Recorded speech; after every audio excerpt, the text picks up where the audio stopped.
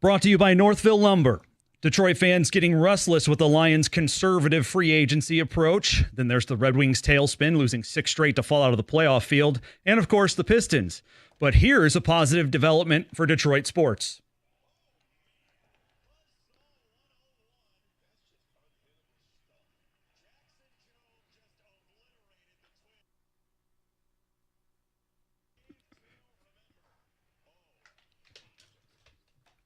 That's what it sounded like yesterday as Tigers pitching prospect Jackson Jobe mowed down the Twins in his spring training debut. Number 3 overall pick from 2021 struck out 2 on 19 pitches, 9 of them strikes in 1 inning of work. Jobe's fastball touched 102 on the gun. Detroit has already announced the righty will start the season in the minors. Big Ten tournament tips off today in Minneapolis. Michigan has only one path to March Madness, going 5-0 in the league tourney. Wolverines will have to get by Penn State tonight to start. Hear it on WWJ News Radio 950 at 8:30. Winner gets Indiana tomorrow. Michigan State idle today, as is their opponent, Minnesota. Spartans and Gophers play tomorrow at noon. The reward for winning, a 12 p.m. Friday date with Zach Edey and league champ Purdue. And independent presidential candidate Robert F. Kennedy Jr. confirming to the New York Times he's considering Aaron Rodgers as a running mate. Rodgers endorsed Kennedy for president last year after the two bonded over their mutual opposition to the COVID-19 vaccine. RFK Jr. also reportedly considering former professional wrestler turned Minnesota governor and avowed conspiracy theorist Jesse Ventura. Good group. Strong qualifications all around there. Coral Health Update Desk. I'm Beanie Howell. For more, go to 97.1 The Ticket or Odyssey.com.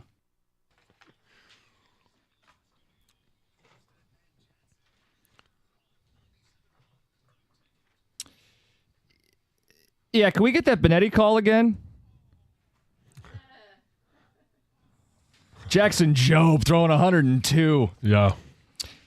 Also, I don't know that we're going to dive into it, but if people want to ticket text in potential slogans for an RFK Aaron Rodgers ticket, that might be fun on the ticket text. 248-539-9797. We'll only read the good ones. Oh, man. I saw that last night, and I almost fell off the couch. That they even considered Aaron Rodgers as a running mate. I mean, he currently was supposed to be playing up through November. Makes the campaign trail a little more difficult. He does have the platform, but we do have on Twitch here, we have a new show name to go along with the show picture. And there's one of them the pictures, the one of us fighting, I think would actually be good for this to go on there. Instead of Costa and Jansen with Heather, we could have Whiny Bitch and Homer with Bridezilla. I want to bring Heather into this because we have a baby at a bar situation worth discussing here. I saw this video that went viral. I've got lots of thoughts on it.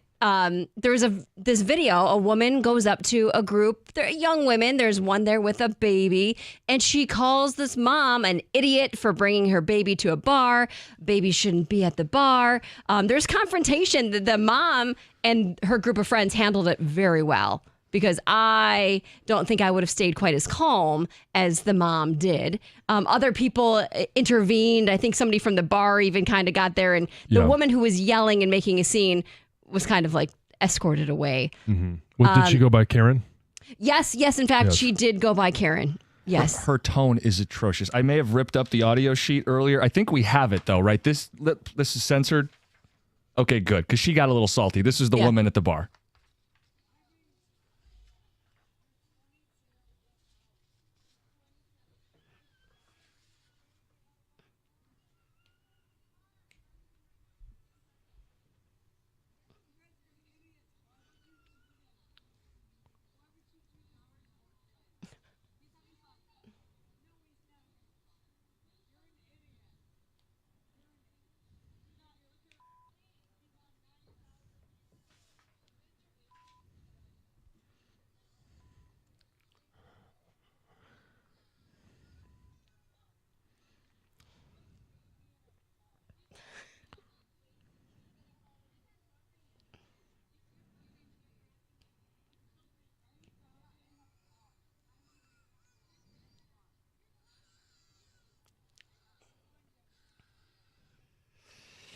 Yikes. Okay, so I don't have a baby that I could take to a bar. You do. I do. I mean, I call Emily a baby, even though she's a toddler. I've got 2 I could take to the bar with me.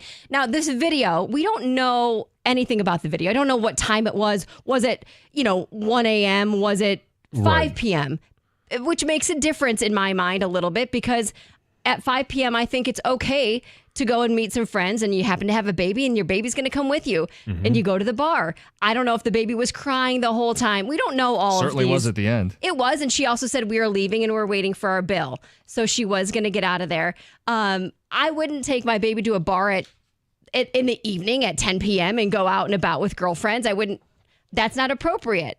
It looked kind of like it's not a nightclub bar. I mean, There's a lot of variables that we're Yes. not sure about. But she's right. A baby shouldn't be at the bar. She delivered it terribly, but a baby shouldn't be at the bar. not at 10 p.m. to 2 a.m., not at night, I don't think. However, I go out to eat quite a bit with my husband, and we take both the kids with us. We went out one night and we sat not at the bar, but right next to the bar. And it was a sports bar, so there's lots of games on, but it was also a family restaurant. That makes a difference too. I think if Brooks would have started screaming and crying, I would have gotten him out of there so that it wasn't causing a scene. I think there's a lot of variables you have to think about. Yeah, as a parent, whenever the kids get out of hand, that's instantly, hey, can I have check, please? Yes, Just we need because to I don't go. want to ruin everybody else's dinner at Right. that point, create a scene, and then everybody's staring at you, looking at you like, what the hell are you doing? I think the rule of thumb that I would go with, because there are times where, hey, if we're at a basketball game, at one of these tournaments with Ruby, and it ends at 9:30. Now, it's not ideal to have your kids out because you want to have them on a schedule, but hey, when you've got other kids, life happens. Or if Ellie's got a softball game and we're going to grab something to eat before we go back to the hotel. Like, my rule of thumb is, if the kitchen is open, they're serving food, then I'm going to stop for food. I don't want my kids to lose their mind, whether it's Teddy at 2.5 now, or even if he was younger. But I also know that, hey, especially when you've got 5, schedules get mixed up, and if the kitchen's open, they're serving food, I'm going to sit down and eat and and try and give him food so that he's not, that's the one thing he gets upset. If everybody else is eating and he's not, he's going to let you know it. My opinion has definitely changed since having kids. Yes. Say, do you want to hear my opinion? Because it's probably different than yours For as a sure. parent. I don't think babies should be Here comes the whiny bitch. at the bar. On an airplane? Is that on what an- you're going to say? on an airplane. Don't fly with your children. A baby. You could fly with a kid, but a baby's the ears are gonna pop and they're gonna cry and whine the entire So flight. if you have you're going to fly, you have to fly. You're just going to leave your baby at home? Why does the baby have to be there? Is it like an emergency? Because Is I'm it- breastfeeding and it needs or the to fact eat? that, hey, my wife's family lives in California. it needs to live. I want to go see grandma and grandpa. Baby's going to go on the plane. I've taken from, whether it was Lucy when she was young at 6 months old, I've taken her on planes and they get used to it. They don't all cry, but yeah, it does happen. because you And- can't escort yourself out of the bar or the restaurant when you're on an airplane. We're all confined in this tube together for the next 3 hours, 4 hours. Yeah, with your and- crying baby. and they're going to see grandma and grandpa, and I'm concerned about you. So planes, bars, this movie guy. theaters too. Wow. I do agree with movie Oh, theaters. yeah. I mean, to me, why would you, unless you're going to see a Disney movie that Right. that there's going to be other kids there. Like, I wouldn't take Teddy to see Oppenheimer and let him scream. Sleep the same amount that Heather did during it. Yeah. I also have, and again, this is for like under 2. Oh, you got Sports- rules for under 2. Well, Okay. babies. Like, what's a baby? I don't know Heather, what's the cutoff for a baby to you? What's a baby? Well, like an infant or like Like, if you're A 4 years newborn. old, I don't think you're a baby, right? no, you're a kid. So what's 2 is a toddler, don't so know. I guess Some under 30-year-old. 2. under 2? Some 30-year-olds act like babies. I would include sporting event. I'm semi there with you. I know from working for the Tigers for ages, I always was curious about the infant stages. Like, I'm talking like newborn. Like, Yeah. people would bring their newborn babies to a Tigers game in the sun. This baby's sitting there roasting in the sun, clearly not enjoying itself. Bad decision. I don't agree with that. Yeah. Toddlers, though, there's a lot of fun things for kids to do, especially on Kids Day, that they can go and do. They can ride the carousel. They can get their face painted. You're introducing them to the world of sports and what the proper etiquette is, and trying to, you sit for a little while, then you get up and you walk the concourse and you take a ride on the carousel and the Ferris wheel, and you get your face painted, and I'm okay with that. Sure, kids, fine. Babies? So this past weekend, Lucy and I were doing some college tours, and we went to Loyola of Chicago. They were playing their very last regular season game. It's a smaller arena, but it was sold out. They're playing against LaSalle. They ended up winning, and we were sitting there, and I watched, and I actually pointed out to Lucy, there was somebody that walked in, and they had the noise-canceling headphones on their infant baby. Now, this baby looked to me like it was somewhere in the 6 to 7 month range. It didn't scream, it didn't cry, it had no idea what was going on, other than there was a lot to see, a lot of stimulation for the baby. And for those that don't do well in those environments, I would agree. Don't take your baby, because it's more of a burden on the parent, and it just ruins the experience. It's not like this kid is going to remember the experience. It's not like you're trying to expose them to this so they get used to it and they get better.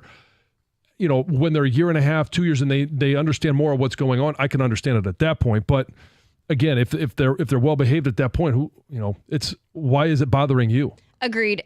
But also, if you have more than one kid, sometimes that little baby is going to come along with you no matter where you go. Yep. Because it has to. Well, It's just life. Your life changes when you have a kid. Well, it does. And multiple kids, it changes. It's a different type of change. Oh, yes, it does. Especially when your oldest is 18 and your youngest is 2. You're going to be taking that infant to a lot of places that if you only had one, you probably wouldn't. Right. But your life dictates that it's going to happen. Joe in Detroit, good morning. You're on 97.1. Greetings, everyone. Good morning. My oldest son is 38 years old now, and I remember this 38 years later. It took us 2 weeks to get our baby from Vanderbilt Hospital because of complications, and we were very proud parents, very proud. So we got out of the hospital. We took our baby to the mall, and this lady came up to us, and she's like, "Oh, is that a little baby?" And then when she saw it was a newborn, her facial expression turned into like the horns coming out on the cartoons. She started wailing on us. And since I respect my elders, we just stood there listening, dumbfounded, and she made us feel so bad to where I took my wife back home, took them off, and came back to the mall myself. And I still remember that today. And I'm glad she did it, because they were saying my baby immune system wasn't ready for a mall. But anyway, I still remember that today. Thank you, guys. Yep. Thanks for calling, Joe. You know what? I used to see a lot of newborns at auto shows. And when I was working them, I always thought, why are you bringing this? Same as he's saying, like, your baby's just born. Like, its immune system. You shouldn't be here around all these people. But now I probably wouldn't question it at all. No, because especially in that environment, right? They're probably in strollers. Yes, they were in strollers. And pushing them around. And it's if you got to live your life as well. And I'm a big proponent of you introduce them to these different stimuli so that when they are 3, they're used to it. It's not their first time, in a restaurant or, and this is obviously a bar setting. Now, if it's strictly a bar, like they're selling bar food, not beer and liquor. Yeah, beer and liquor. That's not somewhere I would take a baby. Even if it was, hey, we're going to get together with the guys. You know what? You do make sacrifices as a parent, and you adjust your life. But the shocking thing to me is you and babies on a plane. It can be a very uncomfortable situation. But if you have family, or if you're going somewhere as a family, it's okay to have babies on a plane. Sorry, Jim. And I guarantee you that parent with the crying baby feels uncomfortable. The anxiety Oh, level. I'm sure they do. Yeah, it goes through the roof. Yes. Yeah, you don't want your baby to be screaming and shouting. And there's been times where Lisa's had to take Teddy, even as less than a year old, to go visit her parents. And it happens. You're going to be the jerk that looks there at that mom that's all by herself there with that distasteful look on your face saying, "You're a bad parent." I didn't and see Leave what him that at can- home. Why would you bring your Yes. baby with you? Leave him at home. Places you shouldn't bring your baby. 248-539-9797. And by the way, great responses on potential slogans for RFK Jr. and Aaron Rodgers. We'll read those. It's 97.1. Hey, grass is going to start greening up. We're going to get some rain this weekend, warm weather. We all know what's in store, and it's going to be beautiful. And if you want a beautiful lawn, you got to give Natural Way Lawn and Tree Service a call. Get green, stay green with Natural Way. That number, 888-GET-GREEN, or on the web at naturalwaylawn.com. Purchase a full lawn program right now. You're going to get free grub control, but you got to mention my name, John Jansen, along with 97.1 The Ticket. Here's what you get when you hire Natural Way. They're going to use fewer chemicals. We just talked about people with kids. All right, it's okay to have them on your front lawn. When they are, you don't want them to be dancing around in chemicals.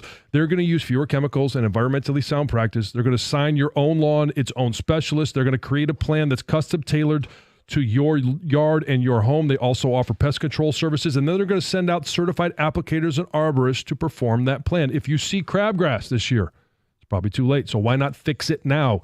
Give Natural Way Lawn and Tree Service a call. That number again, 888-GET-GREEN, or on the web at naturalwaylawn.com. Natural Way Lawn and Tree Service. Get green. Stay green with Natural Way.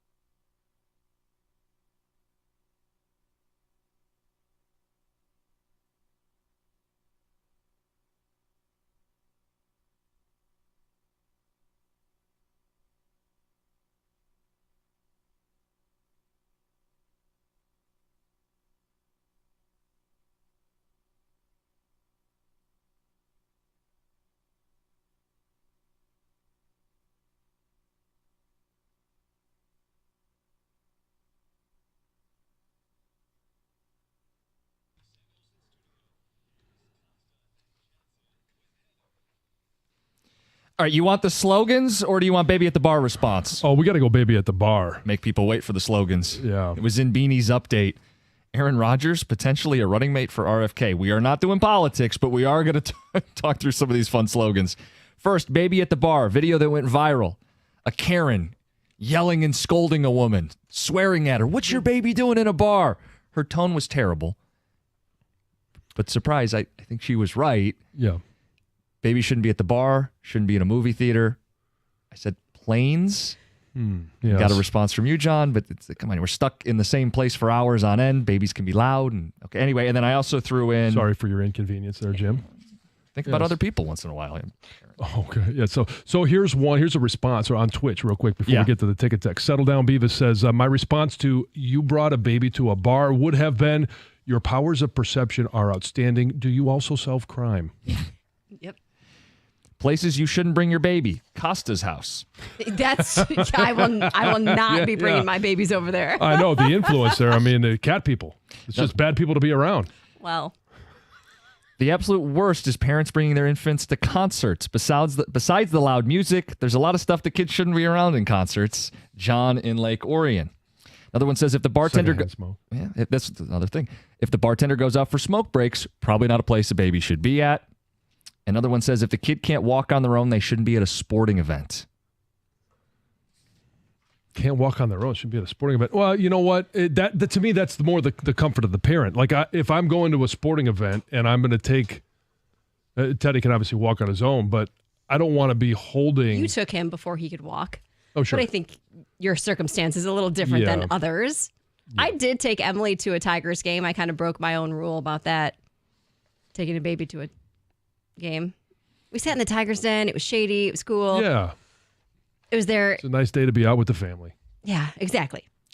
Crying baby at the bar is BS. Another one says, who takes a baby to the bar? No one wants to hear a baby crying at the bar. Young babies don't belong there. Another one says, Heather, Buffalo Wild Wings isn't a bar. It has. But it has a bar. And that's what I was saying with the video. I don't know if the video bar was only a bar or was it a restaurant bar? Were they at the bar of a restaurant? That blurs the lines, but I'm thinking like bar. I agree. I mean, I'm not taking my baby to a bar. And that's why I kind of use is the kitchen open? And it's serving actual food, not just, hot wings for the bar or, mozzarella sticks. It's, if they're serving chicken fingers, hey, game on. Okay, the slogans. Kennedy Rogers, we're immunized. Kennedy Rogers, at least we're not flat earthers. Well, that's true. Le'Veon Bell's. RFK Rogers, 2024, we will wake up Washington and immunize the swamp. Another one says, when in doubt, shroom it out. Kennedy Rogers, 2024. Another one, going to vote for the other guys. No shot. Another one says, Kennedy Rogers, relax. We aren't crazy. You are. Those are all good. We're taking some more on the ticket text. Just something fun. Oh, one other text I wanted to make sure we got to. It says, whiny bitch and Homer. Wasn't that the old Stoney and Wojo show? Let's get to Heather with the news. All right. So I found this new study that has determined how much money you need to live comfortably in the nation's 99 largest metropolitan areas. And it's a lot of money. So the study utilized the 50-30-20 rule to define a comfortable lifestyle. So 50% of your income goes to basic living expenses, 30s goes to non-essential spending, and then 20 goes for saving or paying off any sort of debt that you have. And it looked at, the recent data, and it looked for single people, and then it also looked at 2 working parents with 2 children, how much money you're going to need for those. So the study found on average, one person needs $96,500 income for a sustainable, comfortable lifestyle in the U.S.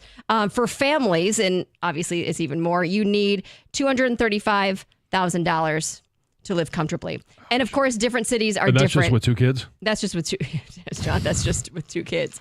For 5, it's astronomically higher than that. They didn't even go go that route. That's why I don't sleep. I have the 5 jobs. Yep. So New York, out of any other city, was the most expensive to live in. But when it comes to Detroit, I looked at that. We ranked 22nd for a single adult. It says to live comfortably, you should have an income of $84,032. For a family of 2, it is $200,262. $262 makes all the difference in the world. It does. It apparently does. So the whole Kate Middleton controversy, conspiracy theories are just swirling it's even happened more. again. Well, it's basically just stemming off of that one photo that was posted, that Mother's Day picture that the palace released. It has now been analyzed by internet sleuths and photographers alike. They found 16 Oh, wow. issues with this photo that have been manipulated in some fashion. And with all of that, now people have these new theories. They have found a photo or a video back from Christmas time in December where everyone is wearing basically, they think, the same outfits except for the color. So they think maybe this photo wasn't even taken right now. It's an old picture back from December, and the photo was manipulated to change like the color of her sweater. Instead of being white that she wore for Christmas, it was changed to black for this photo. I did look at it. The kids are not wearing the same thing. Similar, very similar outfits, but not the same outfits. I don't think that's the truth. And then other people saw there's a new photo that was just released of her in the car. Yeah. I've seen the comparison of that one where her hair is all done up, and another one from a few years ago. Yes. She's looking away. So it looks like maybe it was Photoshop. She actually wasn't in the car at all. They just used the old photo because, of course, she's not looking at the camera. She's looking away. So all you see is like her very, very side half profile, the back of her head. People are crazy. Well, so what is it? They think she's like dead? Yes, is she alive? Okay. Yeah. What's going on? Is she somehow incapacitated? Like maybe she's, yes, exactly. So That's how does this end? She has to do a video? That's how this has to end? She has to like hold up and go, "Hi guys, this is me. I'm here." But will that video be, is it AI? Is it a body double? I don't know. People are nuts. They went down a big rabbit hole and there's no coming back from it apparently. But yes, something needs to be said. A statement needs to be released. Finally, as a reminder, it is 313 Day here in Detroit. So go celebrate. Lots of restaurants and shops are giving away some deals on food and drinks. You can get some free Coney dogs as well. The Pistons are celebrating tonight with a pregame little celebration. So go out and enjoy and celebrate Detroit. It's Heather with the news. Beanie just walked in with a sheet of paper. He has some of his slogans for Kennedy Rogers. Oh. Novax instead of relax, N-O-V-A-X, Novax. Discount double rec. And Kennedy Rogers 2024, even our own families won't vote for us. Rogers, brother. Probably not a vote he can count on. It's 97-1. Hey, we know that March, it's great viewing of sports, so why not dive into the best pool in history at Stadium Swim, and it's located at Circa Resort and Casino. Catch all the biggest games at a viewing experience built for sports fans. Chill in one of the 6 pools on 3 different levels per a perfect view of the massive 40-foot-tall, high-definition screen. Who wouldn't want to watch basketball on that? It's called Stadium Swim. It's America's favorite place to watch all your basketball games. You got swim-up bars, Insta-ready selfie walls, and one nonstop party. Score your perfect game day spot with cozy day beds, private cabanas, or grab a lounge at the center of the action. You can reserve your spot today. It's 365 days of sports poolside, and it's located at Circa Resort and Casino in downtown Las Vegas on Fremont Street. Stadium Swim, all sports, all seasons. Book your spot today at circalasvegas.com.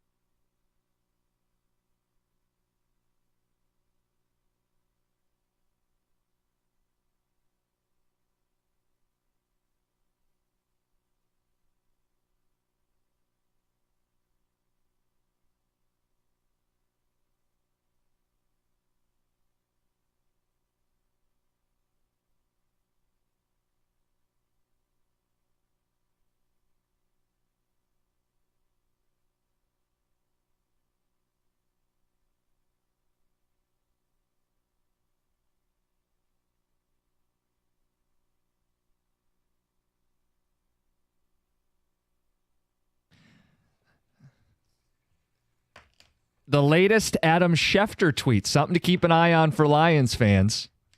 Shefty, 12 minutes ago. Expect a move by the Chargers today by 4 o'clock. The Chargers have 4 players who make up the top 12 largest cap hits in the NFL. The Chargers are already $25 million over the salary cap. The 4 names to watch today: Khalil Mack, Joey Bosa, Keenan Allen, Mike Williams. All carry cap hits over $30 million. Big savings if they cut 1, 2, or more. Schefter says at least 1 by 4 o'clock. So the cap number as it sits right now, Khalil Mack has the biggest cap hit at $38.5 million. If they cut him, the dead cap is 15.2. So they're going to save about 23 million bucks. Joey Bosa, $36 million cap hit, 22 dead cap. So they're only saving 14.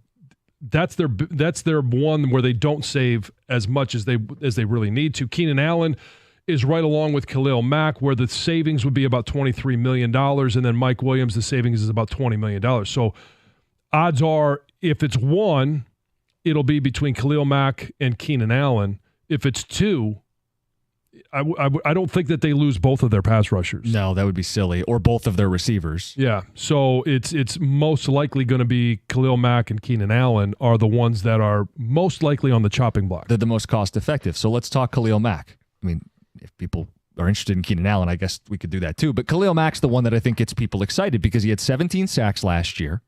We talk about finishing, right? Not just getting pressures, but finishing. 17 sacks last year. Very good against the run. Graded out as one of the 5 best edge defenders against the run last season.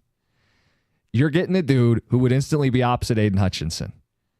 Instantly upgrade this football team.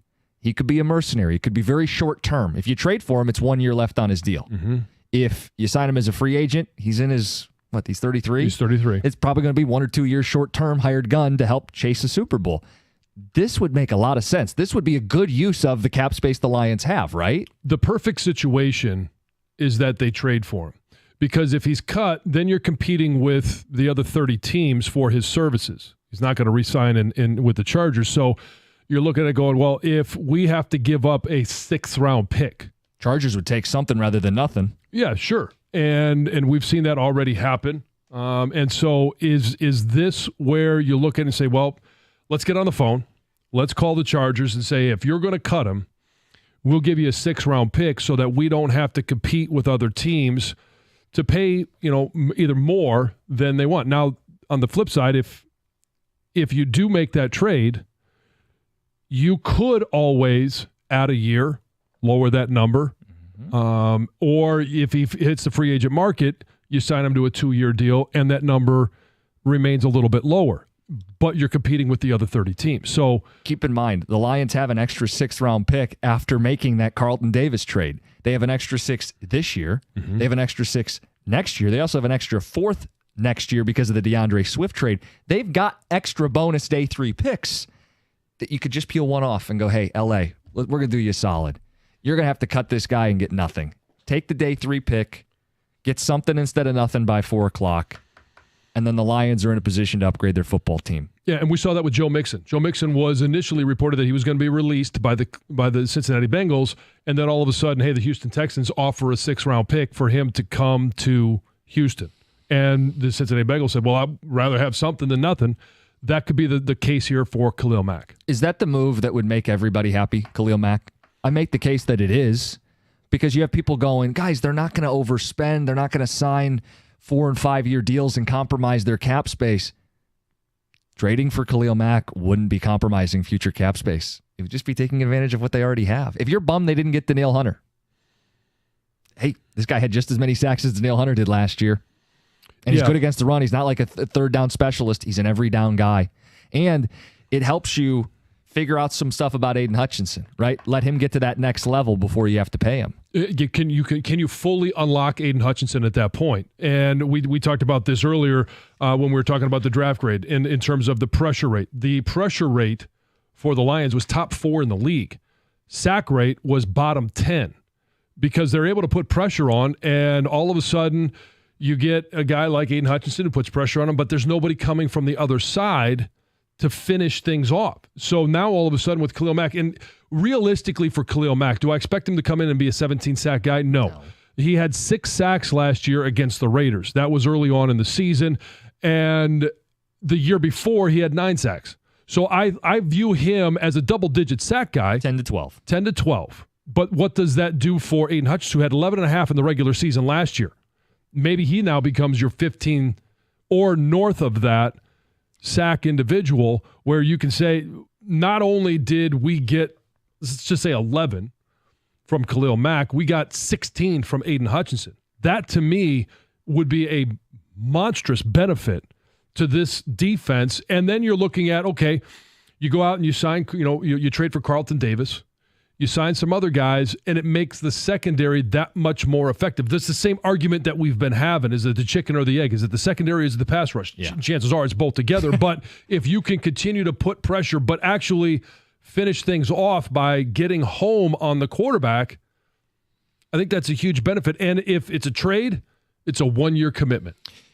Yeah, and that's a key. The chicken or the egg thing, everybody's got a different philosophical belief. I look at it, my 2 cents, if you sack the quarterback, one guy wins his job, right? He beats the tackle off the ball or beats the guard off the ball, gets to the quarterback, sacks the quarterback.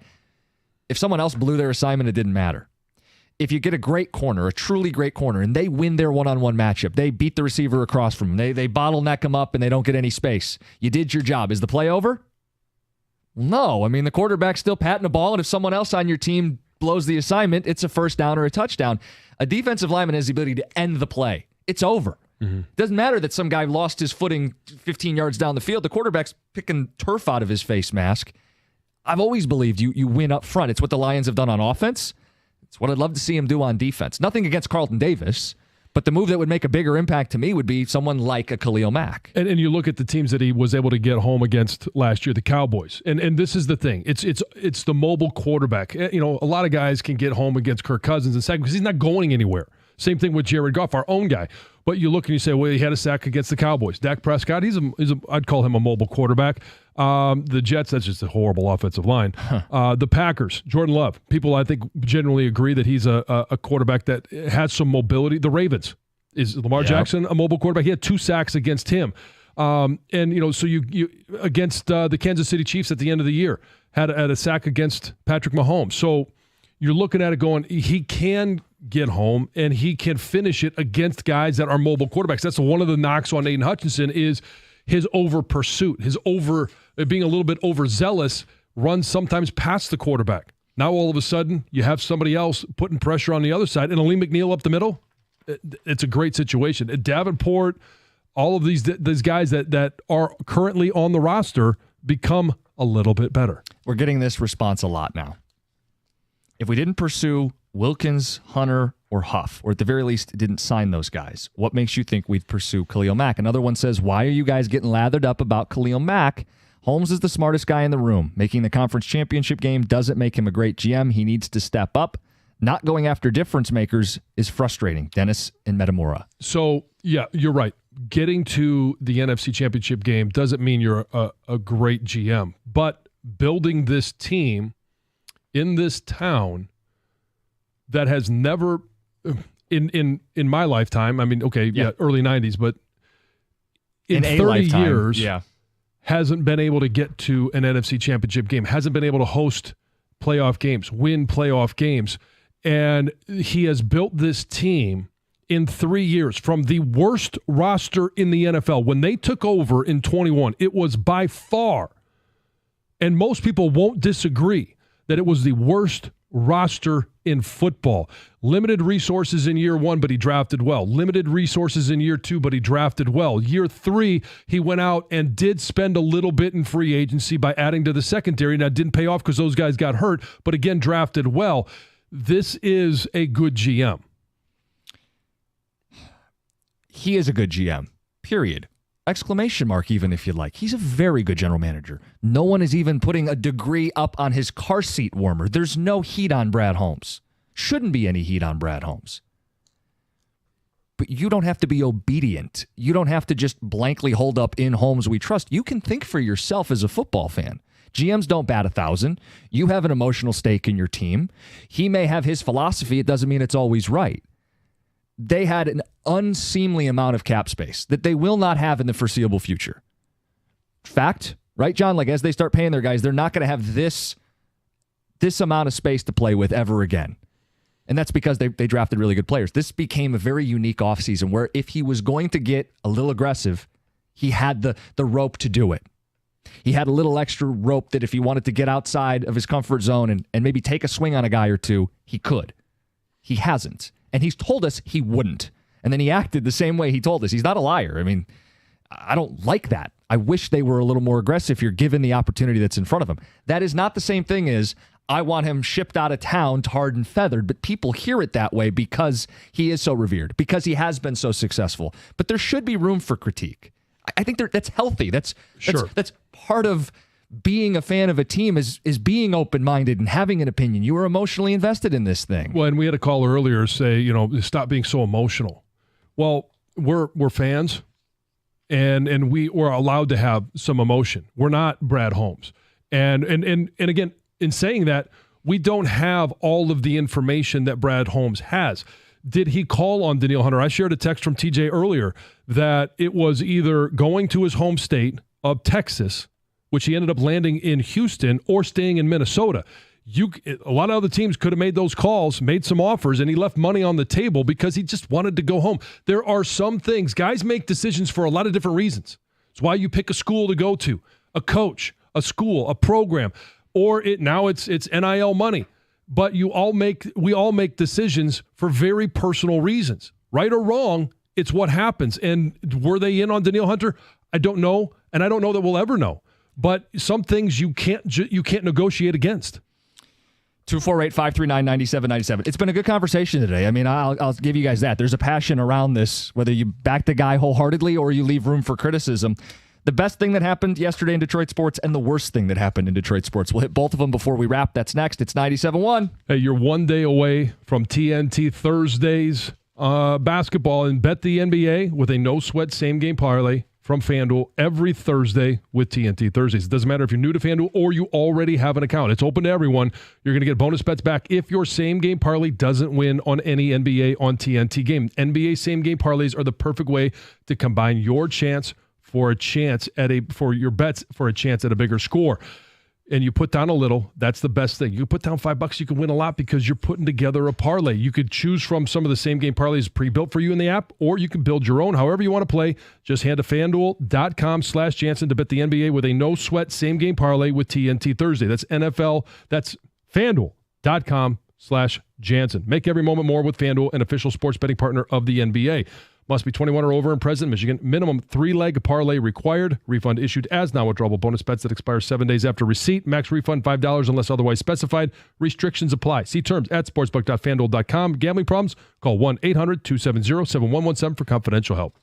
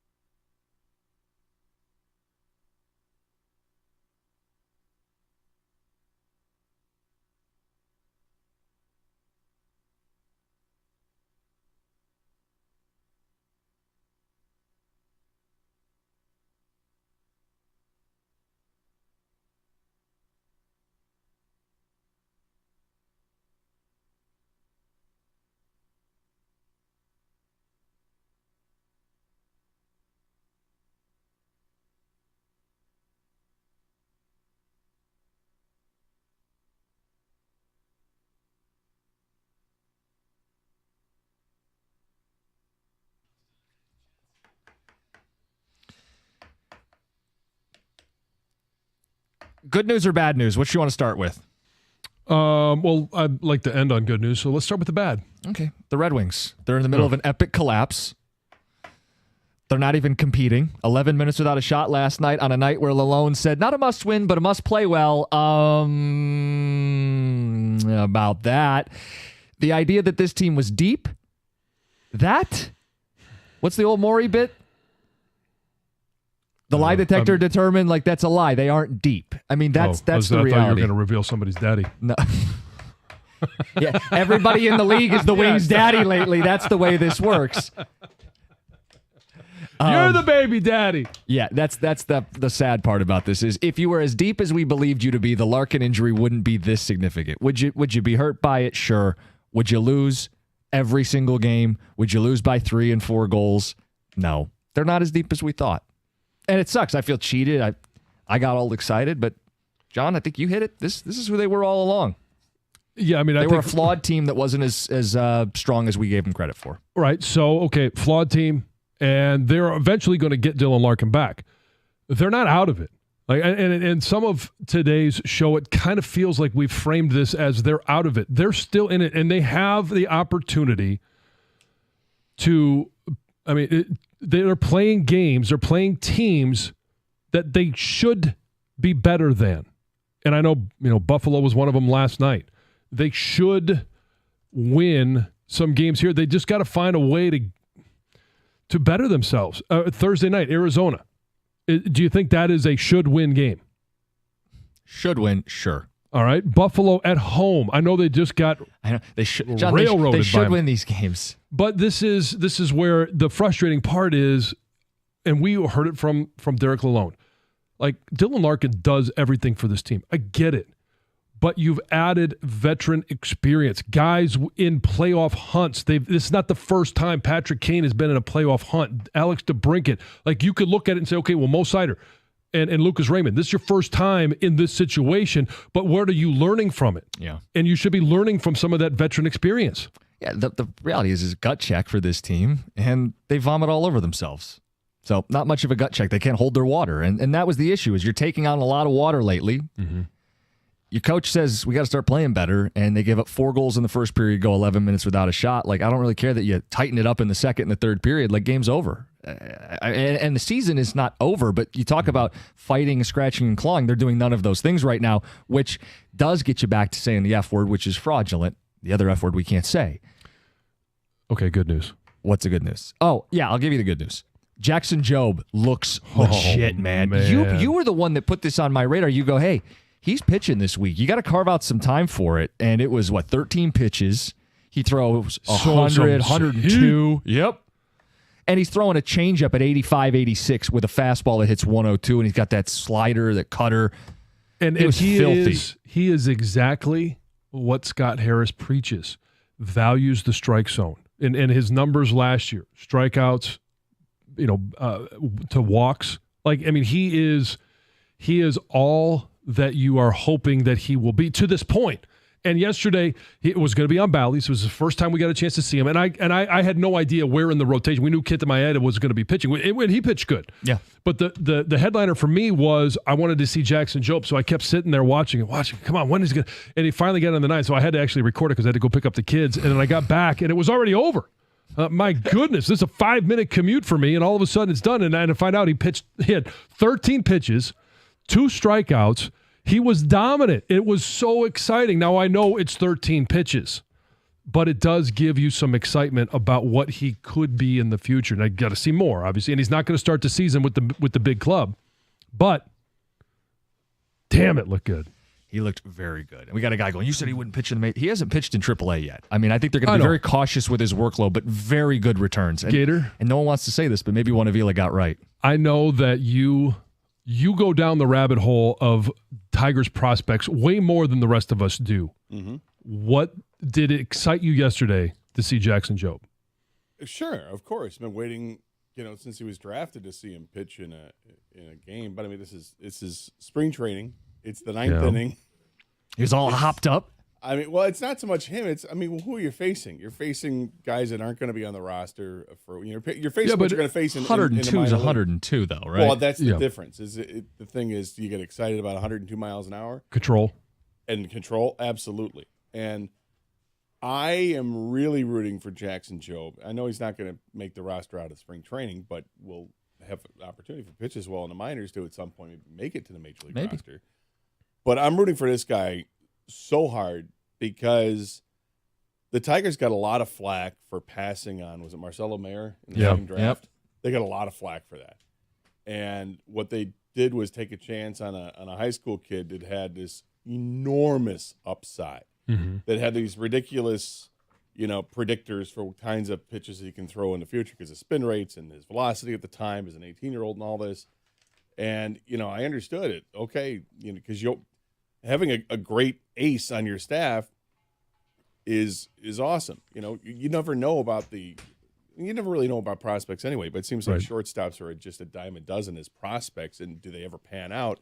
Of course, some do, but more of them don't. So I'm rooting hard for Jackson Jobe to make it, just to kind of quiet the people about Marcelo Mayer. It was exciting, no matter, how you shape it, to watch his control, and it on the heels of what he did in the minors. Now, I know he hasn't been at AAA, and ninth inning of a spring training game. I get it, but it was the control coming off injury. Yeah, and it was 102 countered by an 86 mile an hour changeup. I mean, ridiculous. Yeah. What do you do? I mean, as a hitter, what do you shake your head? Possibly do? Yeah. Swear under your breath. I mean, you're frozen. Gator, we did a bit in this hour. Kennedy Rogers, fake slogans for their ticket. RFK and Aaron Rodgers. This one was dubbed the winner behind the glass. Is this good to read on the air? Would you read that on the air? Which one is this? The one that's highlighted twice. Is that in bad taste to read that one on the air? That's in horrible taste. John, what do you think? Is this in poor taste to read on the air? No, I think you can go ahead and do it. Would you just stop? Just say it. No, do not. Kennedy Rogers, afraid of being shot for different reasons. Sent in by a listener. Well, thanks for asking. You say it. What do you guys got coming up? Well, we're going to have to clean up that mess. I think we're going to piggyback a little bit off of what you guys were talking about with Khalil Mack and that situation. And, with Danielle Hunter signing a 2-year deal on a deal that seems like that was a pretty reasonable price. If you wanted to go short term, which I did, by the end of the show yesterday, I was like, you know what, offer him a 1-year deal for $25 million. See if he'll take it. Yeah. All right. And they got him for 2 and basically $25 a year. Different things. Look, he's going back to his home state of Texas. I get it. And it's a 2-year deal, which would make people a little bit more uncomfortable in the front office for the Lions. But I want to splash, and they got an opportunity. As you guys mentioned, with Khalil Mack, Joey Bosa, one of those guys could become 4 o'clock available real soon. Carson Anderson, they're coming up next, 97.1.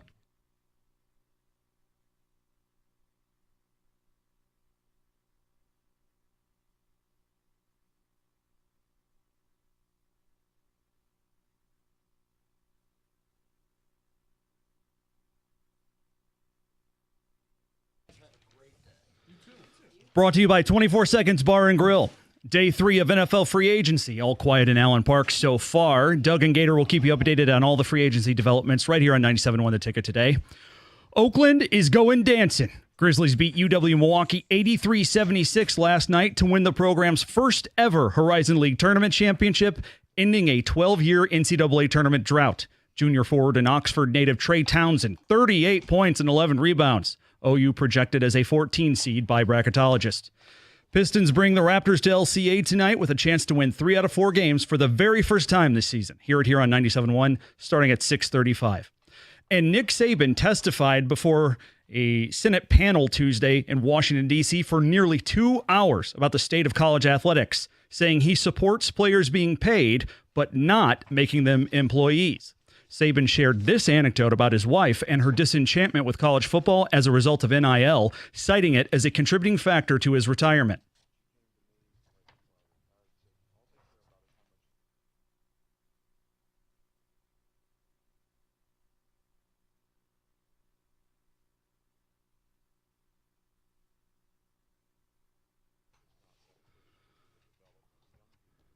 Friendly reminder, Saban earned $124 million over his 17-year tenure as Alabama's head coach.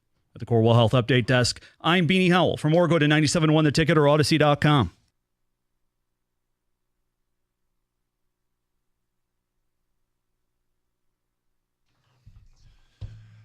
Hello, the Carson Anderson program on a hump day. 97.1 The Ticket. Be with you the next 4 hours. Participate in the program. The invite, it's an open invite. With phone calls, 248-539-9797. You hear something you love, you hear something you hate. We have questions for you to answer. We look forward to hearing from you here on 97.1 The Ticket. 248-539-9797 is the phone number. The texts, we get a ton of texts all day, every day, which are your chance to get your thoughts across without going on the air. Send them over. Kang Sif's Room sends us the best to help forward the conversation. You can also participate via Twitter at DuncanGator971, where you have an approval rating question out there today. We do it every once in a while. Want to know what the people think of the Lions' work so far in free agency. Go see the details. Do you approve? Do you disapprove of their approach? You can also follow along on Twitch and YouTube. That's with video. YouTube.com. Search up 971 The Ticket. Bam, there we are. Twitch.tv. Same thing. Search it up. Streaming chat there on Twitch. We do appreciate everybody who participates in that. And we are in day 3 of free agency. Technically, the new league year starts today. The last couple of days, I mean, we call it what it is. It was the beginning of free agency. This legal tampering BS, whatever you want to call it, that's just a clunky term. Free agency started on Monday. And the Lions added somebody else yesterday. Gator, are we celebrating the recent addition, or are you more finding yourself disappointed with the overall work? Well, I'm not going to be disappointed until free agency is all said and done. If they don't really improve the roster, does a signing of Amik Robertson, does that make the secondary better? I mean, if he's better than Kindle Vildor, yeah. And by all accounts, it seems like he is. He's diminutive in stature, but makes up for it with other attributes. So, he's a small piece of leather, but he's well put together. There you go. I mean, I was once told that. Yeah. He is tough. He plays big. I mean, he puts his face in there, and he's not afraid to be a run stopper. He's played every game for the last 2 years with the Raiders, all 17 games. He's got 4 interceptions in the last 2 seasons, 2 in each of the last 2 years. So he can play a little bit, but I mean, it's not.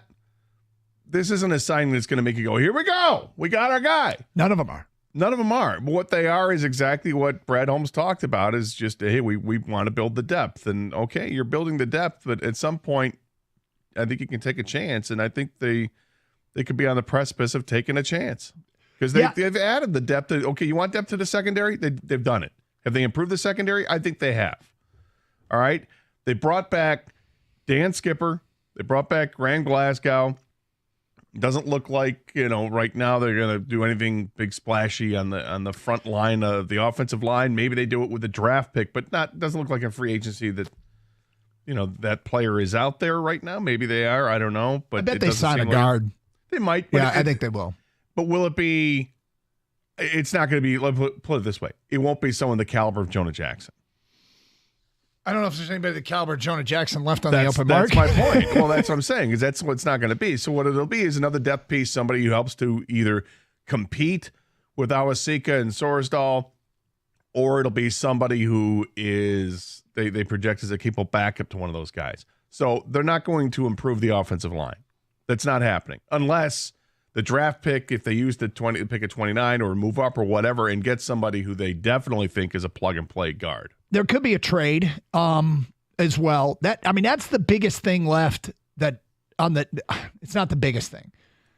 It's the area on this team where they did not get better.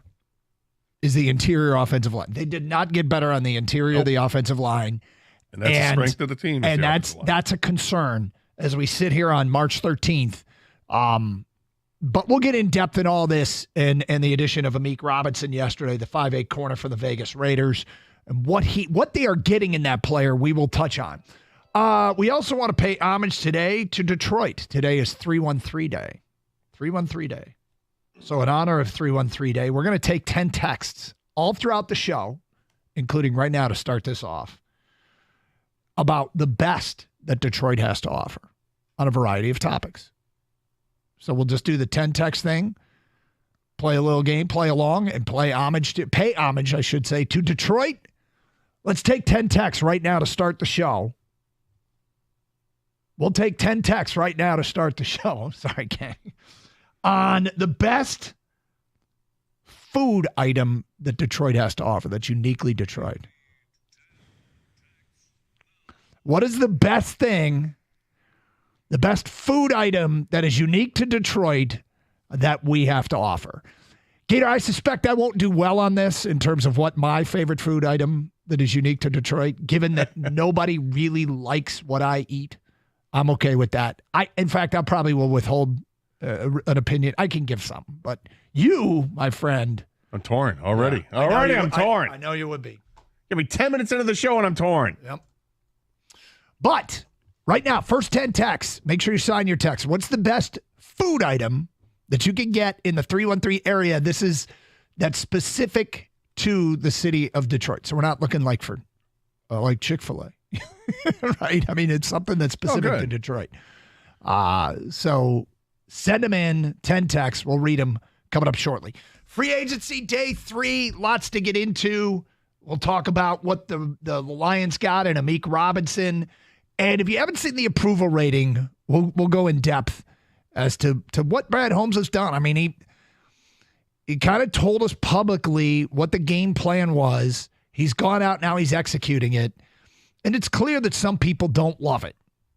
Some people don't love it. And I understand why. It's not splashy. It's not exciting. It's like getting insurance. Like is there anything less exciting than making an investment in like insuring your home and your car? No, but you kind of need it. But it's boring. It's really, really boring. I got a great deal on my homeowner's insurance. Hard thing to celebrate. But if you do get a great deal, you, Doug. if you do get a great deal on homeowner's insurance, you should be excited about it. But it's not nearly as exciting as getting a new car or buying a vacation property. You might save a bunch of money and you might have great coverage, but it's not something you come home and, man, I'm stoked. AAA hooked me up. Right. It's like, I got new insulation. Right. All right. There's some really boring big purchases As a homeowner, there are a million purchases you will make that are big purchases that you're going to be like, I don't even get to see it. Having a party at the house. What? New roof. We got a new roof. Raise it. Let's raise it. That's what it feels like they've done. The Lions have got some great deals on some good insurance. Anyway. It's like me at the golf show. I bought some golf gloves. 4 for $30. Yeah. Some golf gloves. I thought you said clubs. Oh, no. Yeah, yeah, the golf glove is not an exciting purchase. It's not, but it's necessary. Yeah. 248-539-9797. We'll get to your 10 texts. What's the best food item that's unique to Detroit? That coming up at 10:19. It's Carson Anderson, 97.1 The Ticket. How about this money well spent? Something you're going to see and you'll reap the benefits of it in the summertime. Call Natural Way Lawn and Tree Service where you get green and stay green with Natural Way. Call them right now, 888-GET-GREEN. For a limited time, you purchase a full lawn program and you get free grub control, but you've got to mention my name to get the deal. And if you want to get green and stay green, how about saving some green when you prepay? Call by the end of the month. You get the early bird discount. It's amazing. And listen, when you think about it and what you want that lawn to look like, you want it green, you want it to be lush, you can really appreciate it, and your neighbors can appreciate it too.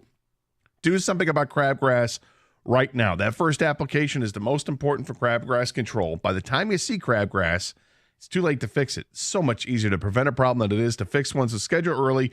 Give them a call right now. It's a company that's been locally owned for over 30 years. They have the 100% satisfaction guarantee. It's a company I've been using for almost a dozen years now. I love what Natural Way does. Give them a call yourself. 888-GET-GREEN or go to naturalwaylawn.com.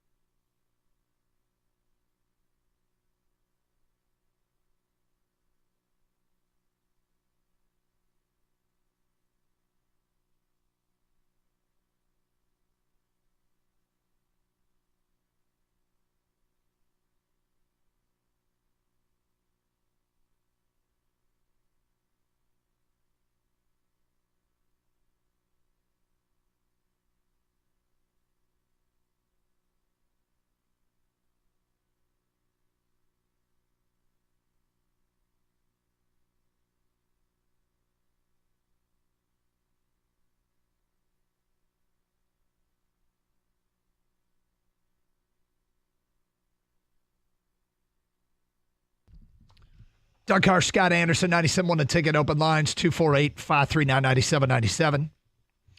All right, 10 texts. These are 10 texts. The best unique food items to Detroit. We'll do this, and we'll get into the Lions. This is 313 Day, so we're paying homage to Detroit throughout the show. We'll do the best that Detroit has to offer. Durf writes us. Durf in a truck, says Coney, all day long. Jason in Detroit, best food thing in Detroit, the Coney dog. Marty in Grosse Pointe, Superman ice cream. Is Superman ice cream unique to Detroit? Is that a Detroit thing? I think it is. Is it? I think it's definitely a Midwest thing. Okay. I love me some Superman. Kevin in Shelby Township says, and this is, if I were to mention one, this is what I go with. He says shawarma sandwiches. Chicken shawarma is. Yeah, it's solid. I mean, fan.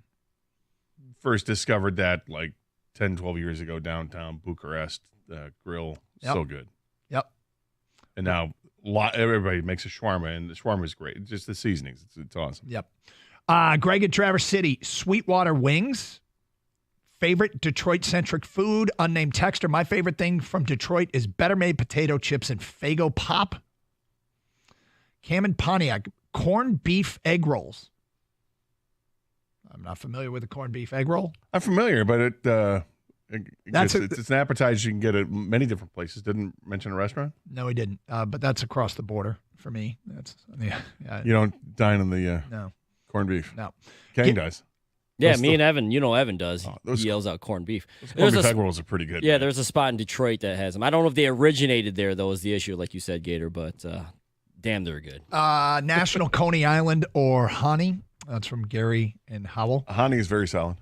That's mine, I think. Is it? There's so many to pick, so many to choose from, right, Gator? Yeah. It's just, everyone has a chicken tender pita now, but the Hani Honey originated. that's national. Yeah, that's national, but originated at their first national Coney Island, which was in Detroit. John in Midland says Punchkis. Steve in St. Clair Shore says Detroit-style pizza. Yeah, I mean, hard to argue with that. Where the birth of it was at Buddy's, Louis.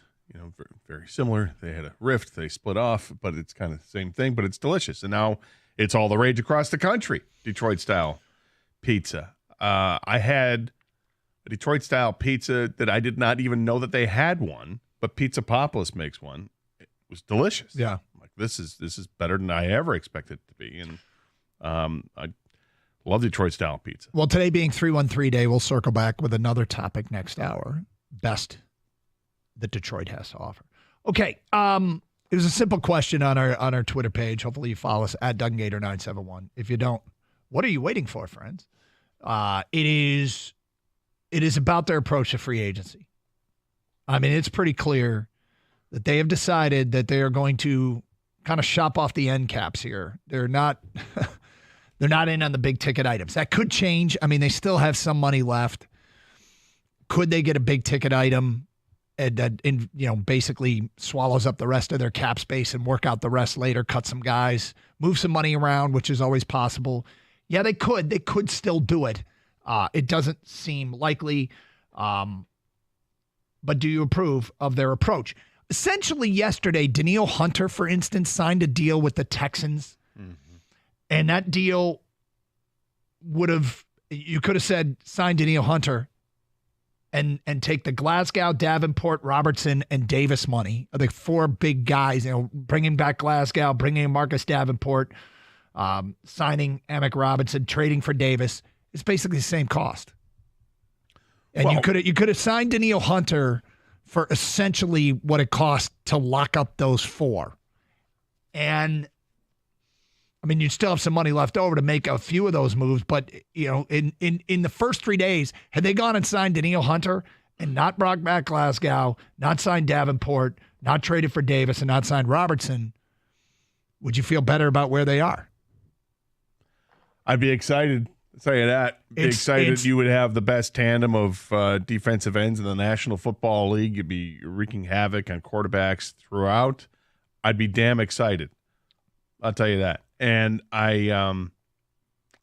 looking at it, if you sign Danielle Hunter, obviously, and you're looking at all of those guys, you could bring one of those guys with you. Yeah, probably. I mean, but you're really cutting deep into the cap space with those two moves. But you have cap space to use. Yeah. That's the thing. And you weren't there for the last half hour of the show yesterday, but one of the things I brought up was my dream scenario would be to approach Danielle Hunter about a 1-year contract and say, look, we'd love to have you for longer. Maybe we can discuss that later, but right now we want to lock in 1 year, $25 million.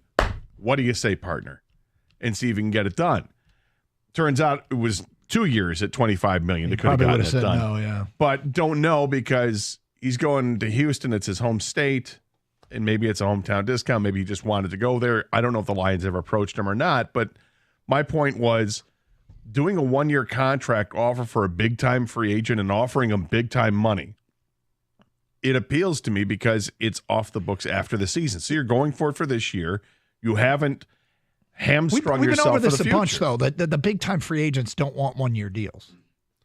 No, I get that. But they don't you see them signing late for like 1 year and a fraction of what they want. What if you just I don't know if anybody approaches them on a 1-year deal for big money. Like we'll give you we'll give you your $25 million, but can only do it for I mean, the if you one. can get a guy to agree to it, great. I just don't know that Of one course, big yeah. ticket. You never know if you can. And maybe they did offer that. Okay, but then this gets back to the whole, the Adam Schefter report about what the Chargers are up against, because they got 4 guys that are cap number unfriendly over $32 million. 4 of them: Khalil Mack, Joey Bosa, Keenan Allen, and Mike Williams. And his reports is they're going to make some real tough decisions before 4 o'clock today, and someone's going to be available. Now, is that through trade or is that through free agency? Well, obviously, we're interested in the pass rushers. And Mack is a 17.55 base Hold salary. on, let me stop you because I want to set up this approval thing, and we'll get back to that. The point is, and this is how we're advancing, they're 3 days into free agency. They're executing a plan that has not included a big ticket free agent. They've gone with smaller signings, lesser cost signings to add to the overall talent pool and depth of the roster. Simply put, do you approve of this approach? Do you approve of the 4 guys instead of the 1 guy? And you can vote at DougandGator971 on Twitter. You can comment there as well. I mean, what's your phone calls? Do you approve of the way this is going? Because this is all about getting to a finish line, right? Does this approach get your roster over the finish line? Because that's what we all want, the same thing: win a Super Bowl. They came so close last year, and I don't think I said it yesterday. I don't think it's a fluke, but think about how close they came. They're half away from playing a team that they already beat for the Super Bowl. Now, maybe they wouldn't have won the Super Bowl, and maybe it's about keeping up with Baltimore anymore, more so than anybody else. But they were that close. So the 4 moves that they have made has made them better across the 4 biggest moves they've made, have made them better across the board. They still have a gaping hole at the other guard that needs to get addressed. But do you approve of this approach? 248-539-9797. Right now, the approval rating, Gator, have you seen this, what it's at? I have not. Okay. Do you think the people approve or do you think they don't approve? I think this number is going to change. I would think it's probably more disapprove right now by a narrow margin, and then it'll slowly shift. Okay. Slowly shift to people approving? Yeah. 68.4% approve. Okay. 31.6% do not approve. So you can vote there or you could call us and get into it. I mean, I've made it clear why I approve. And it's because they were close. They're not putting all their eggs in one basket. Yeah, they could have had Danielle Hunter for the cost of the 4 big moves they've already made. But it's like having great insurance. It's boring, but the truth is, you have to have it. They've got, if one guy gets hurt, they're not done. Their $25 million isn't down the drain. And you don't know that a guy's going to get hurt. You don't plan on a guy getting hurt. But, I mean, the only player that qualifies for really is a quarterback as it stands right now. Do you approve overall? You are a little bit more disappointed, I can tell from the look on your face. Yeah, right now I am, because I think that we know what kind of team that they have and going into free agency, and I want to see them make the move that puts them right back up to the top for this upcoming season. And I think it comes in the form of a pass rusher. And there's an opportunity to do that. Yep, and that is what you mentioned, the Charger route. But get your votes in at DougandGator971. Plus, you can comment on Twitter. We may read your tweet on the air. Your phone calls, your feedback. Do you approve of this approach? And they kind of said they were going to do it. Now they're doing it, and it's different. But it's it's certainly controversial. 248-539-9797, 97.1 The Ticket.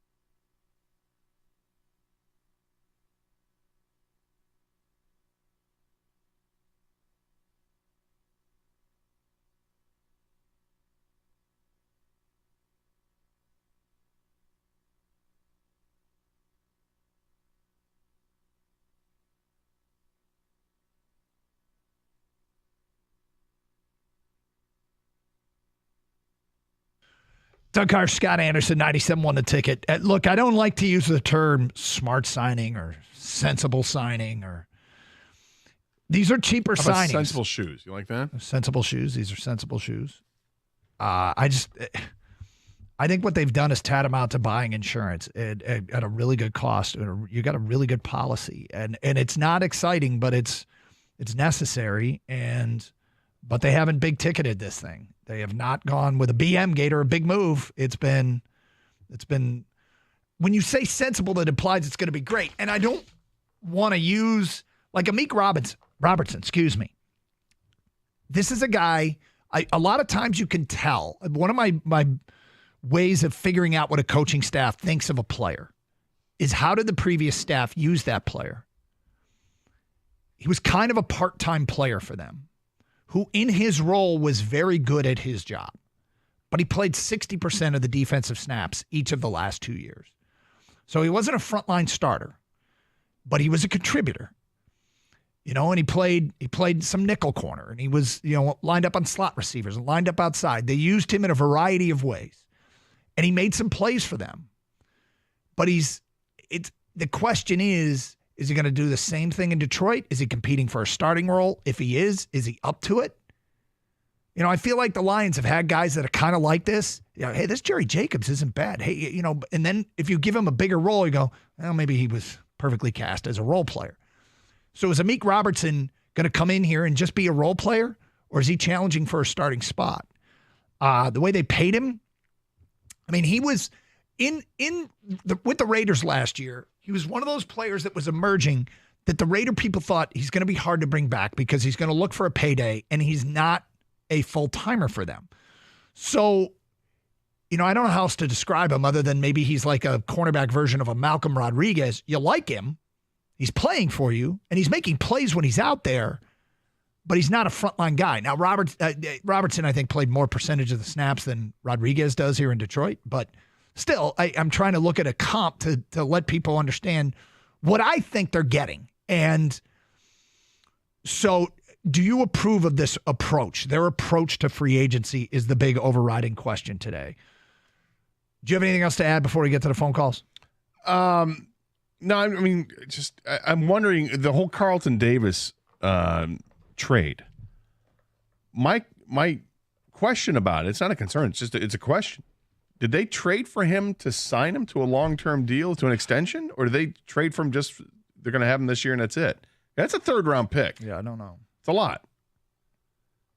I'm not sure. And if they are going to sign him, what are you planning on signing him for? Because this guy he's making $14 million for this season. And he has not been healthy at all in his career. So is this a guy that you're envisioning handing a 3-year deal at roughly the same money? Is this going to be a 3-year, $45 million deal? I'm not sure. I'm really not sure because a third-round pick is a lot to pay for a rental, Yeah, for a rental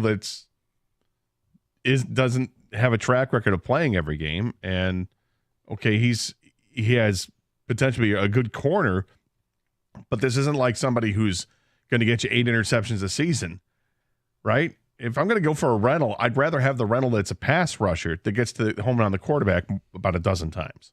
Kang, any thoughts before you get to the phones? The Carlton Davis thing, as we know right now, the deal hasn't been reworked yet, so I'm working on the information we have, which is this year only at $14 million a year. To me, this is almost like a trade deadline deal done way before the trade deadline. You know what I mean? Like, hey, what did people want for Chase Young? Probably around a third-round pick, right? This is a guy that they needed, that they're willing to give up some draft capital to help the team right now, which is 2024 season. So that's how I look at it until they rework this deal to 2 or 3 more years, extend him, rework it so the $14 million cap hit's not so big. I look at it as a trade deadline deal that he just made before the season. Interesting. 248-539-9797. All right, do you approve of the Lions' approach to free agency? It seems pretty clear 3 days. Now, they could change course. They could see the right player at the right price. That's a big ticket item, but so far that hasn't happened. Keaton, you're on 97.1 The Ticket. Hi, Keaton. Hey, guys. How you doing? Okay. All right. I'm saying that I do approve because I think Holmes and Campbell are taking an approach where if you can go after multiple guys and you can kind of, coach them up and put them in our culture that seems to be competitive, I think that you can get a couple different guys to make plays for you versus if, you're spending money on one guy like a Trey Flowers or a Justin Coleman that we tried before. That took up a lot of our cap space and we didn't get the level of production that we thought we would. And if you sign a couple different guys, Robertson and made the trade for Carlton Davis. We don't know how they play out in the future. But if you have multiple guys, again, with injuries or whatever, at least we have more versatility, more flexibility in the back end. And, maybe the competition helps some of those guys get to a different level. Maybe Sutton plays a little bit better with a couple of those guys in there. Well, so, overall, I like – go ahead. Sorry. No, it's just weird because when I look at the corner spot right now between Carlton Davis, Cam Sutton, Amik Robertson, and Emmanuel Mosley, if those guys are all healthy, and that's an if, but if they are all healthy, It's actually a pretty deep group, it looks like to me. It looks like a group that is, A, better than last year, okay? And, I mean, Amik Robertson, the ball's not glancing off his face mask and going for a first and goal for San Francisco. I don't think Mosley is either, and I don't think Carlton Davis is.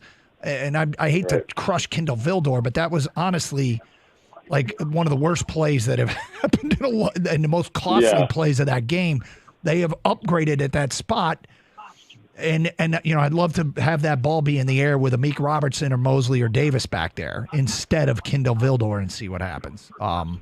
Absolutely. And what do you guys think about, again, because we have Branch, we've got Kirby, we have a lot of young players as well. So do we think that Holmes is even maybe anticipating that there's going to be an injury because, you know, obviously Mosley went down early and we kind of had to shuffle. But do you think that this is, hey, let's get as many quality players as we can in case somebody goes down, then we can continue I think to shuffle. that's the NFL, and I've always said that's specific to the secondary. You always got guys that get banged up. It's just the nature of playing back there, and you have to have guys.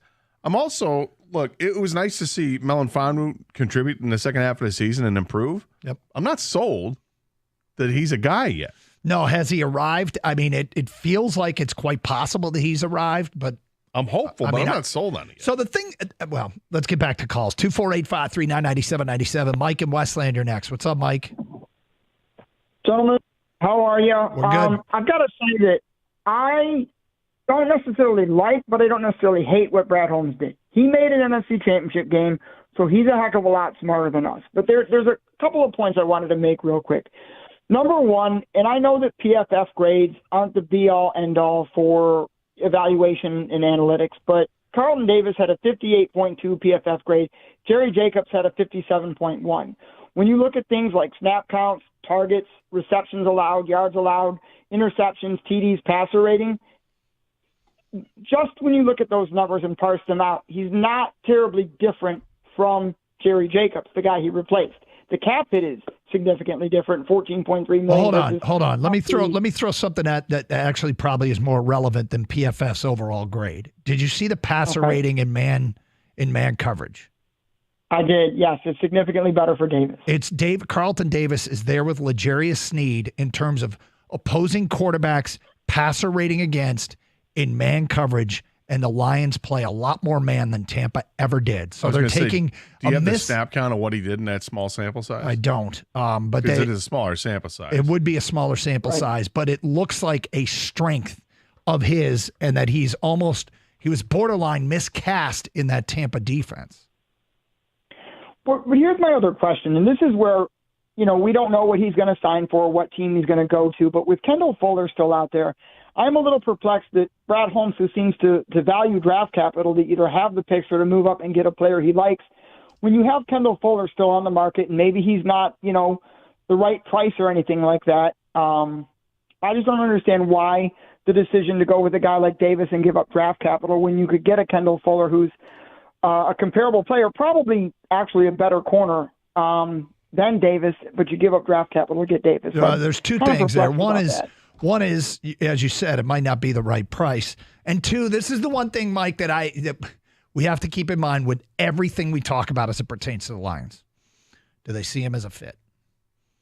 Do they see him as a quote-unquote football player? Does he fit their culture? Yeah, that's a big thing. But let's just say for the sake of argument, they're open to bringing in Kendall Fuller. If they did, would your starters be Kendall Fuller and Carlton Davis? And who gets knocked out? Does that make Emmanuel Mosley the odd man out from the starting corner spot? Because he's only signed for a year and not at a whole lot of money, right? Yeah, I would. What do you mean by odd man out? A cut? No, not cut. Just move down the depth chart. I mean, yeah. Okay, or Cam Sutton. Or Cam Sutton, who also isn't getting paid a ton of money. Yeah, the problem with Cam Sutton. It doesn't seem likely that they'd go after Kendall Fuller at this point, but he's still out there. He's still out there. I mean, the thing is, the longer a player's out there, the more likely his price could become more affordable for a team that doesn't want to go, doesn't want to put themselves in a position where they sign a contract that they regret. Yeah, but it would seem that the Lions are kind of done at defensive back. 248-539-9797. It's Carson Anderson, Open Lines. Do you approve of this approach to free agency? There's the Charger variable we'll get to in the 11 o'clock hour. It's Carson Anderson here on 97.1.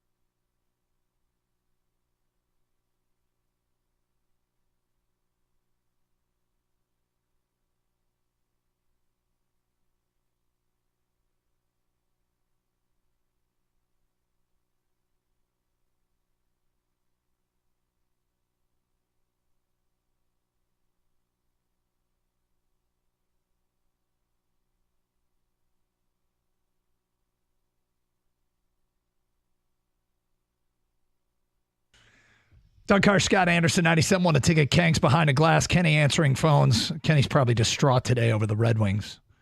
Aren't we all? Well, Kenny more so than most. Yeah, Kenny, look, lives and dies with every trip up the ice. And let's just say the trips up the ice lately have altogether collectively sucked. Yeah, well, the Red Wing trips and then the Red Wings tripping. Yeah.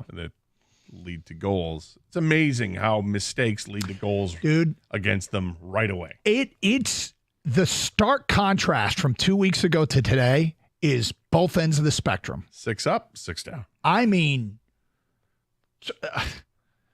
it's incredible. And this feels like more than the Larkin injury. The Larkin injury hasn't helped, but this feels like there's something fundamentally wrong. We'll get into it a little bit more in depth later. But, I mean, this is a big WTF moment for that team.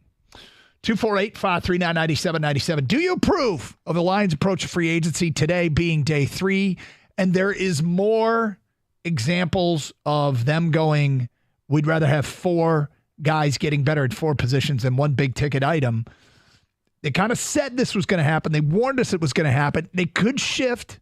This could change in the latter portion of free agency when the amount of teams with cap space is reduced and players become available. And the belief is the Chargers are going to release somebody today, and we will touch on that next hour. But we got a lot of feedback to get caught up on, so let's do so. First of all, we tweeted out the approval rating right now. Do you approve at 68.1%, disapprove at 31.9%. Feedback here from Ghost Malone 90. It's like the wife getting us excited by saying, let's go to Home Depot. And she never leaves the lamp section. We want tools. We want lumber. Damn it. We deserve some excitement. But she loves lamp. Matt tweeted us, I approve because when the big ticket guys go down, so we want scrubs or decent players filling their roles. Injuries are part of the season. I think Matt's really spot on to something here. As I've watched them operate, 3 things that mean a ton to the Lions. 1, guys are going to get hurt. Guys are going to get hurt, and they don't want to get top heavy. They want to be able to have quality players to replace the injured players. And right now, they're building a surprising amount of depth at corner. But they expect guys to get hurt. That's 1. 2, locker room fits. It's a variable that's hard to measure, but it's clear it matters to them. And 3 is they always have an eye on the future. I don't think they want to go all in Rams style and Buffalo style. Worked for the Rams, didn't work for Buffalo. I think they are saying next year we're going to have big contracts due to ASB and Goff, and in a couple of years Sewell and Hutch. Yeah, and I think that's fine, but there's a danger to that too, and that's not seeing what's right in front of you. Well, yeah, it's not getting to the finish line. The danger is you don't do enough. Like if you're always looking ahead, what about right now? Yeah, did they not do enough in the right now to get to the finish line? What else do we got here? Paul says the hand-wringing, calling, and texting the station along with some of the host is making listening to your station unbearable. I've got to turn it off. Brad Holmes has been pretty clear on their approach to free agency and building this team. Do people not listen? Paul? I think we've talked about what Holmes has said a ton. Appreciate you caring enough to send the tweet. But, yeah, I mean, Holmes has said what the plan is and said, what was his line? Don't panic. It wasn't don't panic. It wasn't don't freak out. It wasn't don't freak out. Kang, what was that line we played in the Holmes cut yesterday about don't panic? Don't get spooked. Don't get spooked. Thank you. Boo. People are getting spooked. So did he just pull a line from that Tom Cruise, Elizabeth Shue movie? When the bartending movie? Cocktail? You're going too far back for me, my friend. Sorry. I've heard of the movie, but... Doug, I think you might have seen Cocktail. No. You never saw Cocktail? No. Where she says, I bet I can spook you. He's like, you can never spook me. And then she tells him that she's pregnant with twins. That'd be pretty... I feel like Brad Holmes just pulled Elizabeth Shue from Cocktail. He's pregnant with twins? Yes, that'd be great. And we all appreciate Gator's timely and up-to-date reference. Ryan tweets us, DJ Reader would probably Let me tell you change... something. Elizabeth Shue never goes out of style. Okay. Okay? Was she the babysitter? Yes. Okay. In Adventures in Babysitting? Is There that you what go. it was? Yeah. She was also Come on. Oh, you got this. Karate Kid, There right? it She was the is. girlfriend in Karate Kid. She was Allie in Karate Kid, yeah. Allie from Reseda? No. No, she wasn't. He was from Daniel was from Yeah. Reseda. Gotcha.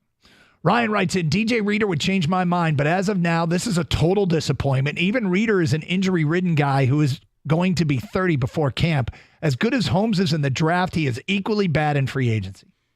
Wow. Disagree with that. But I don't know if he's equally as bad. I don't think it's the direct opposite, but I don't.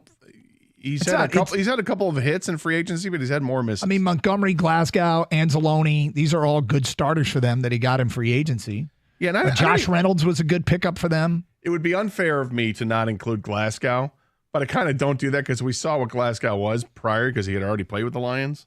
But it was a Brad Holmes free agent. I get it. I'm just saying. He's definitely better at the draft than free agency, which is fine, but he's not a total bust in free agency. You mentioned the players that are still here that he got. I don't approve or disapprove strongly of his free agency so far, but I feel like I could have approved even more. Like, when he traded for Carlton Davis, I was surprised because I feel like draft picks mean a lot to Brad Holmes. And he gave him a third rounder, which makes me think you were probably willing to move something for L'Jarius Sneed. Now, of course, it was going to take more, but I think the fact that he was willing to trade a third rounder makes me think you could have gone a little further and got Sneed. Now, we don't know what Sneed's going to end up getting. I think it's more contract-based, to be honest with you. And then if he gets the contract he wants, Kansas City's going to get a second, somewhere in the second round range in return. But that's the move that would have really put me over top as far as approval. But because this team, I approve the fact the team got better. They just didn't get as better as I thought they could have. Well, they didn't in one area. They're trying to spread it across the board. More feedback. This is like Moneyball. Sure, it could work. I like depth. That's from an unnamed texter. Detroit Rugby. Would I rather have 4 Yugos or 1 Cadillac? Would I rather have 4 Casios or 1 Rolex? I'll take the Caddy and the Rolex all day. Don't approve whatsoever. Dude, did you just compare what they've done in free agency to Yugos? He did. To a Casio? I don't think it's that bad, okay? I don't think the low end of it, I don't think the totality is that low end. I think it's bad. It's milk toast, right? It's average. It doesn't really move the needle too much, and yet you can't help but say it's an improvement over to what the squad was last year. Yeah. But it's not as bad as he's making it out to be. Those are bad comparisons. So far, they're clearly better in the secondary than they finished last year. I'm pretty comfortable with that because not everybody's going to get hurt. I don't think they're better on the D-line yet, and I don't think they're better on the O-line yet. So they've gotten better in one big area of weakness. The others, I'll wait and see what they do in free agency. Yeah, D-line is up for debate. Davenport can be good. We don't know. Yeah. But what do they lose? Okwaras? Yeah, I'm not. Yeah, I mean, so it feels like that's got potential to be better, but I don't think it's going to be. I don't think it has potential necessarily to be worse. The offensive line is the scary part. That's the unknown. Mike says, "Hell no, I don't approve." Traded for an injury-prone average cornerback, signed a nobody cornerback and defensive end. Well, there's a calculated risk to the trade. I don't know if I call him a nobody. I think he is. Looks like he's pretty good as a not every down player. Can he push to be an every down player? It's what he wants. It's what he hoped to get paid for. He made it clear last year, listening to some of the reports out of Vegas, that he was going to be seeking a big contract and a bigger role on a team, and he's got it here in Detroit. They did get better technically in the secondary, but it was hard not to. Yep. That's the issue. But think about if that secondary played against San Francisco with the Lions in the Super Bowl. Yeah, probably. Yep. But also now we know the offensive line is worse. Yeah, that's got to get addressed. Like that's a major part of the rest of this offseason. I could see them signing like Laken Tomlinson or someone like that to help fill the void, to then see what's available in the draft. And maybe you find your ultimate starter in the draft, but you can't go in there with a big hole at left guard, right? No, you can't. I don't want to even go in with a question at left guard. I mean, either that rookie has got to be one of those special ones, or they need to make a trade or sign a free agent. And it's probably a trade at this point. More feedback into the Carson Anderson inbox from Brian. I actually do approve. We got 4 smaller moves instead of Hunter. Now go get Khalil Mack, and that's our splash. We're going to talk about that next hour. How real is a Charger purge, and how could it impact the Detroit Lions? And are they poised to make that move? We'll get to that at 11:20. Straight ahead, I feel great shame. Great shame. Great shame. You know what I did yesterday afternoon. Kind of. Yeah. I feel great shame. In having to leave the show to do what you had to do? No. The text I sent you guys. Oh, that. Yeah, you should. Sweet Lord. What are you, new? We'll get to that at 11:02. 97.1 The Ticket.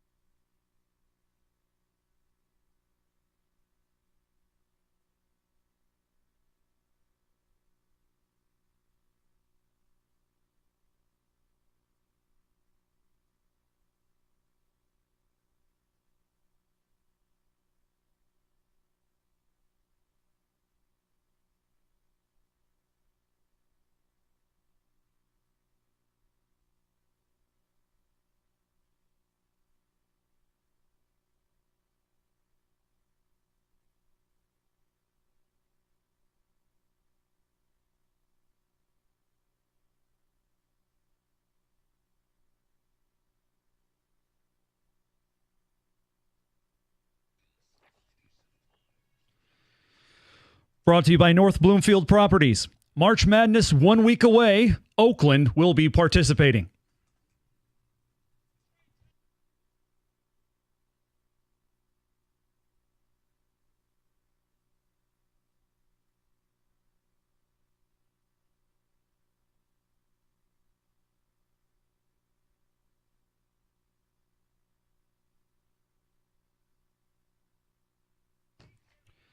Sound courtesy OU. It's actually the Grizzlies' first NCAA tournament since 2011. OU beat UW Milwaukee 83-76 to win its first Horizon League tournament title, and in so doing, earning that automatic qualifier for the Big Dance. Oakland might be the only school representing the state of Michigan in this year's NCAA Tourney 2. ESPN's updated bracketology projecting MSU as a 10 seed. That means a quad 2 loss against Minnesota tomorrow in the Big Ten tournament could make for an uncomfortable Selection Sunday in East Lansing. Worse yet for state, there have already been 6 upsets in conference tournaments, including last night St. Mary's win over Gonzaga. There's only one way for Michigan to make the NCAA tournament, running the table in the Big Ten tournament. Wolverines have to get by Penn State first. Hear that tonight on WWJ News Radio 950 at 8:30. And Pistons bring the Raptors into LCA tonight. Hear it here on 97.1 pregame coverage at 6:35. At the Corewell Health Update Desk, I'm Beanie Howell. For more, go to 97.1 The Ticket or Odyssey.com.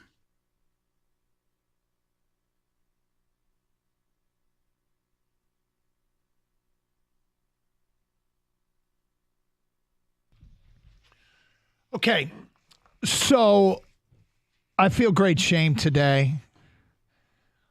I did something yesterday that I'm embarrassed about. Go ahead, say it. No, I mean, Go ahead and say I should be. well, you should be embarrassed. I mean, we've had examples here. I thought we've learned our lessons. Yesterday, I don't know, it was like 4:30 in the afternoon. I was in the basement. I was working out, and I picked up my phone and I looked at the Twitter. And I saw a tweet. It said Adam Schefter, trade. The Detroit Lions have traded for corner L'Jarius Sneed in exchange for a 2024 third-round pick, a 2025 second-round pick that could end up as a 2025 first-round pick, depending on milestones. Lions get a huge piece for their defense. There was a very authentic-looking graphic that came with. Oh, was it? And I What was the name on the account? Adam Schefter. Is that what it said? It said Adam Schefter. What else did it say? At fake sports fan 69. Oh, not only did you get fooled by falling for the fake Adam Schefter account, not only that, more embarrassing, Doug, is that I'm convinced you got trolled by one of our listeners who pays attention to this and probably was thinking they were going to get me. Thus the 69 part, right? Could be. You went hook, line, and sinker, sent this out to us, and then immediately Let me clear. I sent this out. I copied it. Actually, I just hit the arrow button and sent it to you and to Kang. That was the us. I sent it to you and to Kang. And the thing is, I hadn't so much as hit the arrow to send the text when I noticed what I had done. You know, the funny thing is, and Kang was writing and replying to it. Did you realize this was fake when you were texting us? Or it was fake in the sentence because it literally says fake in the name. Yeah. And when I pull this up on my phone and I have the text, everything shows up a little bit larger on my phone because I haven't adjusted the text on it yet. I mean, all I can see is Adam Schefter at fake sports fan. I can't miss that. And I'm like, this is a joke. Doug's joking with us, right? And I mean, it's blatant. Like looking at this, how can you not see? Yeah, yours is the way it shows up on your phone is way different. You have large font. You should hold it up for the cameras so the people watching on Twitch and YouTube can see it. How massive the font is on your phone that it says. It's going to be hard to see on that screen unless Ben can zoom in. I don't know if that's. Angle it or something. It's got a lot of light. Yeah. Anyway, it's massive, massive font. It says at fake sports fan. Yeah, I don't know if that's going to work. I'm going to try. Too much glare. Yes. Too much glare. That's not going to work. We tried.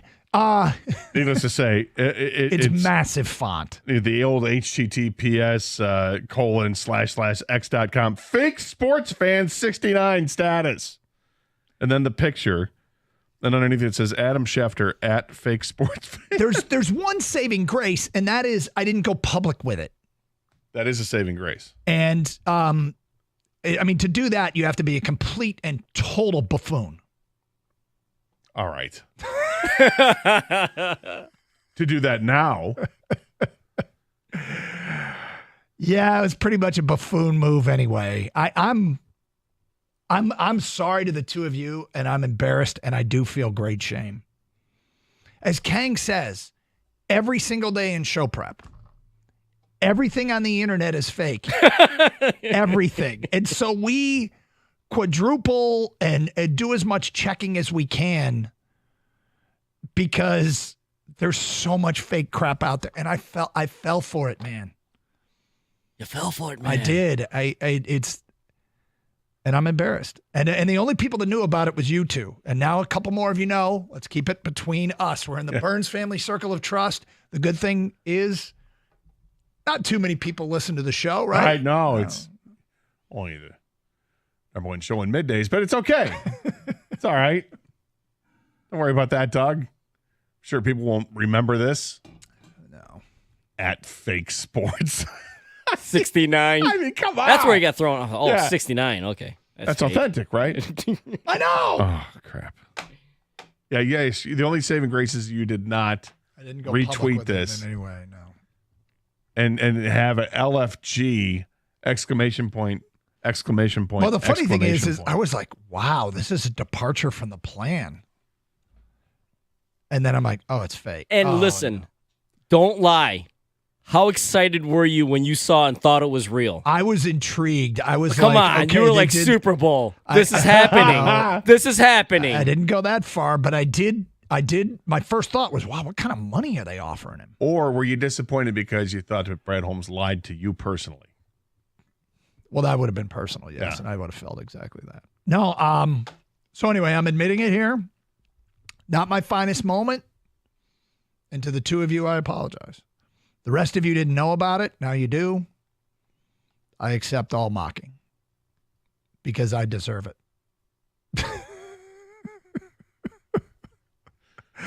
That was something, man. Scott sent this in. Was it Adam Schefter at youmustbeatotalbuffoon.com? No, it wasn't. You have to have 69 in there. Yep. How many followers does he have? Well, how many followers did fake Pierre LeBrun have? 355,000. Gator? I don't know. This guy has Minus. This how guy has many? 218 followers. Didn't you scream out, you and your 42 followers? Something like that. Yeah. Well, let me ask you this. How did you even come across this? It was sent I to have no idea. notifications? No, it wasn't. No, it's just probably for you on the following. Like, there's two different. Oh, you know, no. yeah. I never do the for you. Yeah, the Well, for yous. the is for yous. ridiculous. Yeah. Is that how it came about, Doug? I think so. I had it on the wrong setting. Or like someone you follow liked it, or retweeted it, whatever. It's just that anything can show up. That's how I found it. I'm an idiot.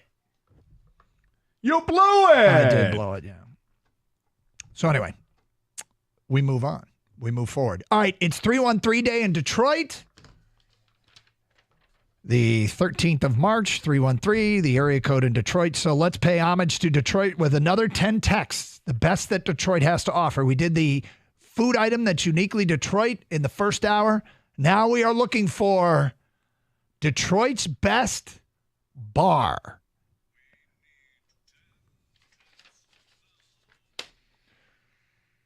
What is Detroit's best bar? Remember to sign your text, 248-539-9797. First 10 texts that give us Detroit's best bar. We'll read them on the air. Get them over right now, paying homage to Detroit on 313 Day. Okay.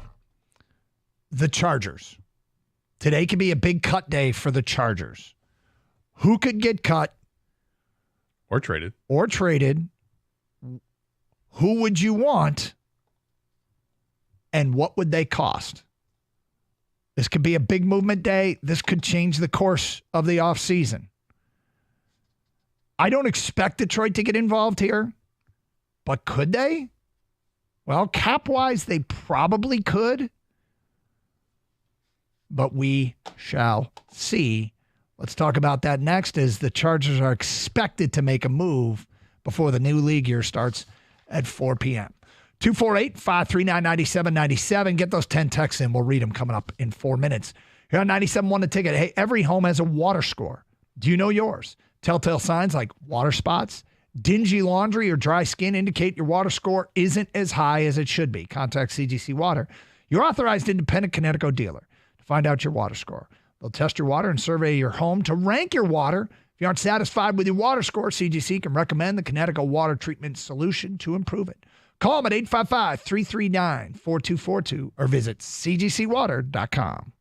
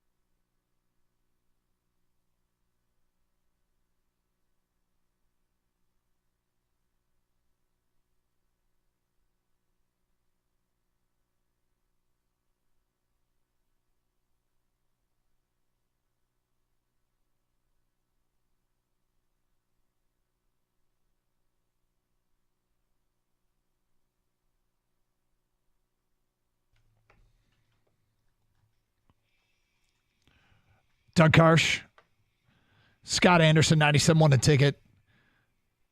We'll get to the Charger variable in a moment. A report from, this is the real Adam Schefter, about what the Chargers may have to do today before 4 o'clock and how Detroit, are they prepared to change course a little bit here? Is it time for Brad Holmes to make a BM?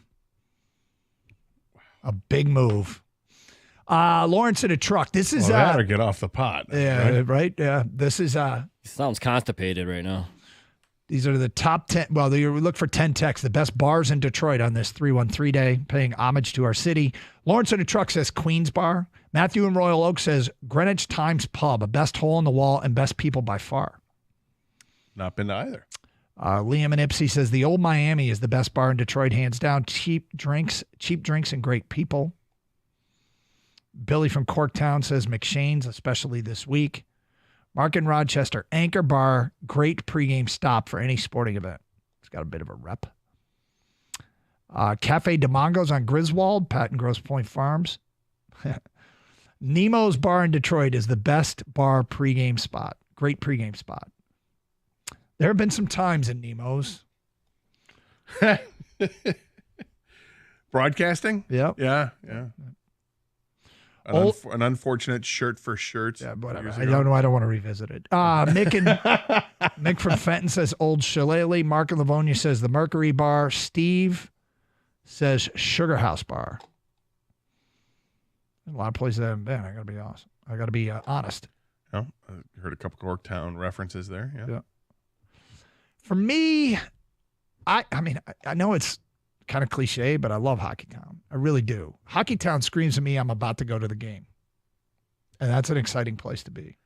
When there's a big event going on and the place is packed, it's fun to be there when the place is packed. Yep. And I have been there when it has been the most packed. And that was the day before the Super Bowl, Pittsburgh and Seattle. I could not believe that place. Yep. I mean, there was not an inch of space in there. Yeah. And there were 99.4% Steeler fans and 0.6% Seattle fans. It was still great. So opening day Is great there. Red Wing parades. I've had some good times there. It's good times. I like PJ's Lager House downtown. Good place to watch some music. Half of it's a bar. Then they go into the other room where they have the music, live music. Yeah. It's always pretty good. Okay. So the Chargers. Today could be a purge day, a salary purge day. And obviously that could be great for us if we've got enough, cap space and it's the right player. The players that could get purged, Khalil Mack could get purged, Joey Bosa could get purged, Keenan Allen could get purged, Mike Williams could get purged. Jason at Over the Cap covers all things contracts. Chargers have 4 of the top 12 cap hits in the entire NFL. Adam Schefter tweeted out this morning, with the Chargers currently projected to be about $25 million over the salary cap, they're expected to release or trade at least one, if not more, of the players on this list. Big Charger moves coming by 4 Eastern time today. So Mack, Bosa, Allen, and Williams. 2 guys that play on the edge, 2 guys that play on the edge offensively. Which would be the preferred player in Detroit? So there's some moving parts. We all know they need an edge rusher. And Joey Bosa is a high sack volume pressure kind of guy. Khalil Mack, high sack volume pressure kind of guy. They both have interesting challenges, which I think if you sat down the Lions coaching staff and Brad Holmes and say, okay, one of these guys is a 3-4 outside linebacker. That skill set may translate, but does that matter to you? The other guy has played 14 games the last 2 years, and that's Bosa. And they don't seem to have shied away from injuries, they've acquired some guys that have been hurt. But in fact, these are the game totals. In 2020, Bosa played 12. He played 16 in 2021, which I believe was the last year of the 16-game schedule. Yeah. Then he played 5 games in 2022 and 9 games last season. In those 9 games, he had 6.5 sacks. Last full season, he had 10.5 sacks. Khalil Mack, isn't his number 17? Didn't he have 17 sacks last year? I believe it was 17 or 17 and a half. He had, in fact, it was 17 sacks last year. And Khalil Mack is not just a pass rusher. He is a game wrecker. He stays on the field the entire time because he'll chase you down from no matter where you're at. He's, more linebacker than he is just edge rusher, but use him however you will because he's spectacular and has been since he started in this league. I mean, the 17 sacks is a career high. He's coming off back-to-back seasons where he played every game for the Chargers. His last year with the Bears, he only played 7 games. He's 33 years old. But to have him on the opposite end from Aiden Hutchinson, where he would presumably be in a and maybe does he play defensive end or does he play outside linebacker type where he's just rushing all the time, where he's in a 2-point stance instead of in a 3-point stance? Yeah. That's the way I envision him. And you don't want to run in his area because he's got a mess load of tackles in his career too. I mean, the guy is a tackling machine and also gets to the quarterback. I would imagine that you're trying to predict his success to be similar to what it was when he played opposite Bosa. Even though it was only, 9 games this past year and 5 games the year before. He's got 25 sacks in the last 2 years playing with Nick Bosa or with Joey Bosa. What would that total be with Aiden Hutchinson? Yeah, one would imagine it'd be healthy. Yes. The question is, it's hard to know exactly how much cap space the Lions have. I think it's somewhere between 21 and 31 million, and I know that's a wide range. Well, because Marcus Davenport's numbers haven't been reported yet on the cap, how they impact over the cap. cap or whatever. Yeah, I'll just say this: it's a pretty safe assumption that one of these guys would take up the bulk, if not all, of your remaining cap space. I think it's probably right. Yep. But this would be the BM that everybody wants. Yes, without question. This is the BM everyone wants. Yes. Mm-hmm. This is I'm not going to go there. This is the big move. This is a big move everybody would want. They want a pass rusher. They want someone to get there and be a compliment to Aiden Hutchinson, to bring the most out of Aiden Hutchinson as well. And this guy would do it. I mean, Danielle Hunter is probably number 1. And then you hear that Khalil Mack is on, potentially in the market as well. Right up there with him. No disrespect to Marcus Davenport, but I mean, come on. The other question, though, is just because you can fit him under the cap this year doesn't mean you can fit him under the cap next year with the signings they have to make. Well, but next year, I mean, he's done after this year, isn't he? Well, I guess you're right. If you wanted to sign him to an extension. And I guess if a player gets cut, if he gets cut, then he's looking for a contract. Right. But so if you trade for him, that's a different deal. And I don't think the Chargers would want to give him away. I'm trying to think in my mind here, knowing what I know about their defensive coordinator, Jesse Minter, and their head coach, Jim Harbaugh, which one of these players is most likely to get released? And let me go back and say, remember that there's 4 guys in this category, big ticket items. 2 receivers, 2 pass rushers. I bet it's the pass rushers. I would think so too. If you're going to pick one of them to be traded or waived, I would say it's going to be one of the pass rushers. And if you had to pick between one of them, if I were the Chargers, it'd be Joey Bosa all day to move him out and hang on to Mack for another year. Because of the injuries? Yeah. Do the injuries scare you away? To Bosa? A little bit. Yep. I mean, my prices, I'm not going to give you too much for him. The thing that either move does if you trade for him, it's a cap hit for the one season. Yeah. And like you said, you're basically using up all your cap space on this one player. You're not using all of it, but you're using a good portion of it. You might use all of it. Not if you trade for him. No, you're right. Not if you trade for him. So if I trade for him, which is the move that I'd want to do, I don't want to. I'm probably not looking for past this upcoming season. This is an opportunity to get that guy that you desperately want to have, and you could fit him in. It makes all the sense in the world. What's the price going to be? Well, the price in terms of compensation to the Chargers if you're going to trade for him. Well, Carolina got, was it a 2nd and a 5th for Brian Burns? Was that it? Yeah. And Burns is much younger. So I don't think you'd have to give up a second and a fifth to get either one of these guys. Let's Give up say, your and, other- and I'm targeting Mac over Bosa. So would I have to give up, knowing that the Chargers are against it? They have to. They got to move him. Could you offer up a 4th round pick and get it done? They don't have one. Okay. 5th and a 6th?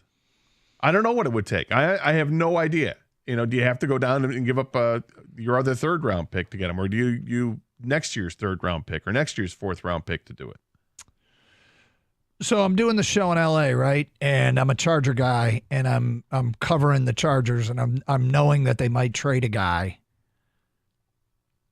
I'm asking for Detroit's 2nd round pick if I'm doing the show in LA. But I am up against it. But I'm going to ask for what I can ask for. You can ask. Because it's not like I need to trade with Detroit.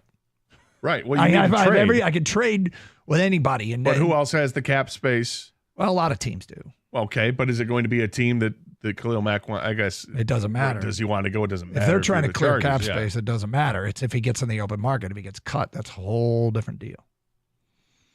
But going with Spot Track, I would say somewhere in the neighborhood of 17, 18 teams. Well, it still matters because not all those teams are going to want to add all the cap space that they have to this guy. No. But does it make sense for the Lions to try to inquire about this? 100% Sure. It makes sense. Sure. 100%. This could be the BM, people. 248-539-9797. And then there's still, would you rather have this one guy or 4 more good players? Because guess what they still don't have? They don't have a left guard that's clearly an improvement. They might believe in Owasika. They might believe in Sorsdahl. Maybe that's the plan. But as of now, they've simply lost Jonah Jackson up front. This would certainly make the defense unquestionably more talented. Yeah, and then you're going to have the hindsight here, right? Man, I wish they didn't spend $10 million on Marcus Davenport. Man, I wish they didn't go out and get another defensive back I want to that's see Davenport's average at number. best. I feel like that $10 million, when we see the actual contract, it might not be 7 $10 million. Yeah.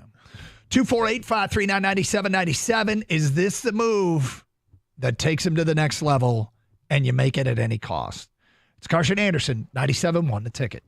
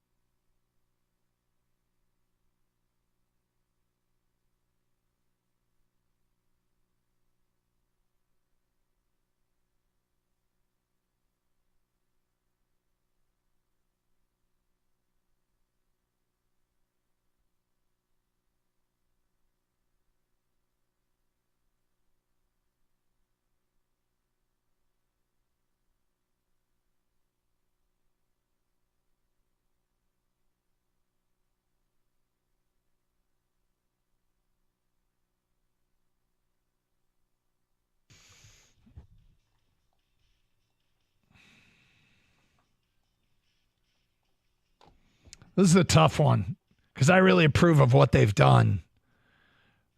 But all those improvements in Khalil Mack in a trade, if they could do that, because the Chargers are believed to be moving on from somebody. My big hesitation is how does he fit their scheme? And are they, does he fit their locker room? And if all those things are a yes, I'm probably okay with it. I don't think the only path to success is through Khalil Mack, but it sure is damn intriguing. You'd do it, though. I would do it. I would absolutely do it. Kang, you do this? I'm assuming. I got to be honest with you. The compensation, I don't think it would be much for Mack. It's picking up his contract. I don't know if it's something that Brad Holmes wants to do. So you take the chance, you let the Chargers release Mack, right? But then he hits the open market. And then he gets multiple years. Or I he don't know just if he gets gets multiple years. Or he just gets priced out of what you're willing to spend. Because Brad Holmes, as far as we know, is a conservative spender. And I think Mack at this point is going to pick and choose where, obviously if he's released, he can pick and choose where he wants to go, but he's going to be more selective on where he wants to go. Multiple years becomes, for people just joining us, and multiple years becomes challenging because of who the Lions have to sign to keep their own players. And then they could have limited cap space moving forward. They know that more than we do. Which is why they should consider trading a mid-round draft pick or whatever it would take to get him so that you have him for this upcoming season. It's a $17.5 million hit. You've got the cap space. You'll still have cap room after this signing. What if the Chargers want your first-round pick? No way. They don't. Yeah, that's not happening. I'm just saying. What if they ask for that? No. They have to cut him. But here's the problem. The problem is if one team offers their second. Well, then I'm willing to play the game of chicken. Then you're out. I'm okay playing the game of chicken. And if one team offers their second, Detroit's second doesn't do them any good because it's at the bottom. I get it. Yeah, I know. I understand. There's risk involved. And I think if he ends up getting waived, I don't think there's any guarantee that he's going to get a multi-year deal from another team because, again, you're still talking about who's got cap space. And it's just like him hitting the free agency market now. How many more players are going to get multiple year deals that will pay them in excess of $15 million a year? I'd have to look at the entire pool of players, but I will say that the 1 year $17.5 million makes him so much more attractive. I think they might get decent compensation for him. The Chargers, that is. But 248-539-9797. Let's go to Wood. You're on 97 The Ticket. What's up, Wood? Good morning, guys. How you doing? Great. All right. So, like I was telling the screener, man, listen, he had a chance to make a splash already. I think Brad Holmes is going to do it the Brad Holmes way, and that's it. He's going to build it how he's going to build it, and he's going to let the chips fall where they may have. To me, it's easier. We went to the championship game. It's easier to go backwards than it is to move forward. And without somebody opposite of Hutchinson, I just don't impact player to help that secondary out because you can get Deion Sanders back there. He can't cover nobody for 5 seconds like every play. And these receivers nowadays, man, these guys are incredible. So it's just, I don't know. I just don't see him making a splash. He's going to do it his way. We had a chance to get some, come on, Hunter. We should have had Hunter here, man. That's just my perspective on it. I just don't see us making a big splash. He's just going to build it with players. And some of these guys might, Davenport might be a beast, but he's going to take a chance on people like that, man, and just see what he can do. Well, before we get to the next call, Wood, do you approve? On what he's doing right now, I mean, we got to roll with it because it's been working, but I just don't see us moving forward. Thank you for the phone call, Wood. 248-539-9797. There's such an emphasis on sustainability. I think the Lions are going to be good for a while. But the goal isn't just to be good for a while. The goal is to get to the finish line. And, they came close last year. But if the goal is to get to the finish line, is this approach going to push them over the top? I still think it could. I don't think there was anything fluky, and they were actually painfully close to being a Super Bowl champion. And I know they didn't get through the NFC title game, but they already beat the team played in the Super Bowl. So let's go to Devin. You're next. Hi, Devin. Hey guys, how's it going? What's up? Hey, one thing I was thinking about is I wonder how the Chargers view themselves. Whether, do they see themselves as contenders this year? Because I think that'll make a big difference if they want to get rid of Mack or Bosa. But overall, I think they're dumping Williams, though, for sure. He's just had too many injuries. You think they're what? I didn't catch the last part. Oh, that Mike Williams has got to go. I think he's just had too many injuries. They find that they drafted that kid from TCU last year, so Yeah. I think he'll be the first casualty. Yeah, I could see that. And that's I think they end up saving $20 million if they do that, but they still have to get $5 million more under the cap beyond that move. But yeah, if you're the Chargers, you know, Jim Harbaugh coming in there to coach him this year, you got to be thinking you got a really good shot. I mean, I'm not making fun of Doug here when Doug had the Chargers as his Super Bowl team. I thought they had a pretty good football team. They just had the bad coach. They have talent. They have a ton of talent. You know, but they are going to have to lose some of that talent because these guys, you know, made some moves last year to try to bring some more cap space about. But this is the year they got to pay the piper on that.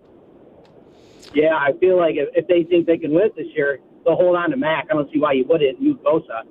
But yeah, that's my biggest takeaway. I'd obviously love to see Mac on that 1 year, $17 million. That'd be pretty great. That's the thing that makes him so appealing. He's way more appealing as a trade candidate than a free agent candidate because of the multiple years thing. It's an all-in move that doesn't handcuff them moving forward. Now, does it handcuff them the rest of this offseason? It could. It could limit their moves. He'd be much of a better option to be a multi-year candidate in free agency if he weren't 33. He's 33. Yeah, I see it. This is another one. You get your 1 year at pretty much what look, you were and I making. see it. You and I agency. see this differently. You think it's possible? I absolutely think it's possible. Let's go to John. You're next on 97.1 The Ticket. Hi, John. Hey guys, I was going to tell you that what's the guy I talk to when they quiz me when I'm going to ask him what's the name of him? He's a screener, right? Yes.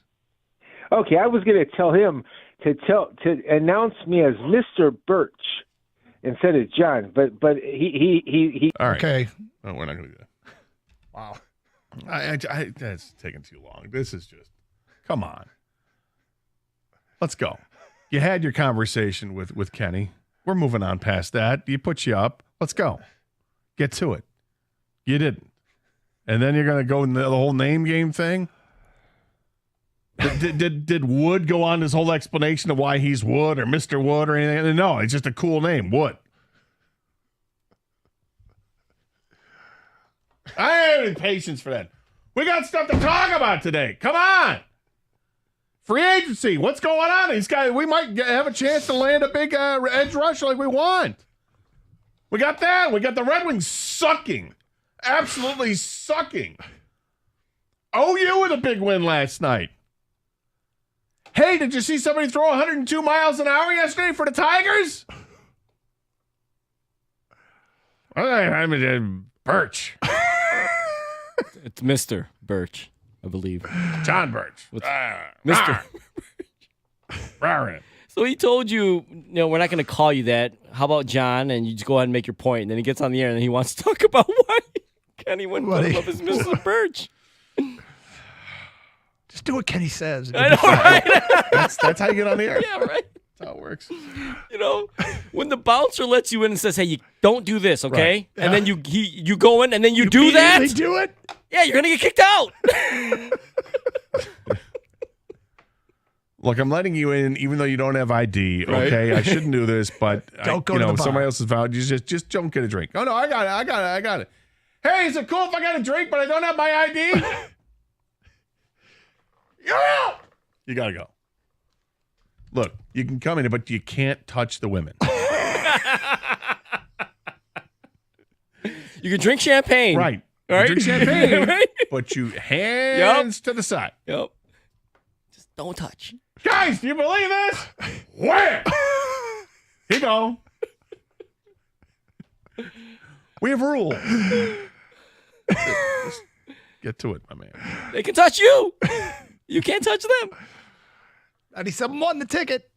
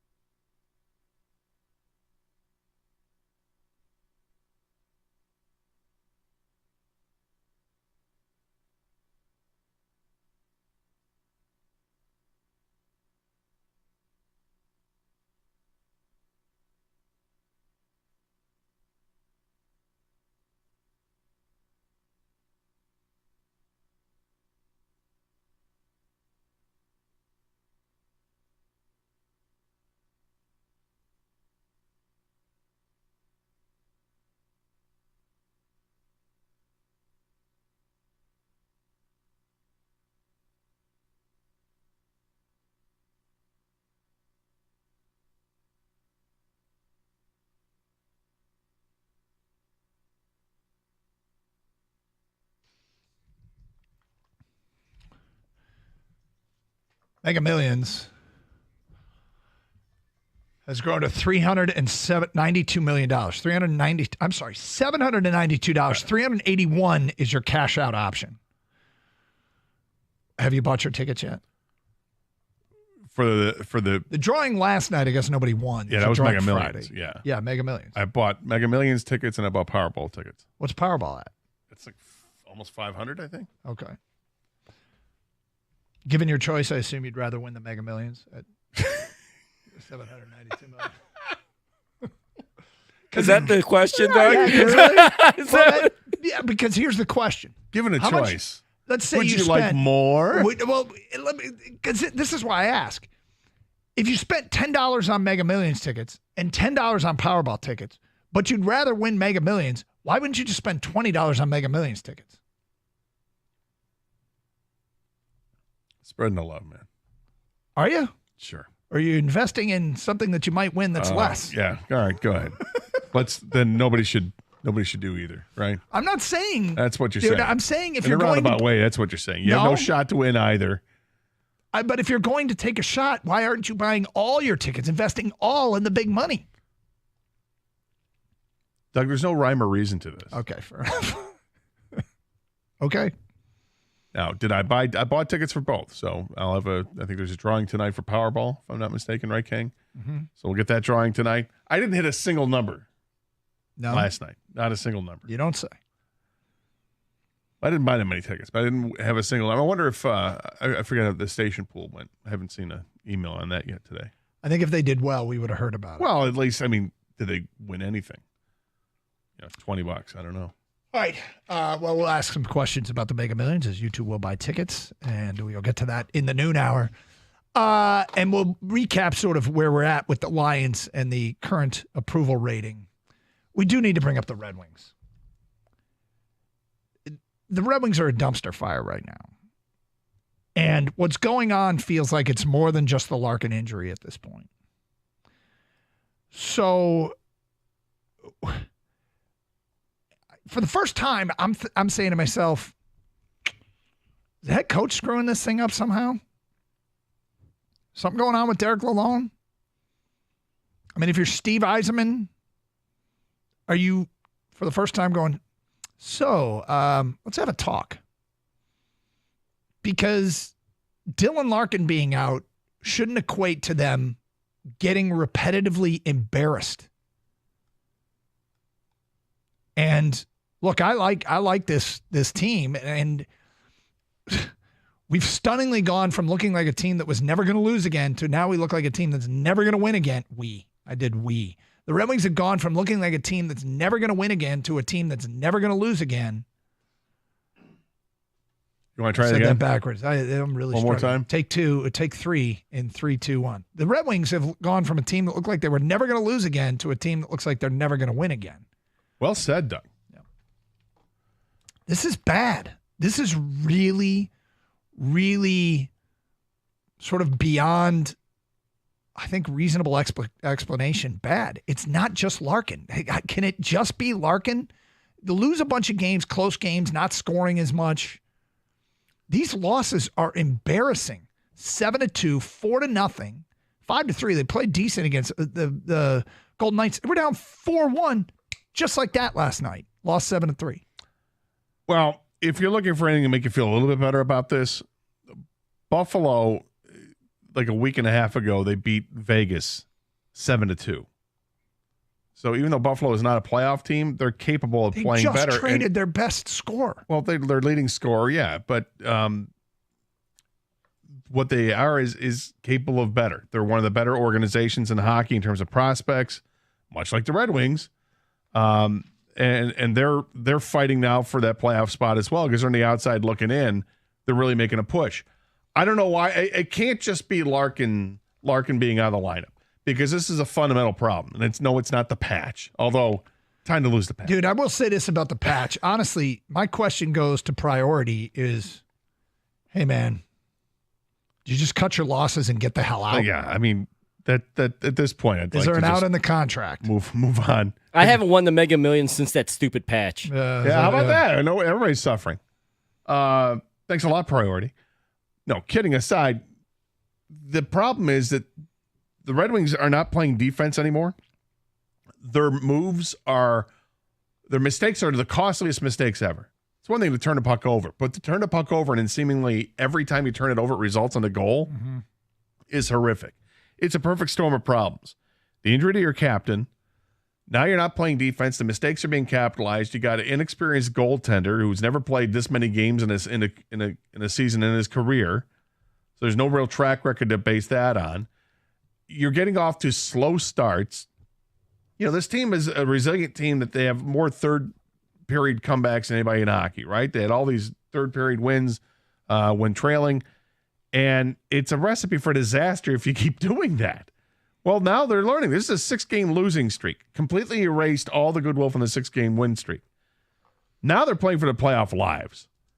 Even though the schedule is favorable because they don't have as many games left against playoff caliber teams, you still got to play those games. The teams on the schedule, those guys are playing for pride, or they're playing because they think that they have a chance to get in now because you're showing weakness. They've got to change something up.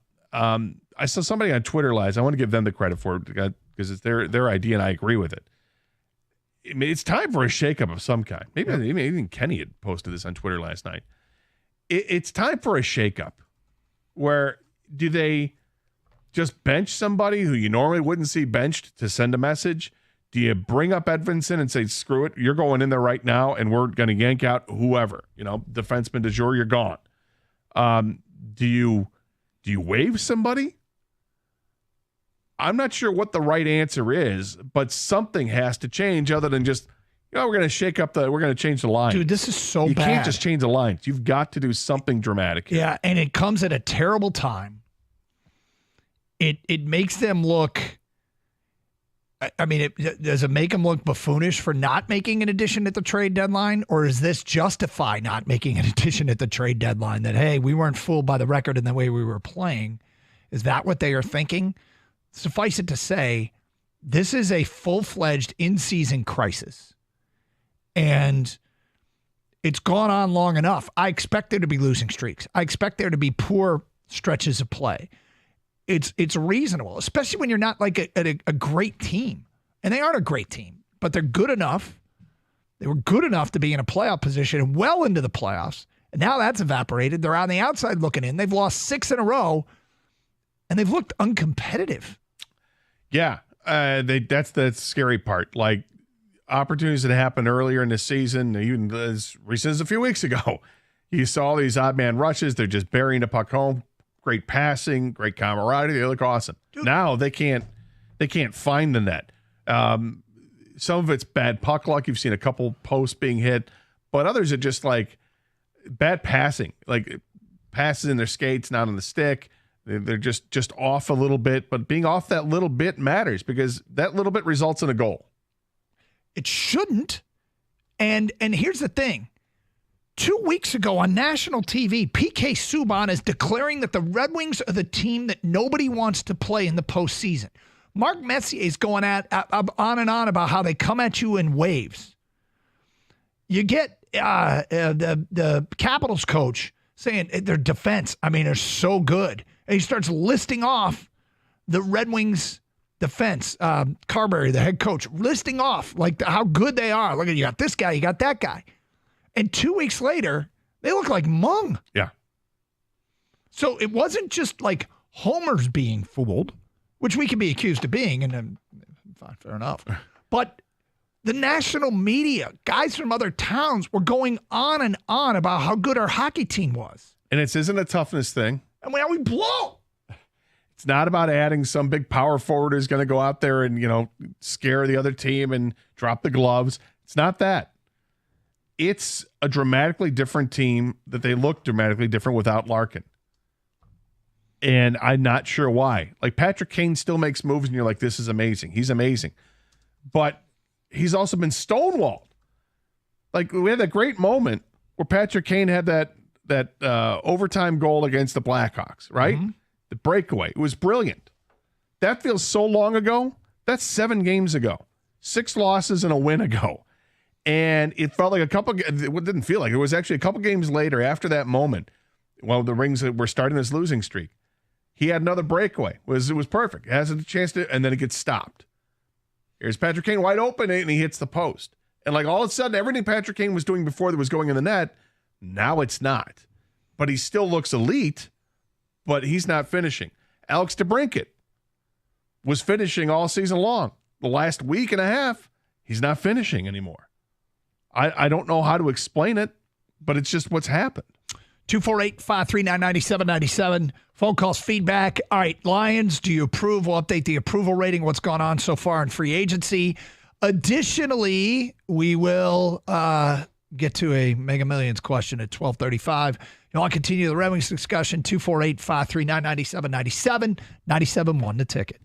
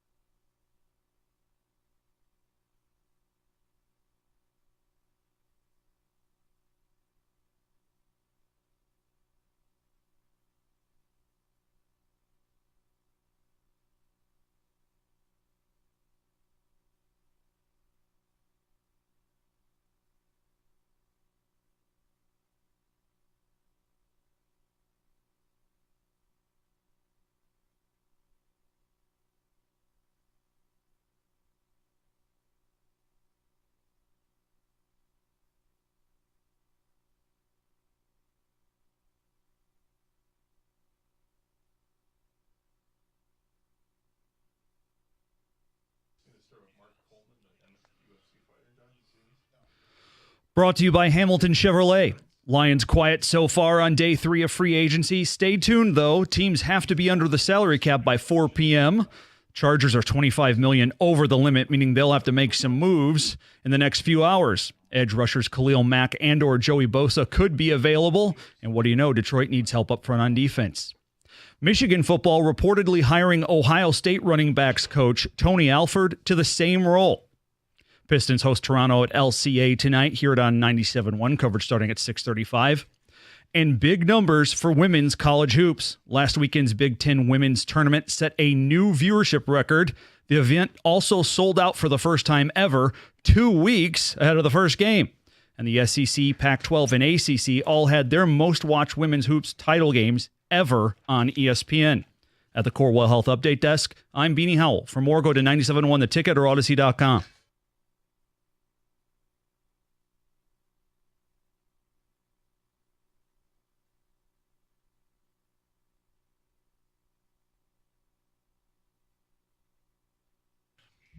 Tony Alford addition's interesting. He's got a reputation as the big-time recruiter. We'll see. We will see. 248-539-9797. people do want to vent about the Red Wings. And we will get to those calls. Look, we got the approval rating going on today for the Lions in free agency through 3 days, and there's nothing new to report today on the Lions front. Yesterday, they did make another addition, and it's an interesting one. It's a guy with some potential that they might be rolling the dice on a little bit here that will either be a role-playing kind of corner in Detroit, or he might compete for a starting spot. It's a player that looked for more money, looked for a bigger role, and that is Amick Robertson, the versatile playmaker, a guy who's been looking for a deal. And, I mean, you can tell what a staff thinks of you sometimes, and what I like to do is look at snap counts. The last 2 years, he's played 60% of the defensive snaps for the Vegas Raiders, and are they looking for him to blossom given a bigger opportunity, or is he perfectly cast as a part-time player?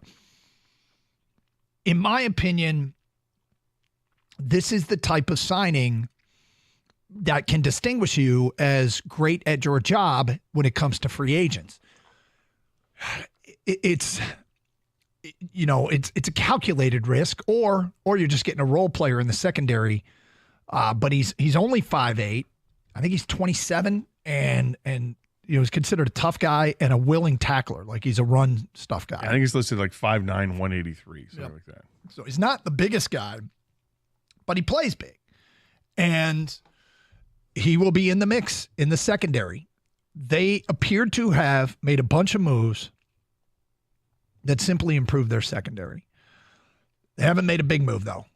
And if you start tallying up, like yesterday, a big move was made by the Houston Texans. They signed Danielle Hunter. He gets 2 years, $49 million contract, $48 million guaranteed. So basically he gets $24+ million over the next 2 years. And the Lions' big moves so far, bringing back Glasgow, signing Marcus Davenport, signing Amick Robertson, and trading for Carlton Davis. And that's about the same amount of money. So they could have made a big move like Danielle Hunter, but they perhaps would have lost both guards. I mean, they could still add to this, right? It's not either or, but I bet there's a lot of people that would rather seen the $24 million spent on just the one move. So we've asked the people, this approach to free agency, do you approve or do you not approve? And just real quickly, updated voting with just over an hour left. There is 66.9% say they approve, 33.1% say they don't. Go ahead and vote. Give your 2 cents as to why you approve or why you don't approve. And we'll take your calls on that as well, 248-539-9797. Well, let's get back to your phone calls right now. We go to Steve and Troy. You're on 97.1 The Ticket. Hi, Steve. Hey, guys. How's it going? What's up? All right. Hey, so watching these last 6 games, of course, has been painful. But I think what hurts more is I'm not hearing the urgency from Lalonde. I don't know if Yzerman would weigh in at this stage, but it's slipping through our fingers. I'm waiting to hear the words, all hands on deck, it's unacceptable, taking ownership. I'm just not hearing that, and it's making it really difficult to kind of just watch this play out. So it's a tough situation. They got to find something that works. They need to make the playoffs. Now, I understand Larkin is injured, but they've looked listless out there. Somebody with a chip on their shoulder needs to stand up and say, you know what, no, this is not how it's going to go down. I'm going to put the team on my back, and I'm going to find a way to do this. Steve, do you think that stuff's happened behind closed doors? No, I have no inside knowledge. Oh, no. I mean, I'm just – because that's – the one thing is, Steve, I hear what you're saying and saying it publicly. Sometimes coaches send messages through the media. Sometimes guys are so irate they don't hold back and they let some of those interior inside the room conversations get out. I wonder if that's been said behind closed doors. If somebody said, "I'll put you," this, or if Lalonde himself is saying this is unacceptable. I mean, this is the first time I'm really questioning the head coach, because this feels like a lot more than a Larkin injury, doesn't it? Absolutely. But in some ways, though, it's got to come from the team, too. A sense of pride that, look, everybody knows the situation that they're in. Who's going to step up and motivate the rest of the team? Because they're certainly capable of it. The individual parts, minus Larkin, can still yield something better than 0-6 over the last stretch. Why has the team been unable to formulate something that yields better than 0-6. It's a mystery, but I really hope for the best, but I want to see someone step up. Yep, Thanks, guys. I hear you. Thanks, Steve. 248-539-9797. I mean, after the game last night, guys said what you would expect them to say. That's not how we played. We're capable so much better. We're getting off to slow starts. Derek Lalonde said the first period was awful, and we're going to concentrate the next couple of days getting ready for the next game when they play home against Arizona. And I just, if you're looking for Derek Lalonde to be this fire and brimstone guy in front of the cameras, you're going to wait a long time, because I don't think that's what he is outwardly. I have no idea what he's like inside the room. No idea what happened inside that dressing room. I can't imagine that in that first intermission, I cannot imagine that it was a serene scene. No, they didn't show up. No, they did not show up at all in the first period. And Buffalo just took it to them. So I don't think that they were just sitting there going, oh, well, all right, guys, let's get back out there. I don't think that was the case, but you'll never know, because that stuff doesn't get out. Do you want to see him be more demonstrative and more pissed off and breaking sticks over the crossbar after they let in another goal? Yeah, I think in a way you kind of do. You kind of do, but it doesn't. But it doesn't necessarily going to translate to all of a sudden we're going to get the team inspired and ready to go. Just like dropping the gloves, it might be cliche to say, oh, here we go, that's going to start the team. I mean, it's a 6-game losing streak. They can't afford to lose many more in the last 17 games of the season here. Frank is next on 97.1. What's up, Frank? Hey, I just I stated earlier, they looked lethargic out there, disorganized. It was like they just threw a bunch of players that didn't have. And this is what I see. They look like a bunch of players that didn't play together. Missed passes, the goaltending. I'm sorry, but the goaltending was horrendous yesterday. And I get it. Occasionally, you get those, errant pucks but 7 times, no. I'm just, I think they need to really look into their goaltending in the off season, and and there definitely needs to be a major shakeup in that. And just because Larkin is out on injury, it stinks, but you can't rely just on lean on just that one player. You have enough talent in there where they should all be picking up, filling in for his position. You know what I'm saying? Yes. Everybody should be picking in. Yes. And it does, and it takes one player, to stand up and say, "Hey, enough's enough." Because if you go back into the old days, look what Darren McCarty did in the playoffs with just that one goal that he scored. Yeah, I mean the goaltending thing is that was in Game 4 when they swept Philadelphia. Yeah, it was the end of it. So I don't know if that did any inspiration at that point. I'm not sure what relevance it has to the here and the now, but we're up against a break. The goaltending thing is, how many games now has Lyon been replaced? Well, it feels like it's been a few here, right? Mm-hmm. But again, this gets back to trusting the goaltender that hasn't necessarily earned that trust to this point. I mean, you got to figure out what he is, but he has not played this many games in a regular season ever. No, at least not in the NHL, certainly not the NHL level. And he doesn't have a whole lot of experience at the NHL level, and he's 31 years old. So is he long-term solution? He's probably not. Those guys are players they've drafted in the last few years. They've got a couple guys in the pipeline. Sebastian Cossa is the first-round pick they had from a few years ago. He's at Grand Rapids. He's played well, 2.6 goals against average, a .910 save percentage. That's not amazing, but it's a step in the right direction for him. Yeah, I've heard mixed reviews on him, really, but. And then they've got Trey Augustine, who's the freshman at Michigan State, who's had a hell of a season at Michigan State. But, I mean, at 18 years old, you're still a ways away from even thinking about him as a Red Wing. Do they need to do something in the offseason? I'm sure they'll look at it. 248-539-9797. Mega Millions, now a $318 million immediate payday. $792 million. The cash out option's $381.1. Would you buy? We'll get to that today at 12:35. Phone calls, feedback. Carson Anderson, 97.1, The Ticket. Well, spring, it feels like it's here, right? But we know the cold weather's going to come back over the weekend into next week. It's all over the place. Make sure that your house is as comfortable as possible and call the team over at Birmingham Plumbing, Heating, and Cooling, because they know what it takes to keep your home comfortable. They're offering a deal right now where you can replace a clunky water heater that you got with a tankless one for free with the purchase of a Comfort Maker furnace and air conditioning package. They've got over 100 years of combined experience, and they're the team that I trust. Problem with my thermostat, problem with my water heater. They came out the next day and replaced them. Visit them at BirminghamPlumbingCO.com. That's BirminghamPlumbingCO.com.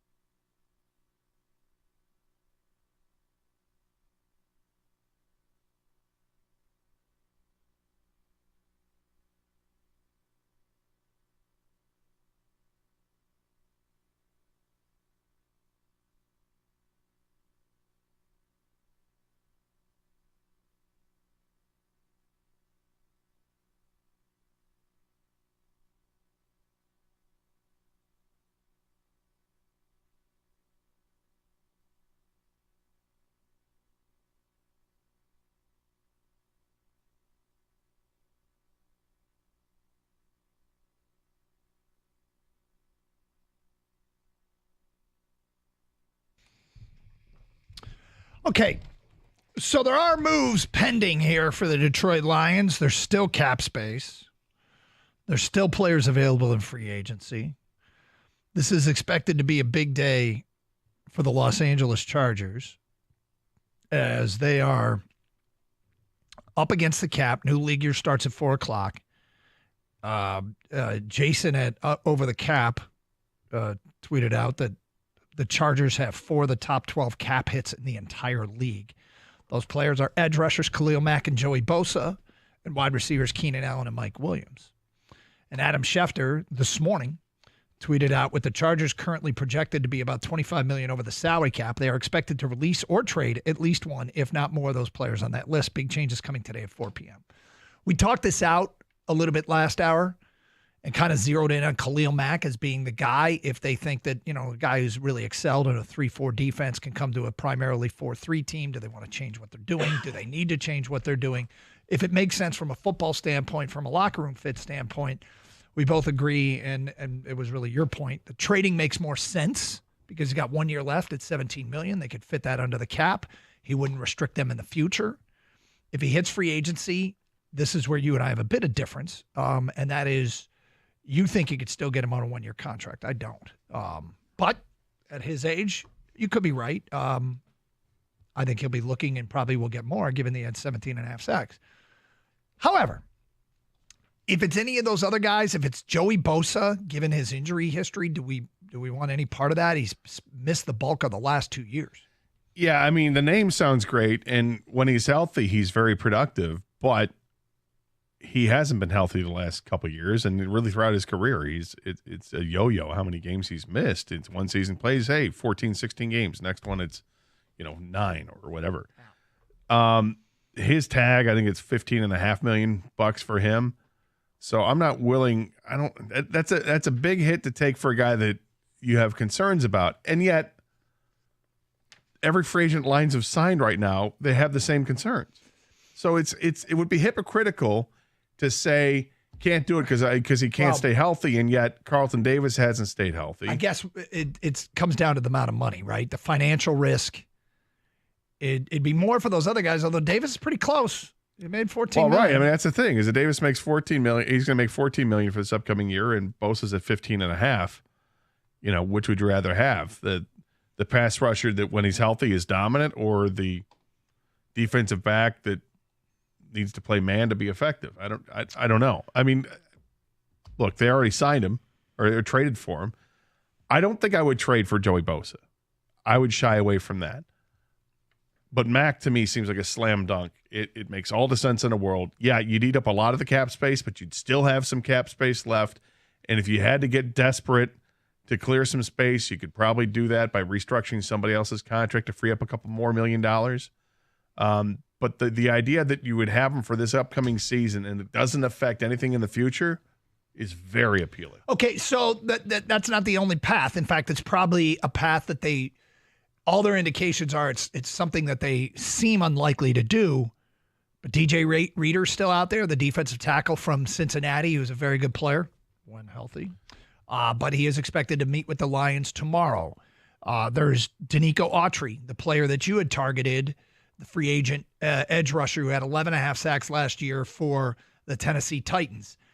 Not a marquee guy, and coming off a great year for him, he probably won't command top-tier money, so he could be a target. Well, something else I would consider, if you're worried about the money, but you want an impact at that side, Jadeveon Clowney is still available. And he may not be this guy who, rips out at 15 sacks a season, but he's, approaching double digits all the time. And to have him on the other side would be a pretty good fit if you wouldn't have to spend a ton of money to do it. He signed for next to nothing last year, hoping that he could build himself up to a free agent contract this year. And so far, no takers. My apologies. Autry is signed with the Texans. Yes, Autry's with the Texans with Danielle Hunter. My bad. 248-539-9797. So there's Reader. And as you mentioned, Jadeveon Clowney. Let's get back to your phone calls. We go to D in Detroit. You're on 97 on the ticket. Hi, D. Man, DK Gator, man, let me tell you, bro. After the season we just had, I just knew in my heart, in my mind, in my soul, we was going to make a big splash and bring Danielle Hunter home. Well, not home, but bring him to the D, bro. I'm so disappointed. And people keep calling saying there's players still out there. It's this and that. Bro, impact players. Players that I know that's going to help this team. And if it wasn't going to be Danielle Hunter, it should have been Brian Burns. But I'm not going to worry about it because we still got John Kaminsky, fellas. We still got Big John, so I'm not gonna worry about it. Is this sarcasm? Is this sarcasm? Yes, it is, DK. Okay, I'm trying to keep my frustration It's in, all, bro. it's all right. I'm just making sure I was interpreting that correctly. D, I want to start with two things, and we will give you your time. My first question is, Gator, are we cool by osmosis because D calls us? Yes. Yeah, okay, good. So our standing goes up because D calls us. I like that. Yeah. Two is, you're talking about impact players. You don't think any of these guys are going to make enough of an impact to make the Lions a better football team that they've signed already? Okay, DK, I got a perfect answer for that. They might be a little bit better, but damn it, we trying to win the championship, man. We done came this far. I got a taste of this. I want more, bro. I get it. How close were they last year? Close enough, bro. One or two key players, bro. That's the killing part. That's the killer part. A good defensive back and a top-notch pass rusher, and we would have got the job done. Well, Tell me I'm wrong, DK. No. I think they're better in the secondary. I would rather have any of the guys they signed back there trying to catch that pass that Kindle Vildor had pop off his face mask. Any of the guys they signed, I think, is better adept to making that play. Okay, and you 100% right, but DK, we could have done better. And my man we signed from Minnesota, I'm not convinced on that. Yeah. Marcus Davenport. Davenport, bro, I would have spent that money and brung Ashawn Robinson back. Well, he got paid. And Ashawn Robinson, I don't think he was a locker room fit. I'll just say this. I understand where you're coming from. I think they were close enough that what they're doing is they're spreading their cap space out to get better across the board. A little better here, a little better there. A lot better with your sophomores and juniors getting better just by being around and maturing, as opposed to going all in for one guy. But obviously, D would like to go big. We have just retweeted something, Gator, from our guy Kang. Did you see his most recent tweet about the patch? I did not. Okay, go check what we just retweeted. Kang's a funny dude. He tweets out a picture of Jeff Rieger, who has shaved his head. He had hair that was no longer in the ready position, so he took it all off. Kang points out 0-6 since the patch, 0-4 since the shaved head. I think we need to put the patch on Rieger's head. We got to fight back. Yep. We got to combat this bad mojo, karma, jinx, whatever you want to call it. It's the only reasonable solution. I think we put a priority tattoo on his head. I think that's the only solution. Put a tattoo on his head. Of Go the all priority, Bam Bam Bigelow and just have the tattoo on the top of the head. Priority patch. I like it. Yep. And then the Red Wings don't have to put it on their jersey because Rieger's got it on his head. I wonder if we could get enough people in Detroit to say, I'll get a tattoo of that if you take it off the jersey. Any takers out there? Put the patch on your next to your tribal. Those will come back. Yeah. Everything comes back. I think there's a lot of regrets out there these days. Oh, there's a lot of tattoo people getting more money to can you do something with this? Yes, I can. Yeah. Okay. Mega Millions has crept to $792 million. Another edition of Would You Buy? We will get to that at 12:35. Also, one of our favorite topics, always does well for us. We will touch on the 1 o'clock hour. Some sad news in Detroit. It's Karsch and Anderson, 97.1 The Ticket.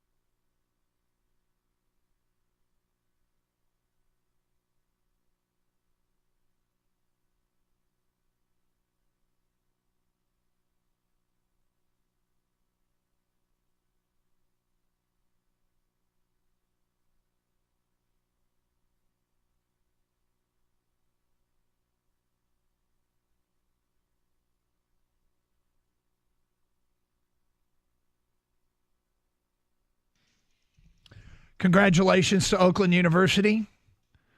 They're on to March Madness with a win last night over Milwaukee. Is it UW Milwaukee, or are they trying to get away from that? Whatever. It's the Milwaukee team. It's in the Horizon League. Trey Townsend, unstoppable late.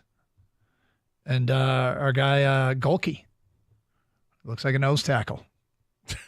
It plays like a nose tackle that can just drop bombs. He doesn't look like a nose Does he look like tackle. a wrestler?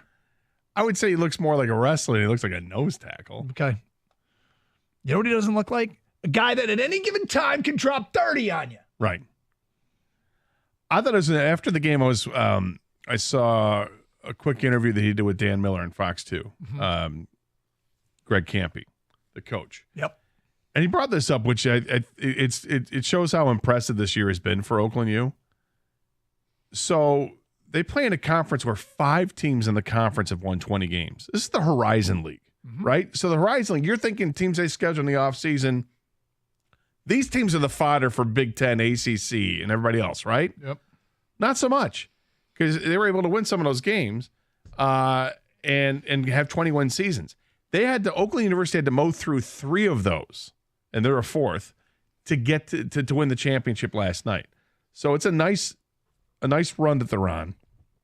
I hope it continues I hope they win the first round of the tournament and see where they are after that. But it'll be a tall task. They're on the 14 line, that's which the means thing. they're going to be playing a 3 seed. We've seen the upsets in the past, but this is a team that, look, if your shooters are hot, you can beat anybody. Yeah. In the tournament, and particularly if the other team goes cold, other team overlooks you. Good for them. Stoked for them.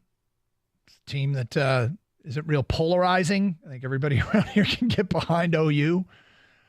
Teams that are on the 3 line right now, according to Lenardi: Iowa State, Kentucky, Baylor, and Duke.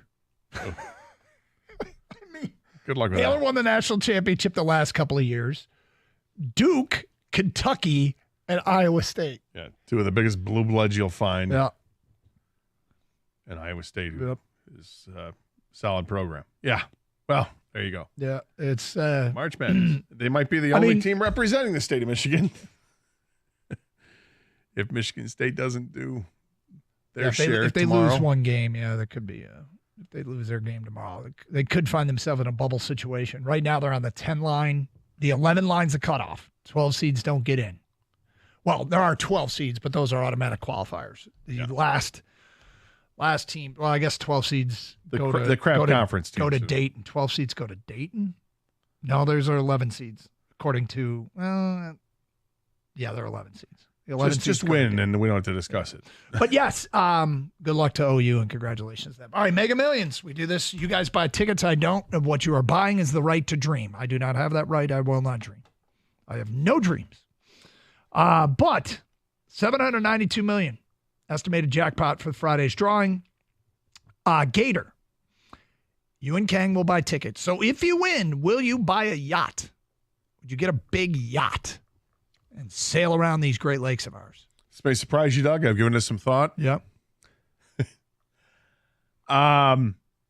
And I've gone back and forth. Well, I want my own, or do I simply just charter a yacht to take me around the Great Lakes? And it would be a Great Lakes thing, pick me up in Detroit, right, the marina down there, and then head up through through Lake St. Clair, go up to Lake Huron, all the way up to Lake Michigan, and then do whatever, right? Yep. And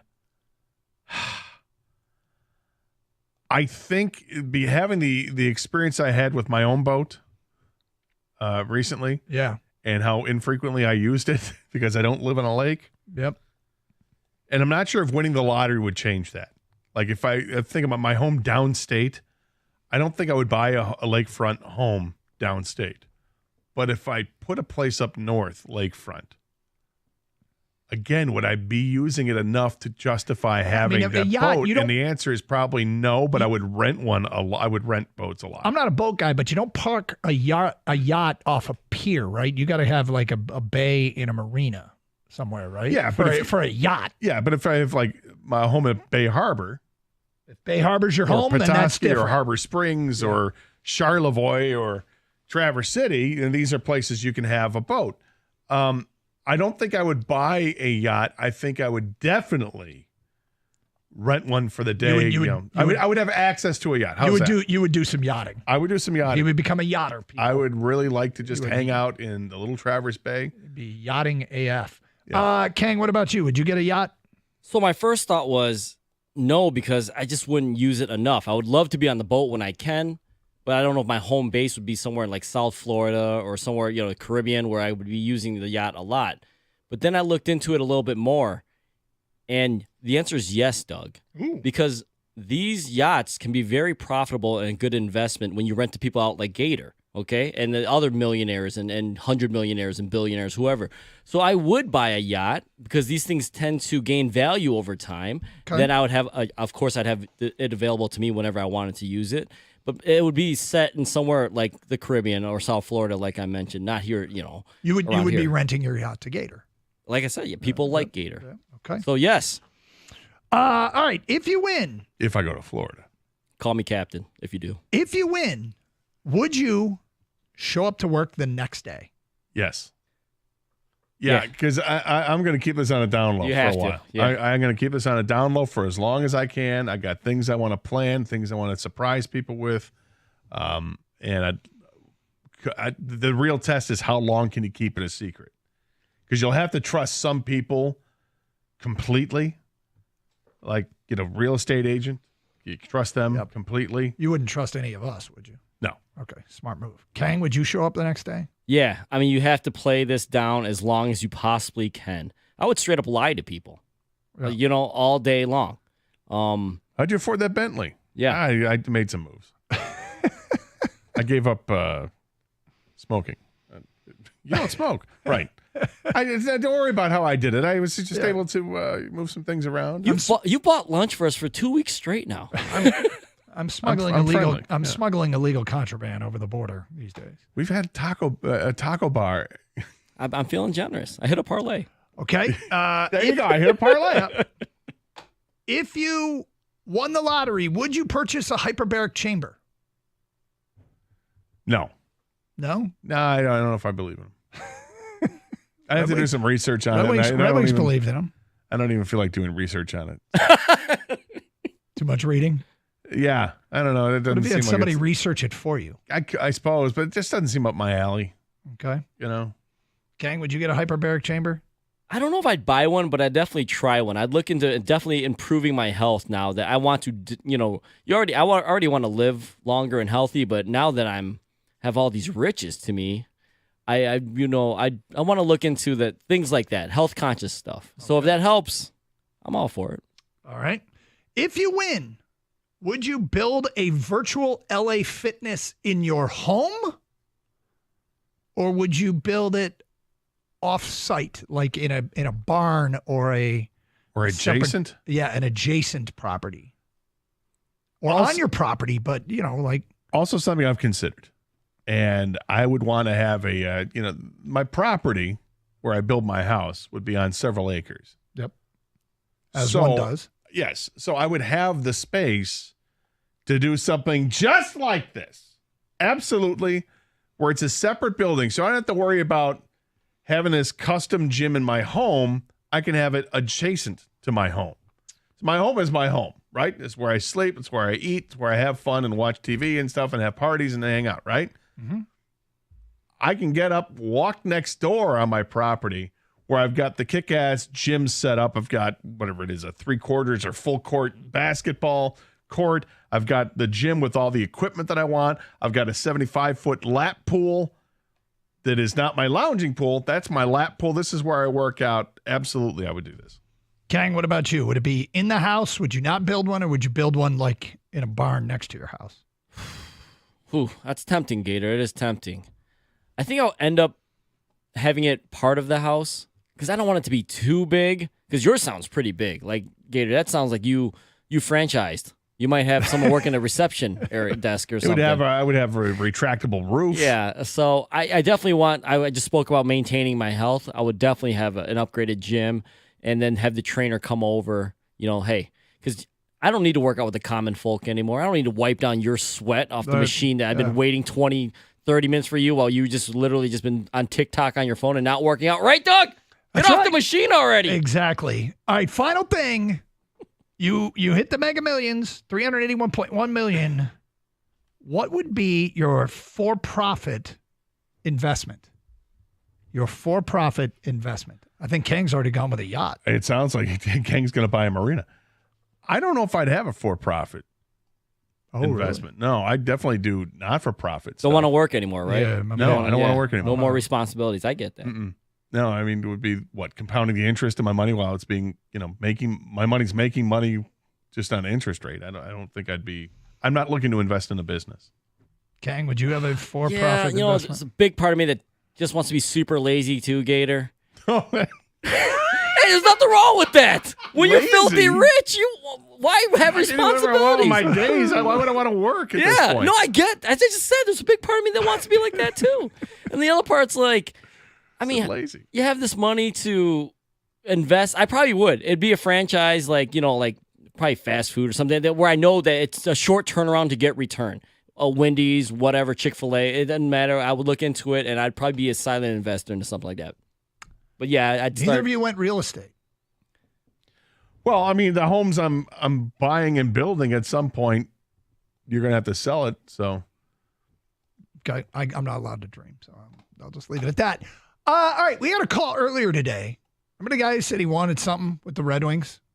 That just said it showed enough is enough. Yeah. Did it just happen? Did they just send the message that they've had enough? Oh, my. We'll get to that today at 12:48 here on Carson Anderson, 97.1.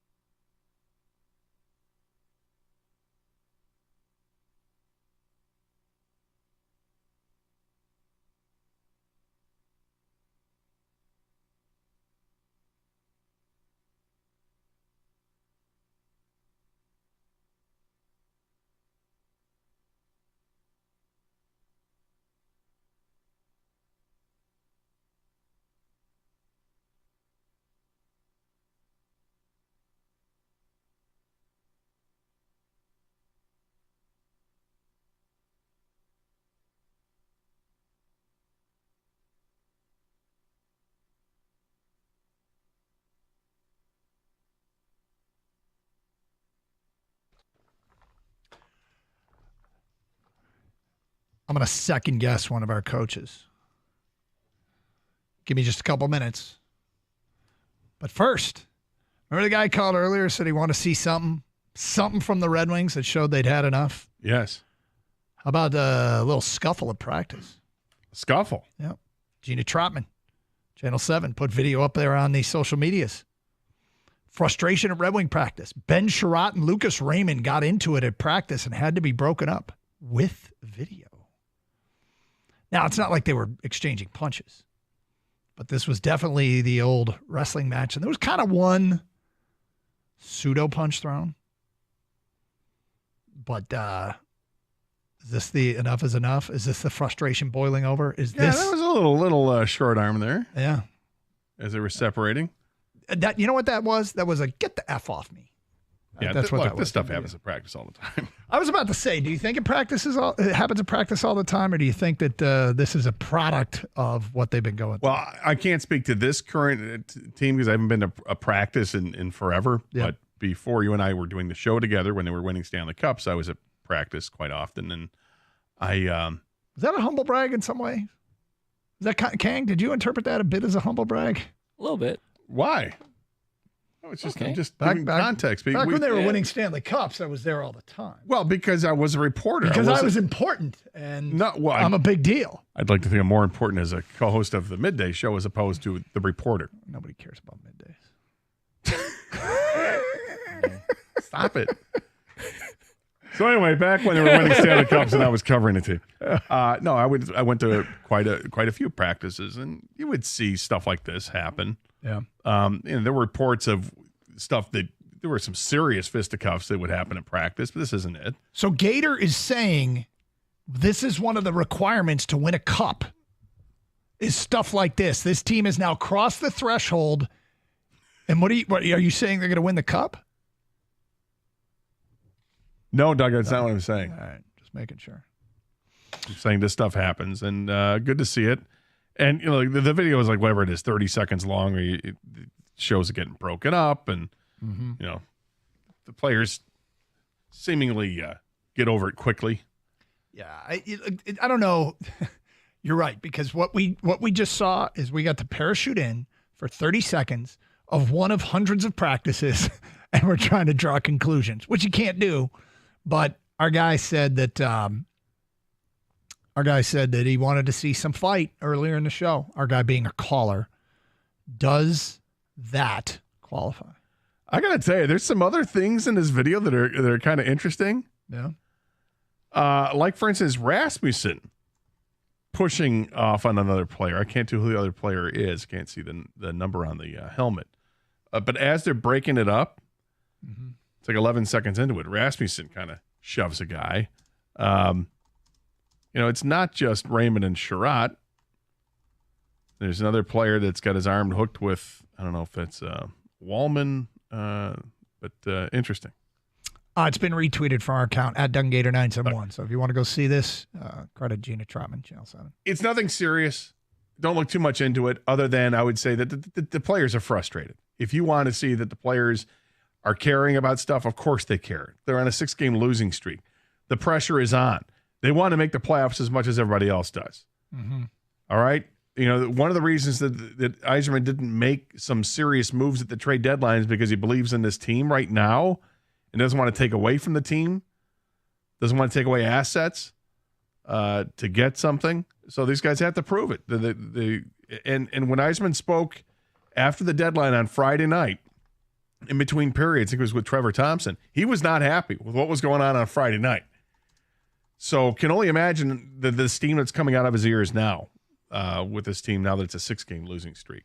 But things have to change. Yeah, it was. It's been rough, and this has been a problematic stretch that feels like more than just your typical in-season losing streak. All right, one other thing I want to bring up here that we haven't talked about. I'm going to second guess our guy, AJ Hinch. You know exactly what this is about, don't you? I know what you're going to say. Here we go. Yeah, go ahead and say it. At the beginning of spring training, I went all BAP that Jackson Jobe was going to come north with the team. and he had a big league camp invite, and I made that prediction on a Wednesday. And before we hit the air on Thursday, A.J. Hinch met with the media and said he's not coming north with the team. We just want him here to get the experience. And so that when he does report to a big league camp and it's for real, it's not foreign. He pitched yesterday and made 3 guys look silly. He was touching 102 with his fastball with location, 84 with what they were calling a Bugs Bunny changeup. He threw his slider for strikes, and he mowed down 3 probable career minor leaguers in the Twins organization. But I here's what I'm going to ask. Does this not warrant another look? Does it not warrant another look? Because the way I see this is that was encouraging enough and had everybody buzzing that he deserves in spring training an inning or 2 against major leaguers, not at the end of the game against guys who are in their mid-20s that have not had a major league at bat.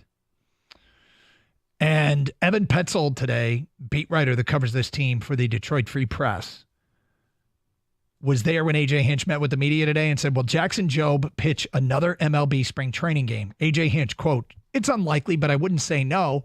We haven't gone further than the one outing. If his schedule falls into some innings that we can use, great. If it doesn't, then we're not going to alter the plan. So here's the thing, Gator. Yeah. Why is Flaherty promised a spot in the rotation? Why is Jack Flaherty promised a spot whose the last 3 years have been trending in the wrong direction, who's made 3 appearances, gone 4 2/3 this spring with 4 hits, 4 walks, and 5 earned runs? When Jackson Jobe looks that good.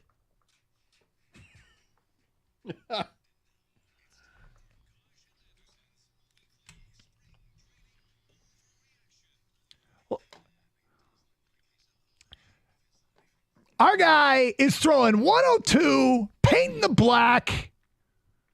Those guys that went to the plate, they brought a bat anyway. But let's go. Let's see him against some major leaguers. And I like that kid's makeup. I like his build. Like the cut of his jib? I like the cut of that man's jib. But Flaherty, who pitches today, he's promised a spot. Listen, I think that's fair. I mean, judging a player who's thrown 1 inning of exhibition baseball versus a guy who's got a major league career going and just signed a contract. Oh, is this sarcasm? Is this what you're doing? What? You're being sarcastic? Is it fair to ask to see him pitch against major leaguers? That is fair to ask. Look, that's not what you were saying, though. What you were saying, but you're already attacking Flaherty. I want him to I reconsider this. He can't possibly come north with the team. Doug, it's March 13th. All right, March 12th as of yesterday. Mm-hmm. And that was the first inning he's thrown in spring training. Yep. So, no, I don't think it's fair to say, can he make it the club out of spring training? Is he going to come north with the team? Of course not. He's a starting pitcher who's thrown 1 inning thus far. I want him Don't to pitch. be ridiculous. Hold on. I want him to pitch against major leaguers. I want him to pitch. I want him to get a start in spring training. Get us 2 innings against a lineup that's going to be playing. He didn't say it wouldn't happen. He said it's not likely. Amongst the tall buildings. He didn't say it wouldn't happen. He says it's not likely. Yeah. And when you're going as a starting pitcher and you're going to pitch every 5 days, how many more? What do they have? 2 weeks left in spring training?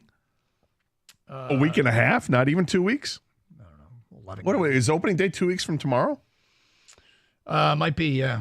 So, no, it's not going to happen. And is it too much to ask? Yeah, because I think I'm going to tell you. Asked me the question. I'm going to give you stop. You asked me the question. What question did I ask you? You asked me, is it too much to ask to get him more innings against major league pitchers? Okay, yeah. Okay, major league hitters. Yep. And the answer is, at this point, it is too much to ask because you're trying to get your major league roster up to speed and ready to go for the Major League Baseball season. I'm not trying to, at this point, figure out a way to finagle an inning or 2 for Jackson Jobe so that he can get ready for the AA season at the expense of my major league roster. Well, I hope when we're managers, we're in the same division. Now, was I encouraged? Did I love hearing and looking at Twitter like yesterday and having the video of Jackson Jobe throwing 101 and 102 and was I looking on my phone to see if he was going to get that strikeout to finish off the inning? Yes. What gets lost in all of this yesterday? Did you know the Twins leadoff hitter had a base hit and then the Twins never had a hit the rest of the way? Did you know that? The leadoff hitter got a hit. Who was that hit off of? That was off of Kenta Maeda. Another signing. Yeah, who gave up no runs on like one hit. And, I'm a little encouraged by Maeda. And 2 walks and 7 strikeouts. But, I mean, the Tigers pitching staff yesterday shut down the Twinkies to 1 hit, and it was the first batter of the game. That gets lost because Jackson Jobe throws 102. 248-539-9797. All right. Is there trouble on the horizon for this industry? We'll get to that today at 105. It's Carson Anderson, 97.1 The Ticket.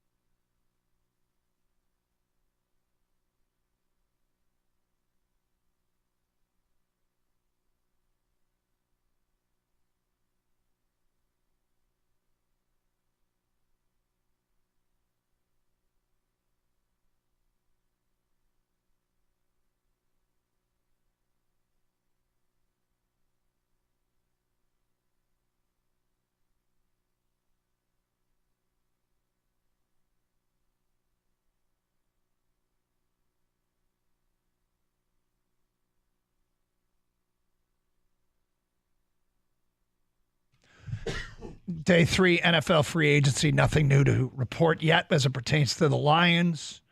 We are awaiting to find out if the Chargers purge before 4 o'clock. And does Detroit, are they in a position to clean up a BM? A big move. Well, we'll monitor that and see if anything That's goes how you want to roll with that one. Huh? Yeah, I'm gonna stick with it for a while here. But in the meantime, we got the Twitter poll going on. Do you approve of their offseason so far? It's been a little bit controversial. I mean, 3 days, and it doesn't look like they're going to go for any big ticket free agents. They might change course, but Brad Holmes choosing lesser cost signings to add to the overall talent pool and depth of the roster. Do you approve of this approach? 66.9% say they approve. 31.1% say they don't. Go vote and comment on Twitter at DunGator971 or X or whatever the hell it's called. We'll also take your phone calls on that. Do you approve or not approve? Because, look, we all want the same thing, right? We want them to get to the finish line. And the reason I approve is I do think they are going for it. I contend that what they are doing can work. Last year, they came dangerously close to not only going to the Super Bowl, but winning the damn thing. They had control. They were in a great spot in the second half of that NFC title game, and they lost the game. But had they won, they would have been playing a team they already knew they could beat on the road in the Super Bowl. Now, they would have been an underdog, and I get it, but that's how close they were. And it feels like the injection of talent, they've had some talent all around the roster that makes them better, specifically in the secondary. I think they had to bring one of the guards back. I still worry about the O-line and the D-line, but it's not the end of free agency. I think smart additions, they can get better there.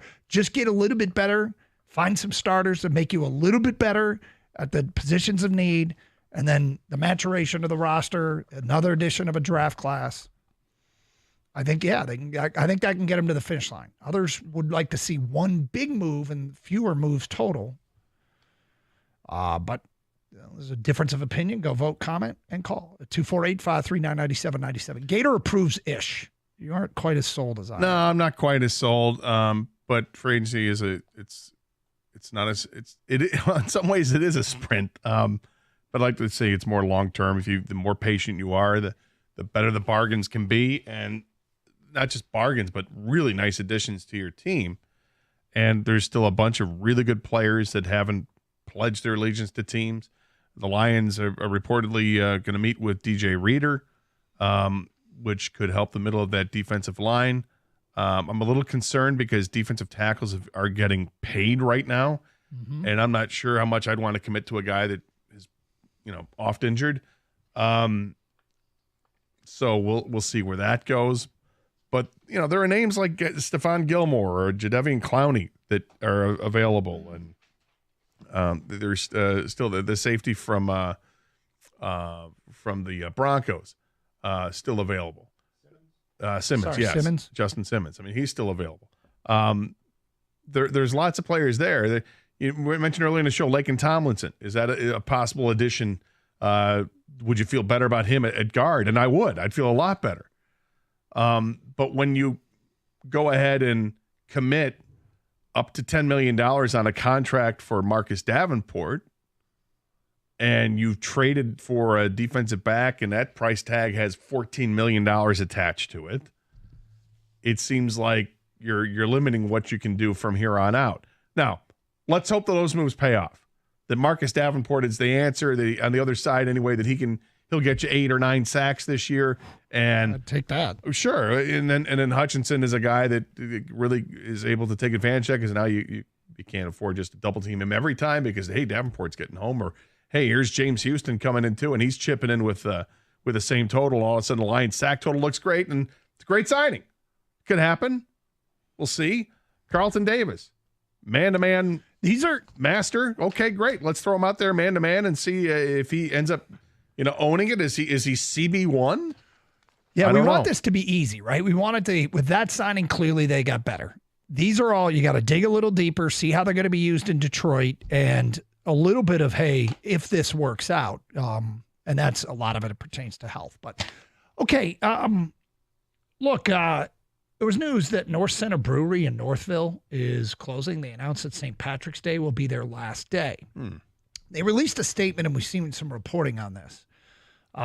In their statement, they said it had become clear that they were, quote, no longer able to deliver a sustainable product due to rising labor and material costs to an incredibly competitive distribution market. We have decided to end our run.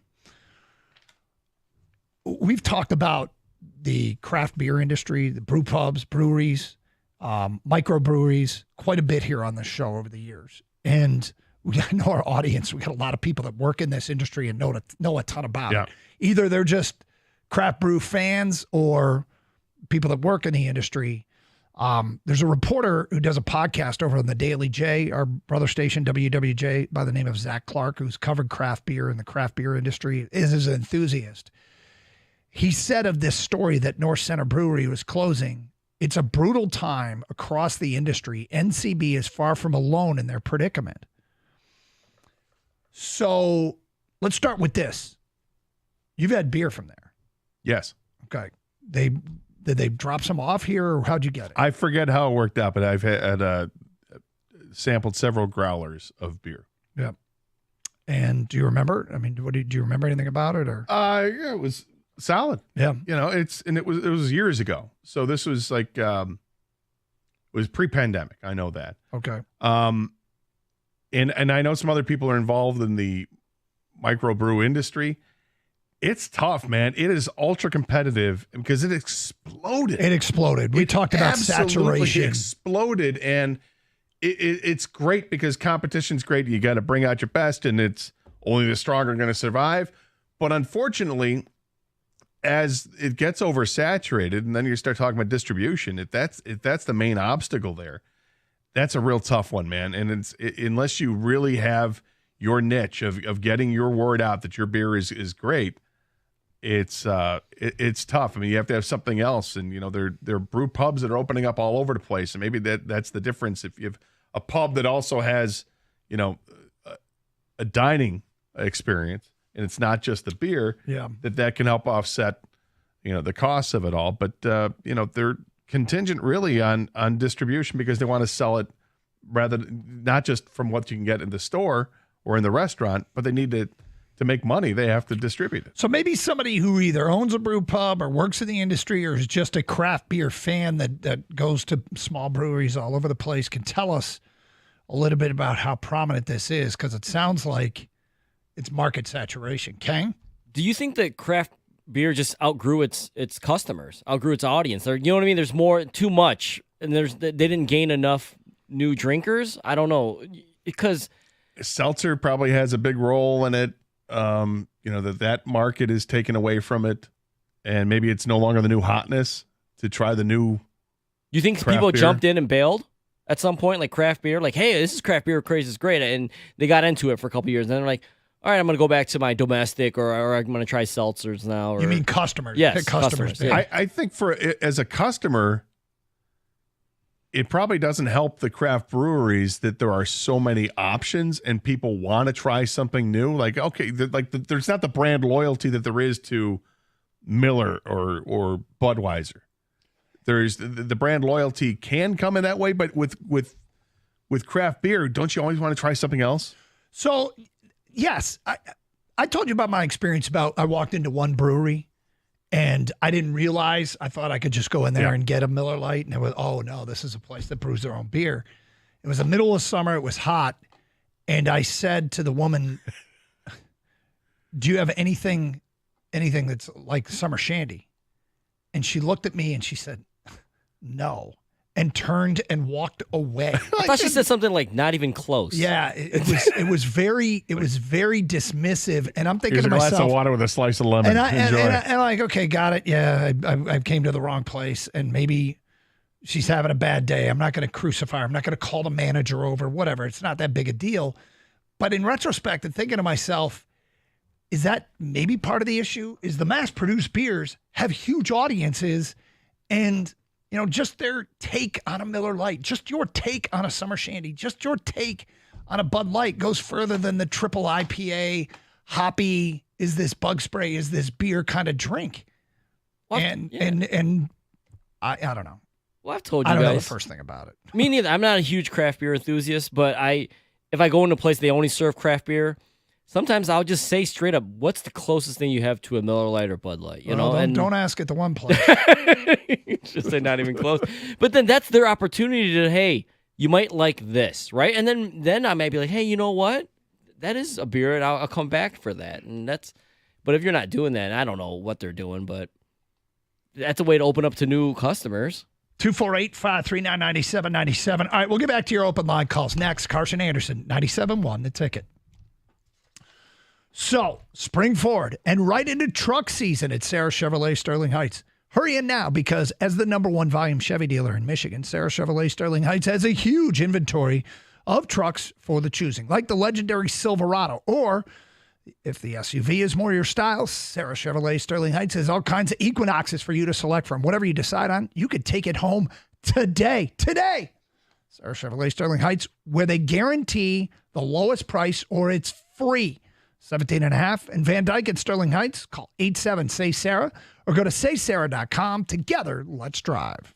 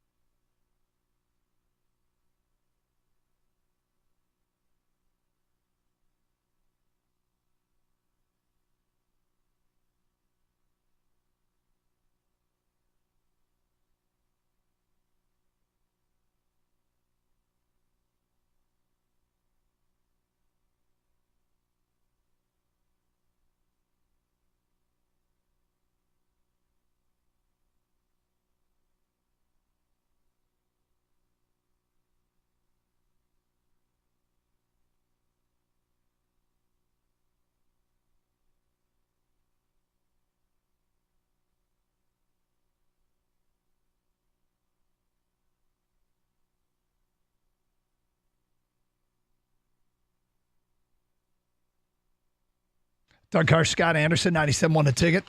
Open lines, 248-539-9797. Let's get back to your open line calls. We go to Jason. You're on 97.1 The Ticket. Hi, Jason. Hey, guys. How are you? Great. Thank you for calling.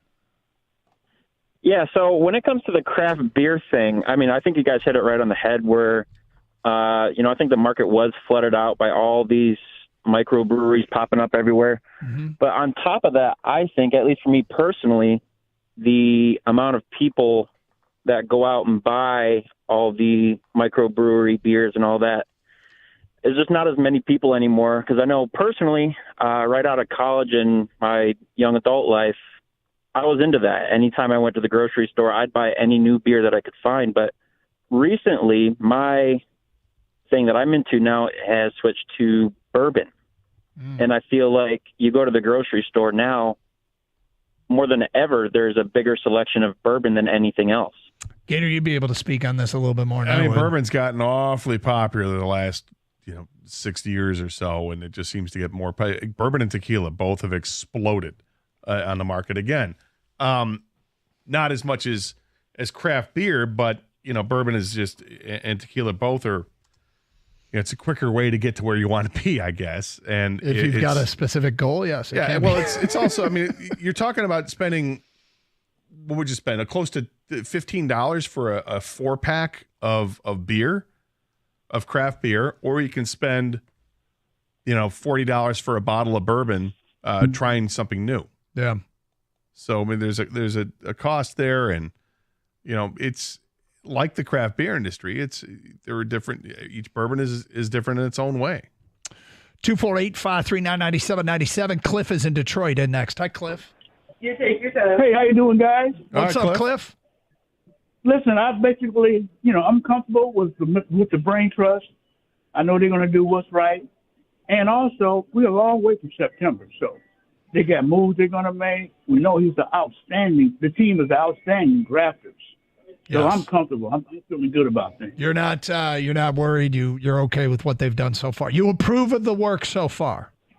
Yes, I do, because they're not done. I know they're not done. And they got money. And they're wise. So, like I say, I'm comfortable. Okay, good to know. I mean, the thing about it is they do have money. They could be looking at some tremendous bargains and to be able to add a couple of 2-3 useful players with the money that they have left.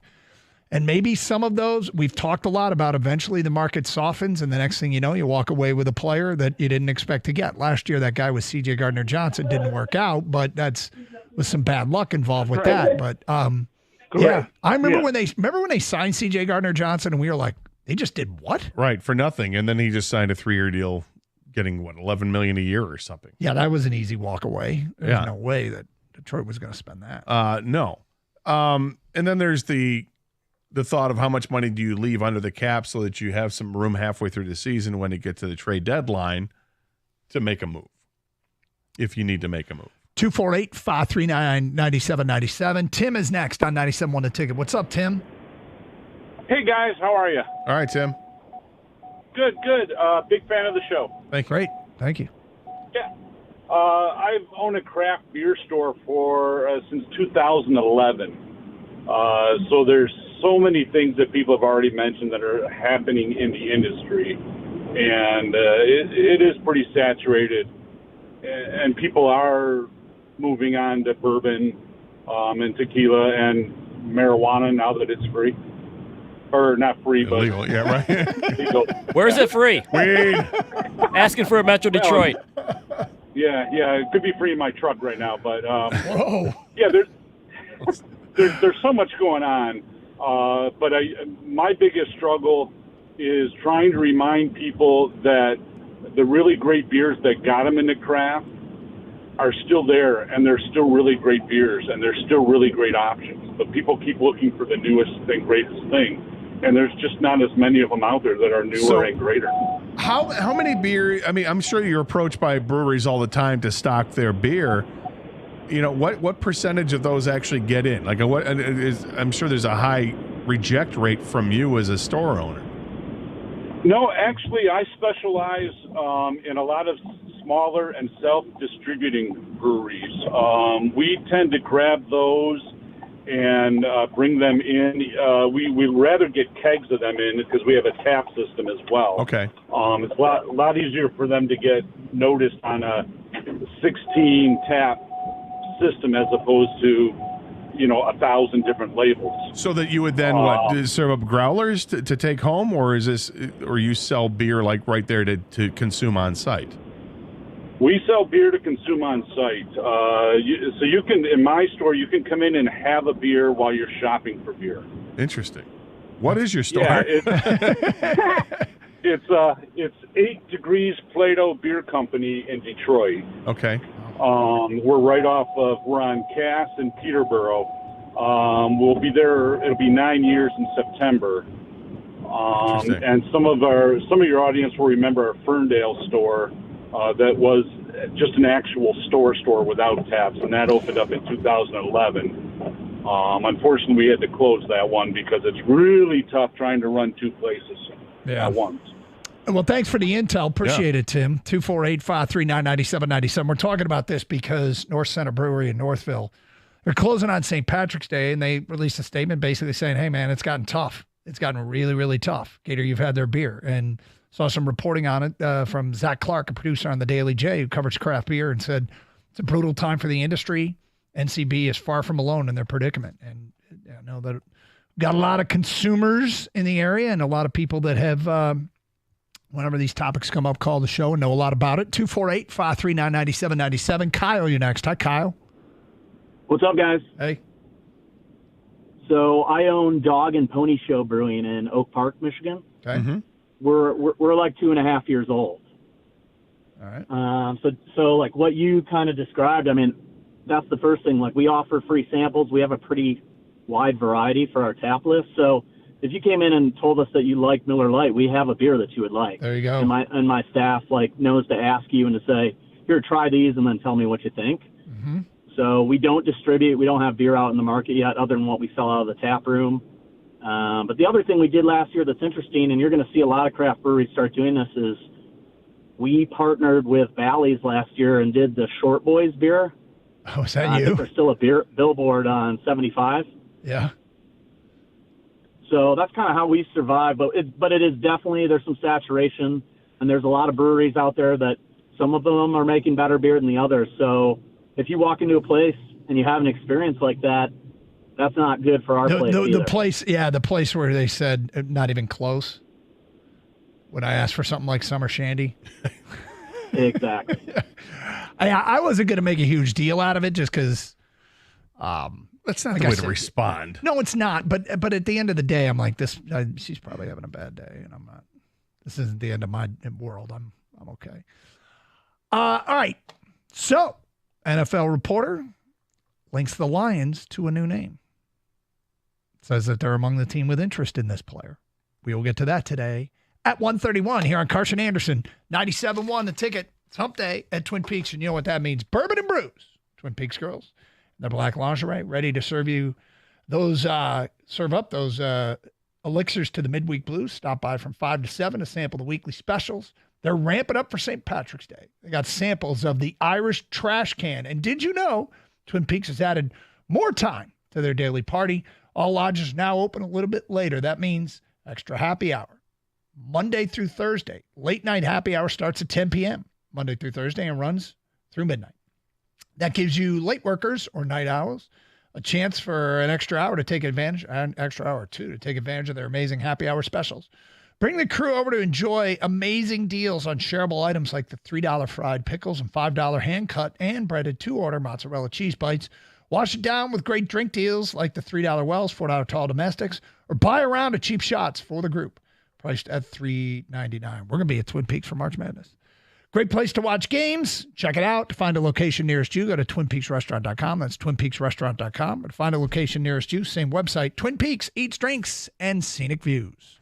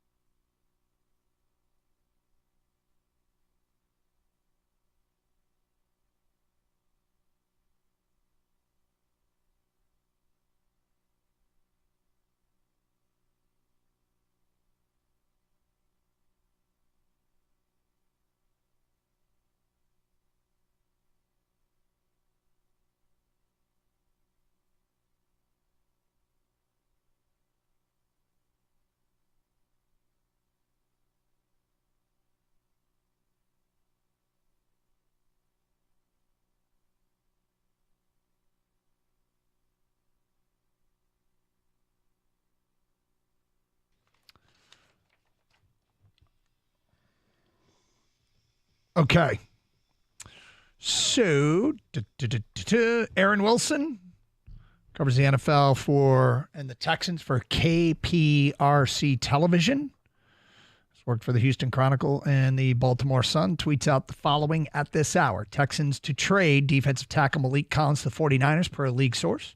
Texans among the teams, including the Bengals and Lions, with interest in Eric Armstead, who hasn't officially been released yet by the San Francisco 49ers. This is a defensive end, 30 years old, been with the Niners for about a decade. Let me see, 9 years? Is it 9 years with the 49ers? Last year he had 5 sacks. He played in 12 of 16 games. 17. 12 of 17 games. Thank you. And I look at this and I think maybe Eric Armstead can be Marcus Davenport if Marcus Davenport isn't what Marcus Davenport looks like he could be. And this report doesn't make a whole lot of sense to me. They just signed, as you mentioned, Marcus Davenport. He's played 21 out of a possible 34 games the last 2 years, and he has 5 sacks. Why? He's big, 6'7", 290. He flashed in 2019 when he had 10 sacks in 16 games. But I don't have any desire to add another defensive end to the squad unless you're going to tell me Jadeveon Clowney's going to sign here. And even then, at this point, because they signed Davenport, I don't know if they have the need. Khalil Mack, if that story is interesting to me because that's a different kind of player altogether. Yeah, that's an easy. That's a different different you player. can project him into the lineup very easily. Yeah, and he's not just he's coming in on third down. That's a guy every down player can set the edge, make tackles, and get to the quarterback. When Eric Armstead suits up, for a defensive end, I mean, he's playing 62% of the snaps 2 years ago, 65% of the snaps, defensive snaps last year. So he's out on the field. Like the coaching staff there has used him. He just hasn't put up huge numbers. Now, I mean, I'm trying to figure out what they'd be doing. Let's say they go get Eric Armstead. This strikes me, it doesn't come with a huge financial commitment. You don't think he'd make a lot of money, do you? I sure hope not. So, I mean, seriously, 9-year veteran, 30 years old, former first-round pick, but I kind of feel like, once again, maybe they like him as a run stuffer, and James Houston will be playing on third down anyway. I don't know. This moves the needle just about as little as Marcus Davenport does with me. If there's truth to this. Kang, are we reading this one wrong? You have any interest in Eric Armstead? I think he'd be playing a lot more inside here than, didn't they run a 3-4 with the Niners? That's why he was a defensive end-ish. Yeah. First of all, Brett Holmes loves depth. So maybe this is like, for you, Doug, your Davenport adding depth to that defensive line. Because if they're, if Ali McNeil, maybe Armstead's just in on passing downs next to Ali McNeil or instead of Ali McNeil, either way. Yeah, it's a depth move. It's just not nothing to go crazy about. I mean, he's exactly what I expect from Holmes at this point, to be honest with you. Does he get him on a 1-year deal and hopefully he catches fire this year? And if not, you weren't committed to him anyways? I'm trying to think of, they did lose Isaiah Buggs, although they let him go. Is this guy Anzarike insurance? I mean, I'm trying to make it make sense. I don't know. I mean, waiting to see Broderick Martin play. If Martin doesn't pan out. The Pascal is that tweener kind of guy they have. I mean, the only way is this DJ Reader, if that falls, that they can't get that done. The only way this is like oh hell yeah, is if it's for, almost free. Well, and that's a little bit dismissive, but you get my point that it's not. Well, maybe they were interested before they signed Davenport. Maybe that's, I don't know. Maybe it's an old report. It could be. Yeah. I don't know. This doesn't. And with the report that they're going to meet with DJ Reader, I mean, if you sign DJ Reader, this doesn't even get brought up, right? Yeah, you're right. He does have some positional versatility. Reader's exclusively an inside guy, right? Yeah, but again, they just signed Davenport. We have James Houston. Pascal does both. And we're going to keep some room open there for Khalil Mack. I would say if they bring in a veteran like Eric Armstead, that's cutting into roster spot and cash reserves for Khalil Mack. Right. You don't want to do that.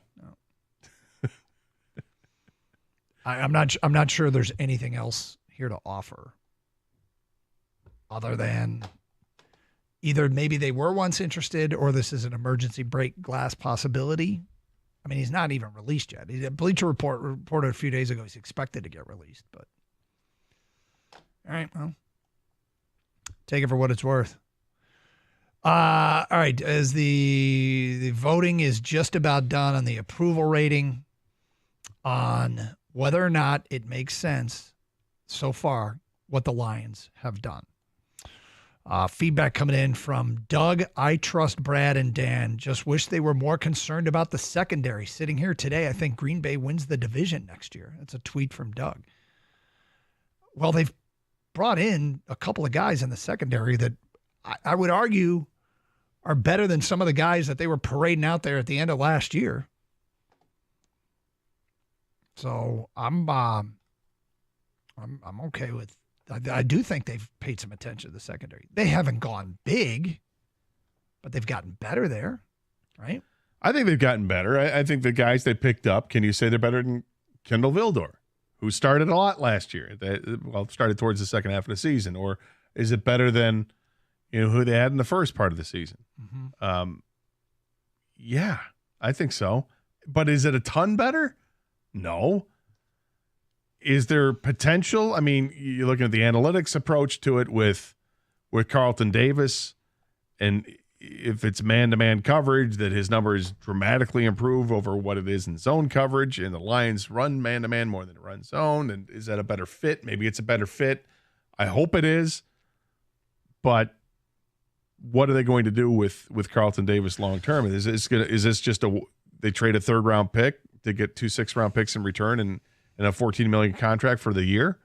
Or is this under the expectation that they then sign an extension with Carlton Davis? Well, if he is a scout signing, a scout acquisition, as in we've scouted this guy to be perfect in our defense, then yeah, I think they want him long term. If they haven't, I don't even know why they'd trade for him if they didn't think of him that way. Here's one from Tom on Twitter. You can only play 11 at a time. Depth is great. Who doesn't like an insurance policy? But at the end of the day, the best players make the biggest difference. They have a chance to make a big move and get one of those guys. I hope they do. Tom, I think in their eyes, I think they believe they already have the guys that can make a difference. Amon-Ra, Jameer, Laporta on offense, Penei Sewell, elite player on the offensive line, an elite O-line. On defense, Aiden Hutchinson, maybe some of their young safeties, Brian Branch. Maybe they feel like they just need to, if they improve the supporting cast, their elite players are the ones that can take them over the top anyway. They just need the supporting cast improved.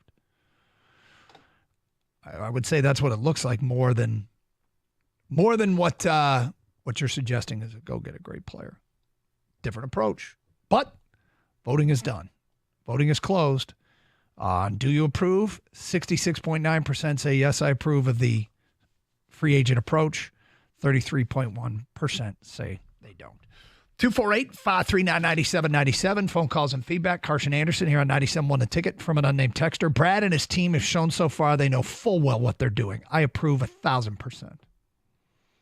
Next text. Until Brad Holmes proves me wrong, he can do whatever he wants. I will not question. Robert says, the garbage men who are represented by the priority patch on the Wings jersey are the only ones who should be embarrassed by what's on the ice, not the other way around. Mike, driving around, said, has any player had a fight during this losing streak? Guess we aren't tough or care enough about being pushed around. It's from Mike. It's been an embarrassing stretch. It's honestly been an embarrassing stretch. And yes, in the middle of this, there have been some scraps. Goes back to the Florida game. Yeah. Well, they got chippy with Florida plays that aggressive style, and Red Wings responded to it and got penalized for it. Yep. A lot of feedback coming in on the difficulties of craft breweries these days. We will get to that coming up in a moment. Plus more of your phone calls and feedback. It's Carson Anderson, 97.1 The Ticket. Bet the NBA with a no-sweat same-game parlay from FanDuel every Thursday with TNT Thursdays. It doesn't matter if you're new to FanDuel or already have an account. You get bonus bets back if your same-game parlay doesn't win on any NBA on TNT game. NBA same-game parlays are the perfect way to combine your bets for a chance to score a bigger payday. However you want to play, just head over to FanDuel.com/Doug and bet the NBA with a no-sweat same-game parlay with TNT Thursdays. That's FanDuel.com/Doug. FanDuel is the official sports betting partner of the National Basketball Association. Must be 21 or older and present in Michigan. Minimum 3-leg parlay required. Refund issued as non-withdrawable bonus bets, which expire 7 days after receipt. Maximum refund is $5 unless otherwise specified. Restrictions do apply. See terms at sportsbook.fanduel.com. Gambling problems? Call 1-800-270-7117 for confidential help.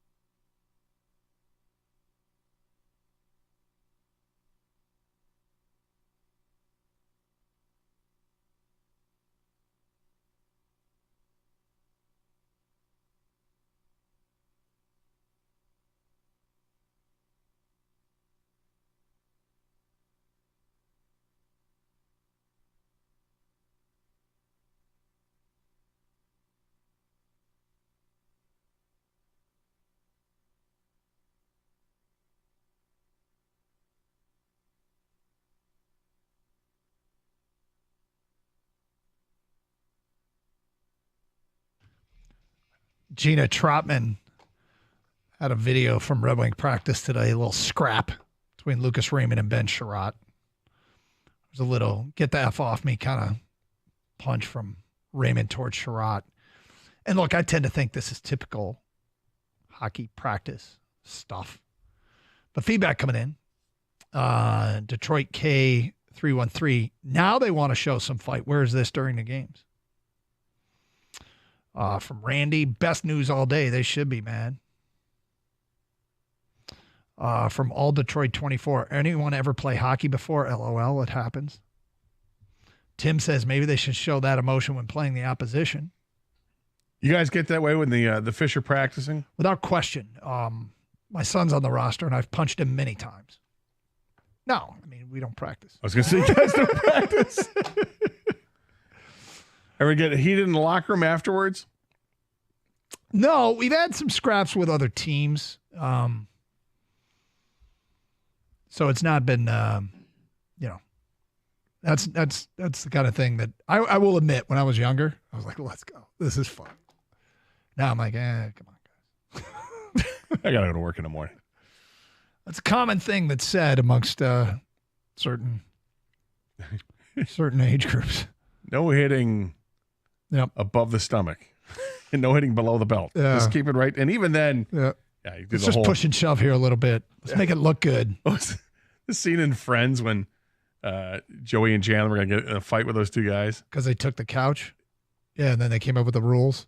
Yeah, all right. They took the couch at the coffee shop, Central Perk, wasn't it called? Yes. Yeah. I go, I'm trying to, me and the wife are trying to, we're trying to have a kid. So I'm like, oh, congratulations. They're negotiating fight rules. Right. Yeah. All right, let's go. Come on. Gary in Birmingham writes in regarding craft beer, with food prices through the roof, can't afford to buy expensive beer. Unnamed texter, legal weed and seltzers have killed the craft industry. Matt in Flat Rock, the decriminalization of marijuana is the single biggest thing that's affected the alcohol market overall. I got to tell you, yesterday, you know how, Gator, you got your thing when you actually smell it out in public, you say out loud, weed. Yesterday, my wife and I were going for a long a walk, and we were on a trail through the woods, and a person came running towards us and ran past us. And I went, weed. I'm like, huh. Weed and running. How about that? What a Yep. combination. Yep. Maybe they were engaged in a conversation with somebody who was smoking weed, and it just, lingers. Gets stuck to the clothes. I mean, it could be. Stuck in your hair. Could be. Or this person got high and went for a run. Or there's that. Yeah. Wouldn't have passed the drug testing after the race. Next text. I'm a manager of a craft beer distributor. The sales are still good, just not experiencing the growth as before. So a lot of small things opened during the prime, but don't have the capacity to hold on. Next text. It's the low carb phase. All the seltzers and zero carb cocktails in a can. Justin in Madison Heights. The craft cocktail market is exploding. Tequila and whiskey are the hot thing. I can see that pushing beer out. I will say that my partner here, Scott the Gator Anderson, was on the cutting edge of that boom. You were early in whiskey and tequila. He was middle. Yeah. He was middle on whiskey and tequila, and he is late on whiskey and tequila. You've been there the whole ride. I've been there. I do enjoy them both. I enjoy beer too. My favorite ever was you sampling tequila at the Dallas airport. Yeah. They had two different duty-free shops. And he went to both and asked the same questions and tried them all. Yep. So by the time I got on that plane, I literally probably had 4 to 5 shots. The best part about that was that you were asking questions that I knew you knew the answer to. And what is this, a Najo? What does that mean? Mm-hmm. Repo. It's reposado. What is? I don't know. It means rested. It's aged in a barrel from beyond 20 minutes 6 later, months. different duty-free shop. What is this repa? Would you care to try the sample? I would love to try a sample. What do you have here? And what is this, tequila? What do we have here? This is Herradura? I'd like to try that. Next text. I was a huge craft beer guy, got into brewing my own, then moved on to bourbon. A lot of old beer drinking buddies did the same. So there you go. Good luck to everybody that's still out there. Hey, would you like some good news? Yes. I know that you're you said earlier, you're a big fan of Jack Flaherty. Jack Flaherty has thrown 3 innings so far in spring training today. He's given up 1 hit, no runs, no walks. He struck out 3. And according to Lynn Henning, his velo Up to 97. Yeah, here we come. Yeah, look out.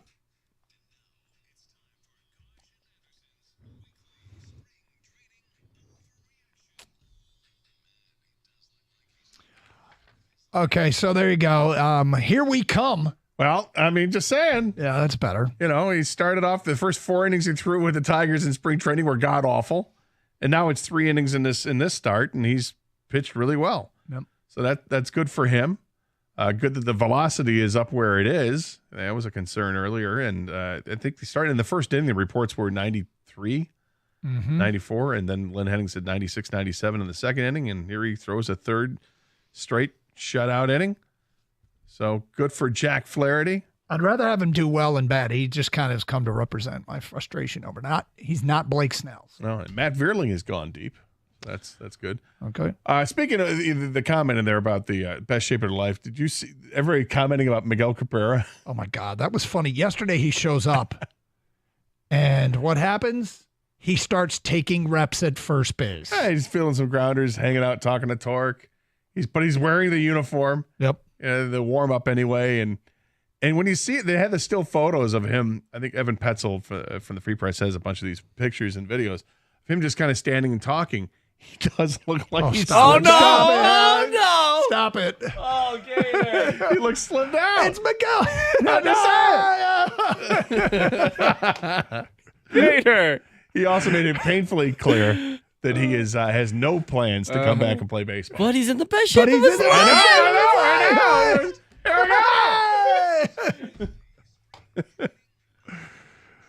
Biggie. But he was in the best. He looks like he's in great shape. Hey, so the Pistons are favorites tonight, Doug. Are they? Yeah. They're the favorites tonight. I don't want to overreact, but. Okay, so that's 2. Well, if. Yes. Yeah, I mean, they still have to play the We're game. not counting it as a win. So will the Pistons end March with more wins than the Wings? Jesus. Oh, my God. Yeah. Too soon. That hurts. Well, they have 2 this month, and the Wings have 0, right? My God. That really put things in perspective. Okay. But this, you know what? This is back-to-back. They were favored against the Hornets. They're favored for back-to-back games. Is this the first time all year they've been favorites in back-to-back games? It has to be. You know what it is? James Wiseman. Actually, I don't know. No, it's Taj Gibson. Yeah. Maybe the Wings need a Taj Gibson patch. That's right. God. That's what they've been missing. Really? They're favored, huh? Detroit minus 3.5. Okay, let's go. I mean, they are on this winning streak. They have looked better of late. Winning the 1 game in a row.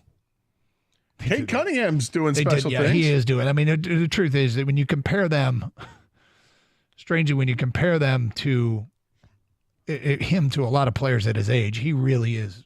They have a pretty damn good start to his career. Not only that, they had a stat the other night showed, I think it's since New Year, that or the All-Star break, one of the two, that he is 4th in the NBA in points created. So you got like Doncic and Jokic, I think, are way at the top because all the assists they have, and then 30 points a game and stuff like that. And then I forget who the third player was, and then there was Cade Cunningham. Like, that's pretty impressive. Let's go. LFG. He's healthy, knock on wood, and Yep. we're starting to see maybe what he can be, and hopefully this team can put some. All right. What are we doing? We're just looking for 3 in a row, man. Give me something. Give me some. How about 2 in a row? Yeah, 2 in a row would be tonight. I'd be very excited. Very, very excited. Because I'd have a chance to win my bet. And at some point this year, they'll win 3 in a row. Rico Beard has made his way in studio. What's up, man? Who's winning 3 in a row? Pistons. Well, they got to win 2 in a row before they win 3 in a row. They've come dangerously close. They've won 1 in a row. Tell me the bar is low without telling me the bar is low. Well, I mean, it's make a bet to make the season interesting is what we did. No, I like that because I put that at the beginning of the year. Would they ever win 3 in a row? What's funny is every time they win a game, we get hit up with tweets saying, "That's 1, Doug." And then that's one again. That's one, Doug. That's one again. And a couple weeks later, that's one, Doug. I got one. What do you guys got planned? Going to coming up break next? down the Horizon League champions. There we go. Jack Golke. I enjoyed last If night. wrestling is a tiebreaker, we got your guy. They get rid of overtime and just go to who can wrestle best. Doug's I'll put- infatuated with Gulke, as Golke. opposed to, or Golke, whatever, as opposed to. You call him Gunky? I said Gulke. As opposed to, is it Trey Townsend, who is the real star of the game? Guy Yes, has 35 yeah. points, and Doug's fixated on a player with shorter legs. I enjoyed the game last night. Two of the people on our show did not. Didn't enjoy it? No, the text that they sent back and forth. Because I was like, hey, congratulations, you won. Kenny, Dude. let's go. Okay, but here's a crazy thing, and then I think to anybody, even if you don't care, did you see that Oakland had 16 fouls, 3 minutes and 6 seconds into the second half? No. 16 fouls. Doug did. He texted it. He's like, my God, what's going on? 6. Really? Yeah, They play the zone. How do you foul people playing a zone? I don't know. But they did. Quick whistle. I mean, I'm watching both teams. Like, I feel like I'm back in the 80s. Like, there are two teams playing a zone. Like, Well, I didn't know people still did this. And the funny thing is Campy never goes to his bench. He had the last 2 games, he's had 5 guys play 34 minutes. Well, I laughed. They got time to rest now. I didn't know if like is Rocket Watts hurt, or is he like their version of Xavier Booker, where he plays or he doesn't play? But there is no middle ground. No, I think he Either played plays the 38 semifinal. minutes or he plays 3 minutes because he still had on his sweats. All right. Panic in Hockey Town. Have a great show. Stay safe, everybody, and treat each other with respect.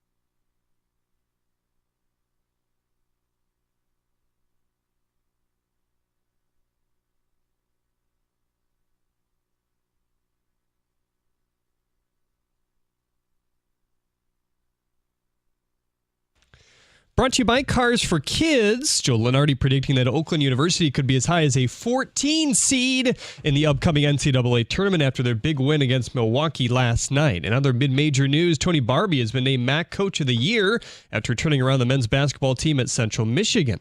Central has logged their most wins since the 14-15 season. Barbie brought in 12 new players and returned just 4 from last year, a team that won just 10 games. The Tigers are battling the Phillies today in spring training. Jack Flaherty on the mound for Detroit, looking to shake off a rough last outing. So far, so good. Joey Votto also seeing the first action of spring in a minor league game versus the Tigers today. He spent the last 17 years of his career in Cincinnati. Votto signed a minor league deal with the Blue Jays 5 days ago.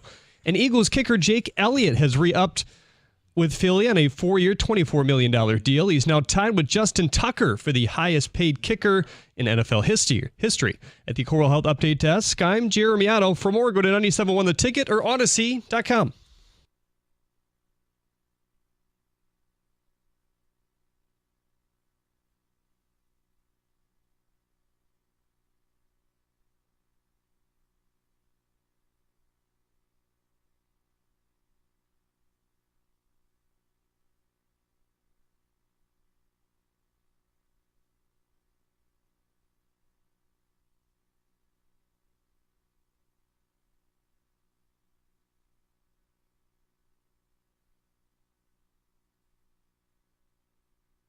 Yeah, woo, woo, woo, indeed. Let's get into it. This team blows. I give up. You know it's bad when I'm turning off a Red Wing game to watch the Miss Cleo documentary, okay? That's where we've arrived at. Absolutely pulverized last night, 7-3. How was Miss Cleo? It was actually fascinating and sad all at the same time. She lived a tortured life. I know Wendy Williams was sad. I don't need to go there. I watched that train wreck live. The point I'm making is this is now 6 straight losses, and we have arrived at a crisis point. I'm not going to yell like Wojo panic in Hockey Town, but it is panic in Hockey Town. And, we arrive at an uncomfortable spot because some of you people are in the clouds. So I guess I'll ask, when is it acceptable for me to just tell you, I could have hired just about anybody and been in the same spot, much less Steve Yzerman. The reality is it's year 5. This team is careening off the rails for the second year in a row the minute they sip from the playoff chalice. And it's not just losing. They're getting their ass kicked. And the worst part of it is, smart hockey people like Kenny G. Cott are using Simon Edvinsson as a defibrillator. In year 5 of a rebuild, we are relying on a sight unseen prospect to somehow be Swedish Jesus and come down, and he's going to be, Chris Pronger in his prime. That's what we're praying for. How could it be worse than 7 goals, though? Bring him up. You're not wrong. I'm making a point. The state of the rebuild, we have got to stop acting like it's all perfect. Listen, when they were on the 5-game win streak, we felt like we were turning a corner. We felt like, okay, this is now the payoff for our patience. But Kenny, they have lost 6 games in a row, and I would argue have been non-competitive in 5 of them. But fair? That's fair. Before we even get to Yzerman, can I ask what the hell Lalonde's doing here? Because honestly, I feel like we're careening off the edge here, and we're showing up to these games. It doesn't even look like the Red Wings are present in the first period in most of them. Well, now you got to fight at practice. And a fight at practice. At least What's they showed happening? more life in the clip than they showed in Buffalo last night. Hey. Kenny, that game, I had bar to clear. But Kenny, I had to turn it off. It was a joke. Kenny, I'll ask you this. How much of this is due to Larkin's injury? A little bit of it. I mean, he's the team's captain, but to say that this is all caused by Larkin just simply not being there, I think there's something deeper happening. No, that's an out for the Messiah. All right, injuries happen in this league. No. I was not you. I'm saying if people call up with that. Okay. I'm on edge because we're not just seeing fans being fans. They're turning into like devotees. They're turning into these mindless drones that can't think for themselves. Your hockey team in year 5 of its rebuild has ascended to a playoff deal, and now flaming clown car, 6 straight losses, you're out of the playoffs, and you're non-competitive. I'm sorry, but Dylan Larkin is not Connor McDavid. Is he important? Absolutely. Is he more valuable than many give credit for? Absolutely. You cannot lose 6 games in a row, giving up 6, 7, 5, 7. It's a joke. Why is Hull still here? Why is Petrie dressed? I'm with Kenny in this regard.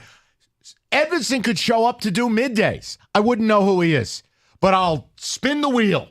Berggren, no clue. Come on, let's play. I don't care.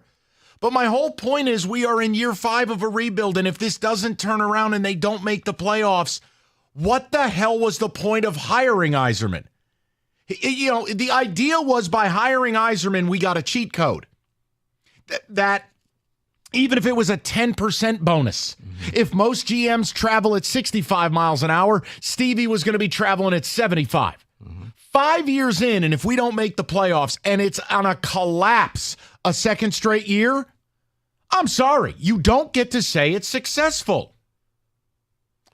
So just like yesterday where I said I like Carlton Davis, but I don't think he's great. Oh, here comes the mob.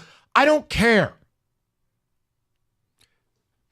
This is ridiculous. Yzerman allows you to delay the process a little bit because, Mike, hear me out. It's year 5. I understand. And I'll say you've seen this before. You saw it up the road in Ann Arbor. You bring back Hero. Hero was allowed a little more time than anybody else. Anybody else would be fired, would be replaced. But you remember the good times you had with local Hero. And then you kind of shrug your shoulder and say, you know what? All right, we'll give you one more year. Okay, we'll give you one more year. Okay, we'll give you one more year. Yeah, I'm not that. I understand. At a you're certain not that. point, you have to be accountable. Steve didn't do anything at the deadline. And I said I'm not furious about it. But by not doing anything at the deadline, if the slide continued, it was going to be a black mark on him. The deadline hit. They got drilled in Arizona. They go out and get their ass kicked in Buffalo. Like, guys, all the goodwill of the 5 straight is gone. Forget it. Now you've dug a hole for yourself. And you said it. This was against Buffalo. This was against Air. I can forgive the Floridas and the Colorados. They're cup contenders. They're going to be there the entire postseason. We're going to see them make deep runs, by my estimation. But when you start looking like that against Arizona, who was 2-12-1 their previous 15 games, they just traded away assets. They were on a back-to-back. You were in their barn with basically a home crowd because we know the Red Wings fans travel well to Arizona and places like that. And you couldn't even look like a hockey team in that game. No effort, no drive, no will. That last night they looked like they weren't even trying to skate to loose pucks. That's why I'm thinking Lalonde. I mean, Steve Yzerman, you have to have a conversation with this guy because there's clearly something wrong in this dressing room. And it's not just because Dylan Larkin's not there. I don't want to hear that. I'd love to throw it to the people because what we thought was going to be a fun story and be a real exciting spring to get the Wings back in the playoffs and reward the diehards and, yes, reward some of the Steve bots who have been very faithful in their defense of this. The bottom line is there's a middle ground between using the F word or gleefully running along singing the Lego movie song. Like, come on. It's year 5. Everything is not awesome. And if I have to hear about how well stocked the farm system is or how great the future is going to be, you may as well watch the Miss Cleo documentary because you're projecting. You're playing pretend. You're talking about how you want it to be, not how it is. Hell, there was somebody on the morning show today saying they don't mind if the Lions take a step back this year. Are you on planet Nebular? So, yeah, it's upsetting. And I don't care if you're a hockey neophyte. I sit here and tell the listeners, and I go, guys, this team's worth your time. Give them a roll. Don't stress about the Pistons. We know they suck and the owner's a joke. Give the Wings your time. And the minute we start believing and really getting into it, look at the reward. Mm-hmm. They look just as bad as every other team not named the Lions in this town. Oh, it's kind of like last year when all of a sudden everybody bought in. They were in the playoffs for 18 hours. Clown and then car. The bottom fell out. And it's same thing happening this year. And again, you don't get to keep saying, well, Holland left them with X. It's 5 years in. I had this conversation with a friend back home, and I'm like, no one cares. I'm not making this about my team. I'm giving you an example of how I operate with my teams. I go, I don't want to hear Dave Gettleman's name again because this is Joe Shane's roster. Joe Shane has built this thing now. Joe Schoen has financially reallocated. This is your build. If they blow this year, Joe Schoen should be fired. And you don't get to keep blaming the past. We're 5 years at Rico. Think about Kenny, who's as smart. Joe Schoen is not a Giants great. I don't care. That's the difference between me and these people. No, but that's what, Mike. When you bring back somebody, let's just say it was LT. People would have like, oh, well, it's LT, so we got to cut him some slack, and we got to do this because he brought, or it was Eli Manning. Well, we got to do this because he did bring us those Super Bowls. So, man, I remember the good times with him. Mike, it buys you time, whether you like it or not. It does. It's a loser's mentality. And Steve, no one's using the F word, but when you talk about an employee and you talk about their job performance, how am I giving you straight A's if we're 5 years and we don't make the playoffs? How are we not allowed to have a conversation and go, you know what, I'm underwhelmed? No. You absolutely can. I really believed we were going to the playoffs this year. All right. Now, here's what you're not doing, and it's unfortunately some people, you can't have just the blind loyalty that, well, everything's fine, don't worry about it, he'll figure it out, this is going to happen. Or the best part is, oh, well, maybe next year. How many next years do you get in life? Like, this is where I start to get personally offended, because here's the reality. All these people you worship wouldn't bleep on you in public if you were on fire. They are millionaires taking billionaires' money and playing fantasy sports. That's all it is. All right? Don't compare them to the people down at Carmanos. They're not curing cancer. So why the hell are we running to just this devotee status? Steve, it's year 5. Didn't do anything at deadline. Team faltering. Fight at practice. 6 straight losses. Young people, can we bring up a few more? Dead bodies that continue to dress. Kenny's as smart as it gets with hockey, and it's not an insult. I'm being honest with you, Kenny. When I hear you reaching, you are pining for a player that we have been told is good or think is good. The problem is, you're not saying, I think Evanson can help us a little bit. You're begging for him because what you're watching on the ice is so egregious. It's so substandard, you're not left with a choice. Anything has to be better than 7 goals against Buffalo and a no-show against Arizona. And you know what that tells you? It tells you the rebuild's not going as well as people want you to believe. That's my point. It shouldn't be that way in year 5. And please, don't call up and be like, well, it's not the NFL or it's not college ball. You can't use the portal. Don't be insulting. No one suggested for a minute in the first 4 years of Yzerman that at any point we expected the playoffs. Last year was a hope, and they collapsed. This was the first time we had an expectation 5 years in. And if they don't deliver on that, I don't think it's unfair to say, you know what, this is off course. No, they made some moves in the offseason, and it looked like they were setting themselves up, not for a cup run, but to make the playoffs. That, to me, that was the bar. Which, by the way, no disrespect, half the league makes. You don't get an edible arrangement for getting in as a wild card. No one sat here and demanded 105 points. No one is saying, man, we have a lot of early exits. No, we but just it was, wanted 5 years in to taste, it was a new bar because you hadn't been in the playoffs. So just make the playoffs. The same that we had with the Lions. Can you just make the playoffs? Whatever happens after that, fine. But just get in there. And now, Rico, Kenny, you tell me. I feel like the way that they're playing over this elongated stretch, they're not even close. Yeah, you see the way that Florida played them? That's because Florida's playing at a Stanley Cup level right now. The Wings aren't even playing at a playoff level right now. They're playing like even worse than they played last year. So who do you blame? You blame Larkin's injury? You blame Yzerman? You blame Lalonde? Who do you blame? I don't care. I'm looking to the hockey elite. Because all I know is I've turned off the last 3 games I started to watch. Because it is not worth my time. I think you have to begin with Derek Lalonde here. Because forget roster construction. Before you even get to that point, you have NHL players openly, it's seemingly not trying.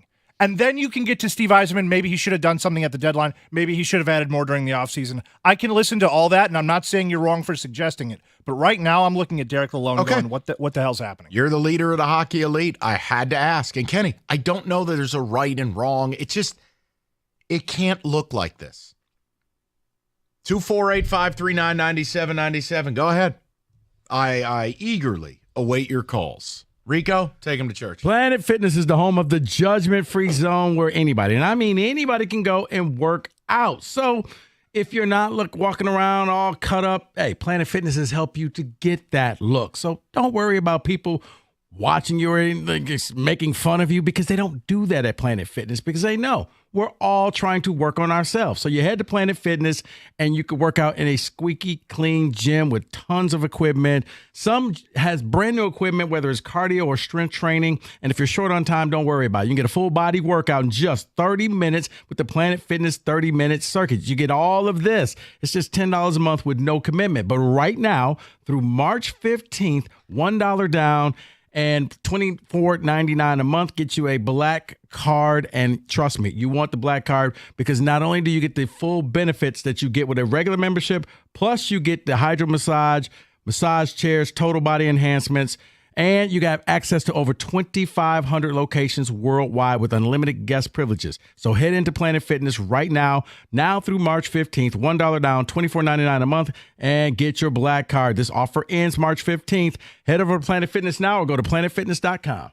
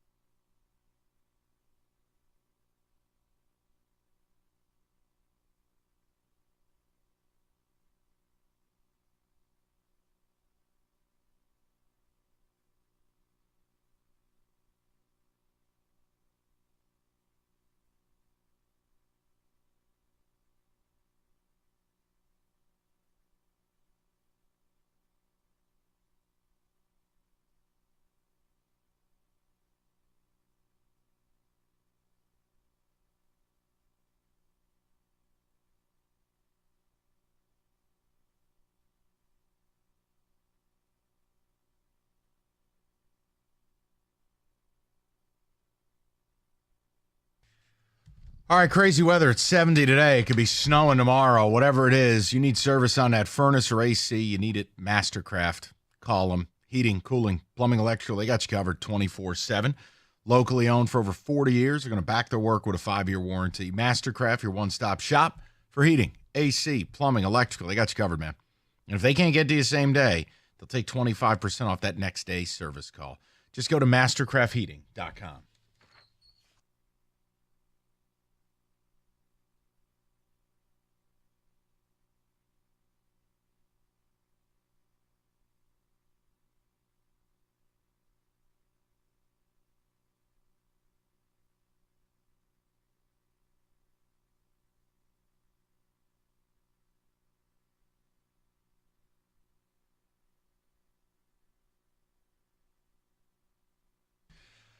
All right, straight to the people. Ticket text can wait. Wings fans want to talk. They should. Who the hell are we blaming? And honestly, if this thing continues to careen off the rails like this and they miss the playoffs, how the hell with a straight face can you tell me this rebuild has lived up to your expectations? How? Yzerman's one of the elite GMs, but that doesn't mean this thing has gone the way that we hoped it would go. Now, if you make the playoffs, I really don't care what happens after that. But for you to have a 9-point lead on Jersey 2 weeks ago and to end up losing 6 in a row and in the fashion you're doing it, come on now. You got to turn these games off. They're non-competitive. Let's go to Nick to bat leadoff on what otherwise is a beautiful Wednesday. Nick, what's going on, buddy? This is Mick. Yes. Mick like Jagger. Yes, sir. Hey, thanks for tackling this issue. Free Press, MLive, that news, crickets. Everyone's still playing the sycophant game. There's plenty of blame to go around here, but with today's fight in practice, I think it's evidence the biggest finger is going to get pointed at Lalonde. I don't understand why the team's not ready to play. Clearly, I think you got a lot of guys, a lot of egos in that locker room, and I think, believe it or not, I think Larkin may have been the guy holding these guys at bay from each other. So it's not just the on-ice stuff. I think Larkin's been the player coach, and I don't think we realize all the problems behind the scenes, but sure as heck it looks like it. But beyond this, one of the big indictments on this organization that's been built, Yzerman's got 2 draft picks playing. That's not acceptable at year 5. It's not. You can sit there and say, hey, these guys, we want overripe fruits. We're waiting for these guys to develop. I'm not looking for Edvinsson to be a savior. I want to know who he is. Put him in. Yep. You can't tell me that Edvinsson is worse than the epically bad Sherratt-Petrie combo, which, by the way, were on the ice for all 4 goals against in the first period yesterday. I want to see Yzerman do something radical. And this isn't just my idea. I heard it echoed by somebody on Twitter. Send somebody down, waive somebody, eat the contract, bench somebody. But for Christ's sake, show that you care. There it is. Because I'm telling you right now, they roll out with the same lineup as yesterday, as for tomorrow. I mean, I'm done. I'm turning this all off. I mean, it's not fair to have a team playing as well as it is, and for a guy to go out, you know what? You expect them to scuffle. Maybe you're starting to split games here or there. The wheels didn't fall off the bus. The bus exploded. What's going on? No, and Kenny is going to chime in with the hockey stuff. And Mick, I just want to comment on something you said, and it's a problem I think we're seeing nationwide and certainly locally. What we are creating for people in the media is an echo chamber. We are allowing people with social media and team-friendly coverage to basically live in an alternative universe where they only hear what they want to hear. Then someone like me, look at what happened with Brad Holmes yesterday. Mick, I was the devil because I said I like Carlton Davis. I don't love him. That tepid criticism sent people into a tizzy. I couldn't believe that caller. I couldn't believe that caller. It's crazy. I really couldn't. And again, like today, we're going to do it later, Mick. The idea that Daniil Hunter went to Houston 2-49, and we sat here twiddling our thumbs. I don't have to go along with it. But if you, hey, go read the Lions website. They'll tell you it's a measured, smart approach. We're poisoning people. People don't think for themselves. And the Yzerman thing, it's the same deal. Mick, how anyone could be in sycophant stage right now, 5 years in, with the way this product looks, I can't. I'm a human being. Kenny, go ahead. You had hockey tape. Rico, then Kenny. No, I don't think most fans realize it's been 5 years because you just keep saying, well, next year, until somebody says, well, it's been 5 years now. Like, no. And then you start counting on your fingers like, wait, oh my God, it has. Say certain things out loud. It surprises you. Yeah. Hey, it's been 12 years since the Tigers made a World Series.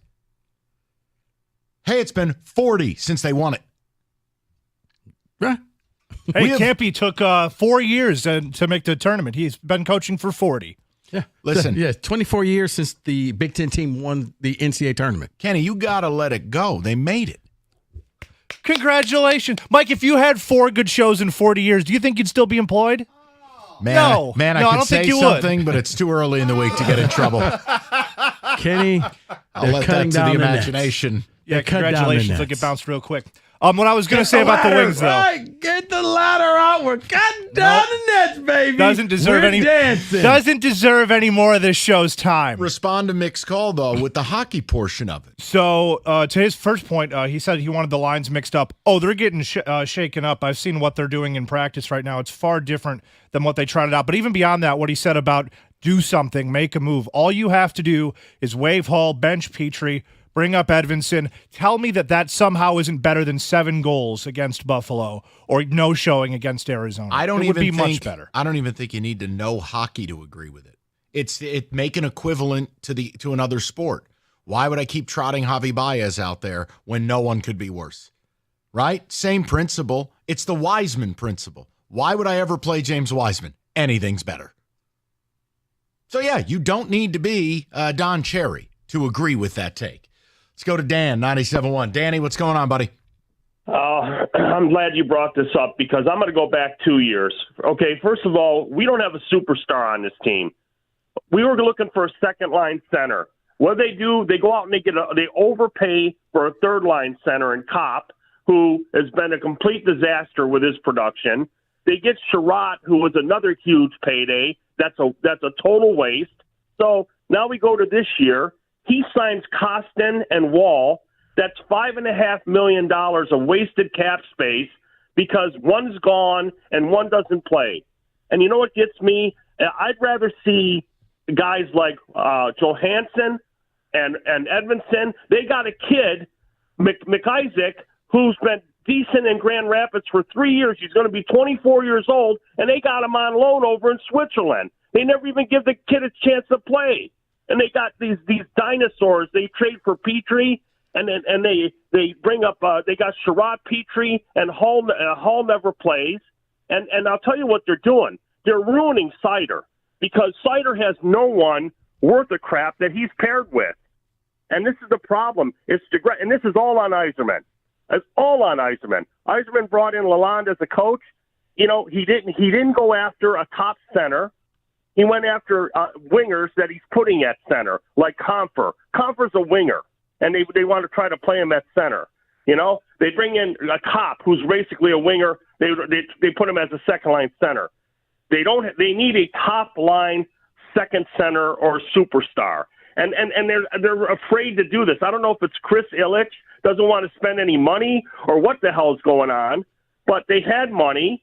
And, you know, they're just making dumb moves. They're terrible down the middle. Foligno is not the answer. Look, Rasmussen is good, and he's not good. Dan, I think there's some parallels, and again, I'm not trying to be provocative. I'm just shooting you straight. There are some parallels to the way that Brad Holmes is doing business and Steve Yzerman's doing business. They like this balanced approach. They don't want to do long-term commitments. We're going to build depth.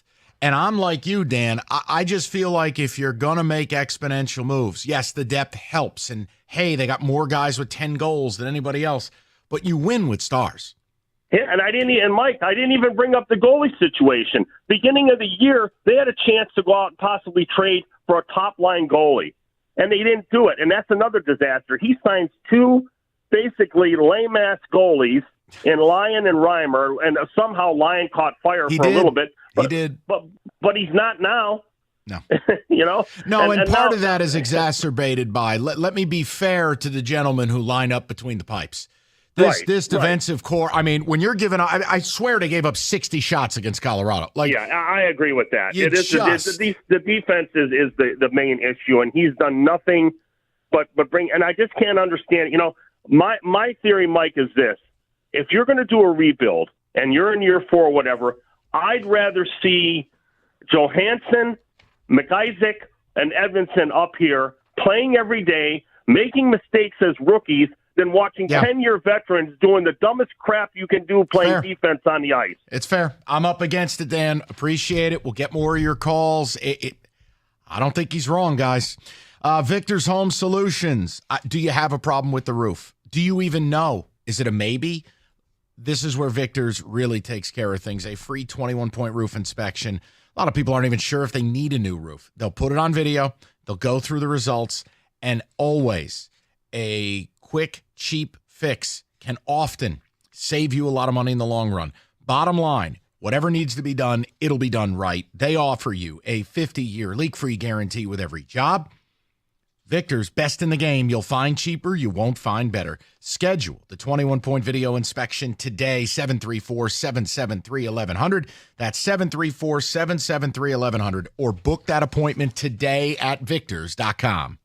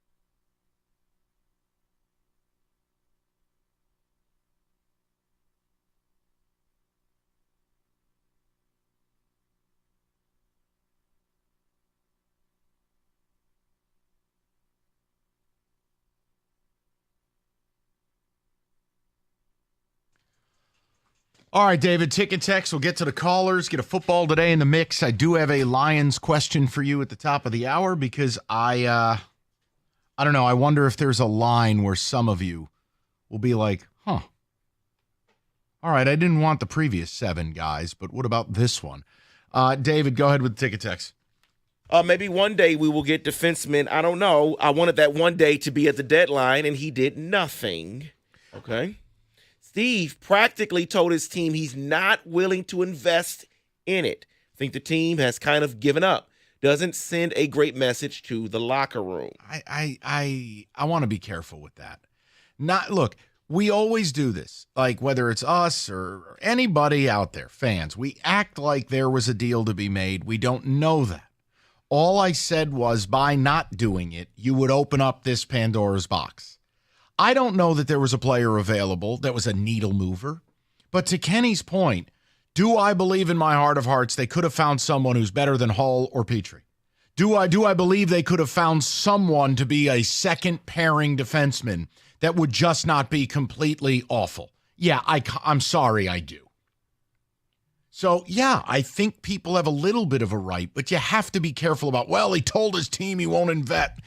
That I don't want to do. He's quitting on this. Yeah, Let's not do that. A little too far. I agree 100% with Mike. Yzerman has done nothing for the Wings as far as making the playoffs. Trade deadlines come and go, and he continues to do very little. How long of a leash does Yzerman get? That's the problem. And it's not just with Yzerman. It's with Scott Harris. It's with Troy Weaver, and it's with Brad Holmes. There is no urgency in this town because the customer base has turned into a collective of lemmings and bots. You can like someone. You can respect their work. I have infinite respect for how Brad Holmes has helped turn this thing around with the draft. But I don't have to sit here and be fed porridge and accept it by saying, damn, I wish we would have paid Daniil Hunter 2 at 50. That doesn't make me bad or disrespectful. It just makes me someone who desires more because I want to win a Super Bowl. The design of the Red Wings isn't to be a entertaining product. It's to win Stanley Cups or at a minimum compete for them. And 5 years into this, I don't think I'm wrong in saying it's behind schedule. If you want to sell me that it's right on schedule, then you are in essence agreeing with Kenny Holland's absolutely absurd comment from a decade ago of it takes 10 years. Stop. The Wings skid is 1,000% on the players and the coaches. Someone needs to step up. Yzerman isn't on the ice.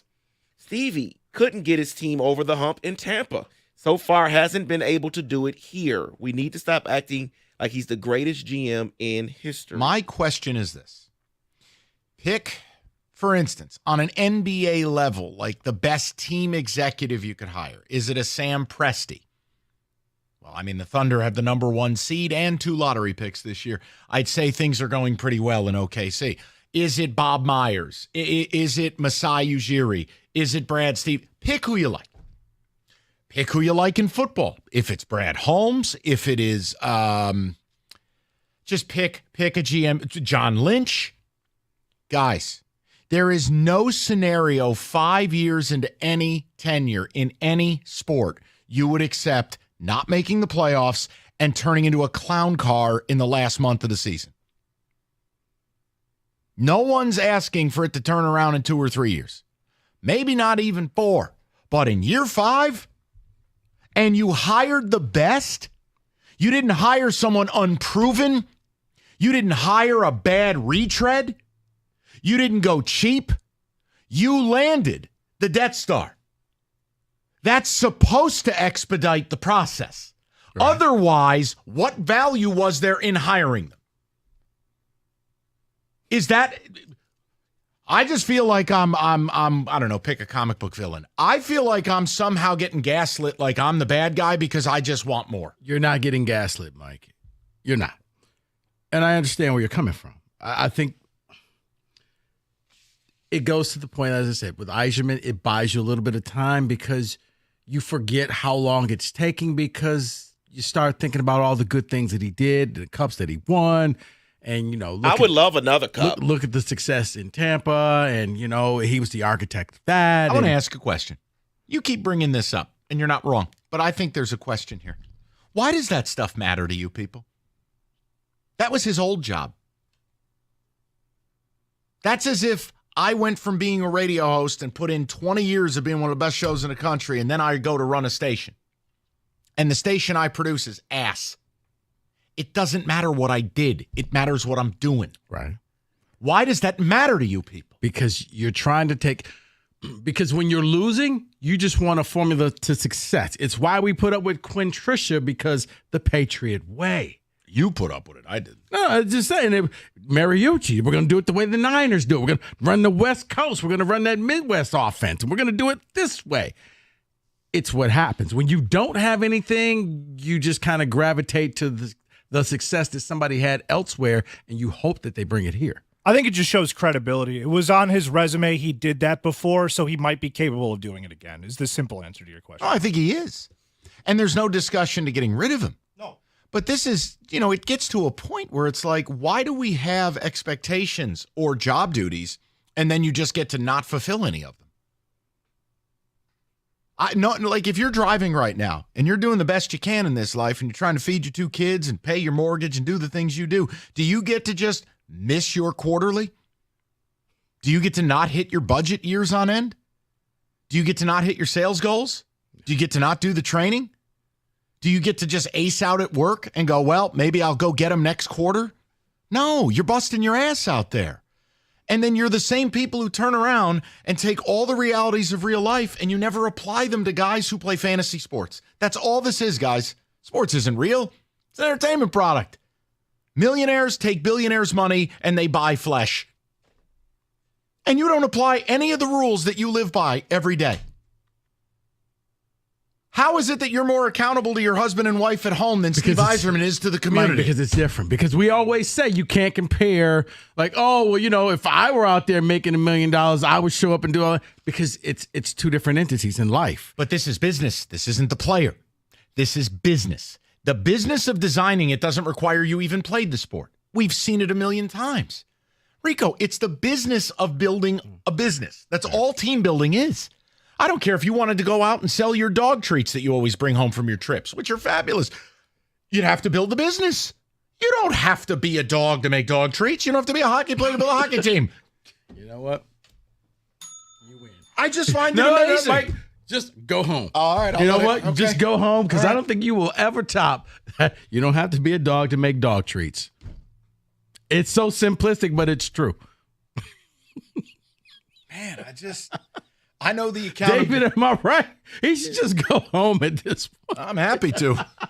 I just know the accountability that whether you're a grown-ass man or woman, the things you have to do in this life, and you're held accountable to it.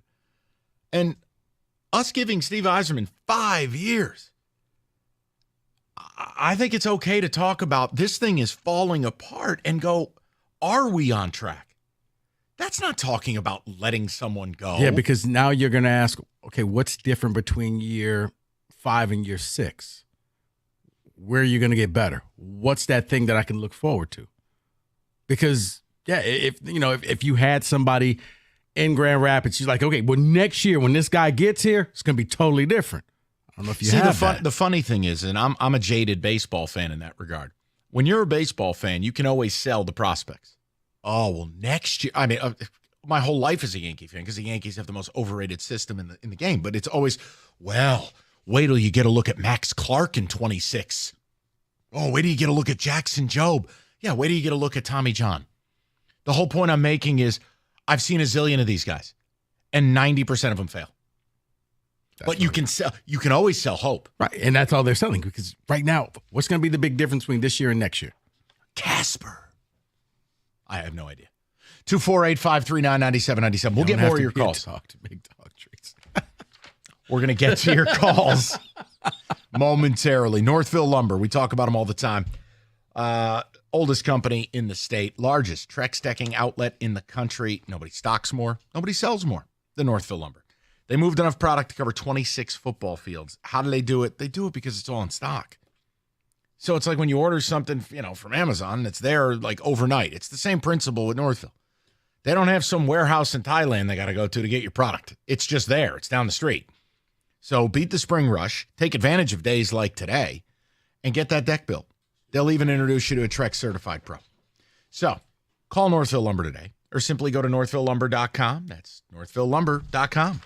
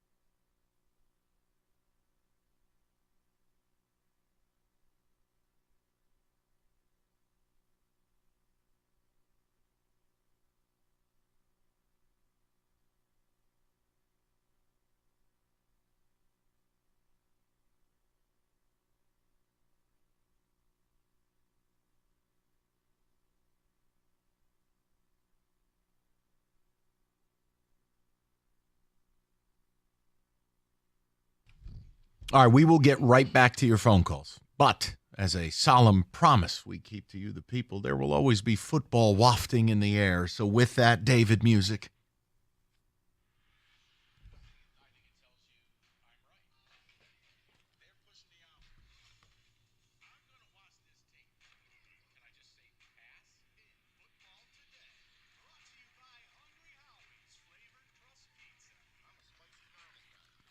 David. Good for you, Tom. Good for you. So the Chargers had a decision to make. Before 4 p.m. on what to do with Mike Williams, Joey Bosa, Khalil Mack, and Keenan Allen. Well, they decided throw Mike Williams in the ocean. They decided to cut him and throw him into the ocean. And that move made them cap compliant, but they also then restructured Khalil Mack's deal. Damn. So he'll be there for a couple more years. David, I was with a straight face going to ask the Brad bots, like, can we? Here's an olive branch. If they release Mac by 6 p.m., whatever it is, would you be willing to do a 1-year deal so I could get a pass rusher and I'll call your an A+ off season? Well, with him off the board, we can't do that. That's disappointing. You still got Joey Bosa. God, he is never and healthy. He fits. Oh, you're right. He's injured, so the Lions will sign He's him. often injured, so he fits the Brad Holmes culture and all of that. They're signing DJ Reader, who's got 2 bionic quads. So yeah, we could do that. So they can sign him for a 1-year deal and bring him here. Watch him end up with San Francisco playing with Nick Bosa. Then a chair is going right at Rico. You know, you might as well get a chair ready because Mom put something on Instagram yesterday. Oh, God. With her 2 sons, both in San Francisco jerseys. I hate you. David, move along. Another example of the salary cap not being real is the news that Patrick Mahomes restructured his deal to create $21 million in cap space. You know what that sounds like? Uh-huh. Sounds like L'Jarius Sneed. Correct. That's what it feels like. See, I was going to say, or could it be a wide receiver? Sure. Calvin Ridley's still out there. Man, I tell you who they should go and get. If you're going to lose Sneed and you want a trade-off, I don't know that they do business together, but man, I'd be on the phone with the Bengals. You put T. Higgins in that offense? And guess what his tag number is? Am I wrong? $21 million. Right, that's what I'm saying. Now, because right now they're looking to maybe go Xavier Worthy, since he blew up at the combine. You got the last pick of the draft. You know, as a wide receiver, you can come into the league and maybe hold your own. Anything can be better than what they had last year. This is, Kadarius Toney, I still don't know if he's on the team or not. Rashee Rice, T. Higgins, Travis Kelce. Along with a rookie. Oh, yeah. Sure. So, yes, David, bottom line, the cap is not real. Signed Howie Roseman in Philly, paying 3 at 33 for C.J. Gardner-Johnson. By the way, how awkward is that? He left town by saying, I hate these bleepity bleep and bleeping fans. The people are obnoxious and bleepity bleep. No, he just walked. I was just playing. Come on, He y'all. has apologized on social media. I was just playing. That don't work in a town I like got Philly. the Lions to trick me into bringing in. I brought in some ski masks. They bought that crap, and now I'm back home. David? Yeah, let's talk about an underrated signing here. Hey, what do you do with all those ski caps now? He's gone. You can burn them. It's still a little cool at night. Go ahead and burn them now. Okay. An under the radar signing here for your 49ers, Rico. They signed linebacker Eric Kendricks to a 1-year deal. He is a former captain and has 8 straight seasons of 100 tackles or more. And why are they making this move? Well, because Dre Greenlaw will be gone. And I think he's also played in every game as well. So Yes, John yes. Lynch is going for guys who actually are not injured. It's Greenlaw insurance because he popped his Achilles running out on the field. So if he's back in time, well, now we got to make a choice. But if he has to go into the middle of the season, you're not going to hurt yourself. You got somebody to pair up with Fred Warner.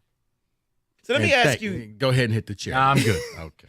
Let me ask you this question here. What happens? I mentioned kind of funny Calvin Ridley for the Kansas City Chiefs earlier. What happens with Calvin Ridley? There is an offer on the table right now for the Patriots, but he desperately wants to go back to the Jags. What happens with Calvin Ridley? I have no idea. Look, there's no reason to go to New England. You're not going to have a quarterback. And at best, it's a rookie with a team that has shown no acumen to building an offense since Tom Brady left. I think for Ridley, it really boils down to, David, do you want to get paid or do you want to win? If you want to win, you find a way, you go back, you maybe take a pay cut, get some money deferred, however. Or do you want to go out and break the bank and make as much money as possible? Now you're going to be playing with a rookie quarterback. You're not going to win, but you're going to be rich. So that's where he's at right now. If you really want to go back to Jacksonville, and Jacksonville knows this, tell your agent, reduce the price, we'll talk. So we've seen what happened with the Minnesota Vikings. They have lost their quarterback, and people were wondering, well, then what happens with Justin Jefferson? He is due a contract this offseason. Well, according to The Athletic, the Vikings have no plans to trade Justin Jefferson at this time. They're insane. Is that smart, or should they just reset? I don't know. I don't understand what they're doing because they've built quite a nice defense, but they've done it at the cost of completely ignoring the quarterback spot, and they have the audacity to trot out Sam Darnold as their starter. They're not in a position to draft a rookie. And Justin Jefferson, according to reports, turned down a $30 million a year deal, the Tyreek Hill deal, before the season started. Well, now you think Justin Jefferson's going to be apt to re-sign with you?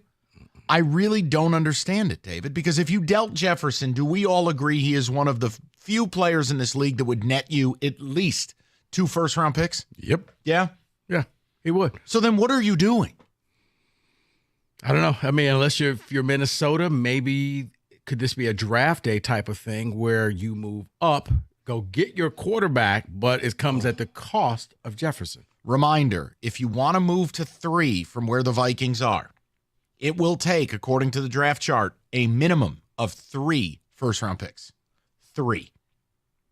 So what if you throw, you know what, we'll give you Jefferson and we'll give you our 1 and you swap with us? Yeah, but then you're robbing Peter to pay Paul. Then it's Jordan Addison and David's kids out there. I mean, you need help for your rookie. They love it, but they get killed out there. I think the route combinations would get very confusing. Well, you would have Addison, you would have KJ Osborne, but you would not have Jefferson. But they did okay without him. It's fair. It's fair. So we'll close it out with this because people in Dallas are wondering, where are the Cowboys? Free agency has started. They've done nothing. They've lost their center, lost their starting running back. Yeah. So what is going on? Don't worry about the Lions. Look at the Cowboys. They've done nothing. At least the Lions went and did some stuff. And things. And you're right, because I'll tell you right now, Dallas fans have every right to complain. But look at how far Jerry's brought us. 12 wins a season every year. Doesn't matter. They don't win anything. They should be shredded. I have no understanding of their plan at all. None. I mean, is it really boiled down to they're trying to figure out what they're going to do with Dak? And then once they figure that out. Yeah, well, guess what? Because I thought they were going to jump in and grab one of these running backs. I really did. I'm like, okay, it makes Saquon Barkley going to Dallas. That fits what they want to do. Big Derrick Henry. That fits what they want to do. Big splash. They've just gone radio silent. It's almost like Jerry Jones, who's had a worse offseason is a week so behind. far. Like, wait. Free agency was this week? Dallas or Miami? Dallas. Okay. Miami's getting I gutted, don't know, too. man. They've lost their starting guard. They've lost a lot. They lost Van Christian Ginkel. They Wilkinson. lost Christian Wilkins. Yeah. Dude, they've been getting gutted. And then they paid Robert Hunt, a guard, $100 million. And now Tua wants to restructure that deal. Because, I guess it's time for his deal. It's time for his deal. So Yeah. he's going to have no weapons around him other than Tyreek Hill, who will leave in a couple years. Yeah, because Jalen Waddle's always hurt. When he has 1 million kids. And that is in football today.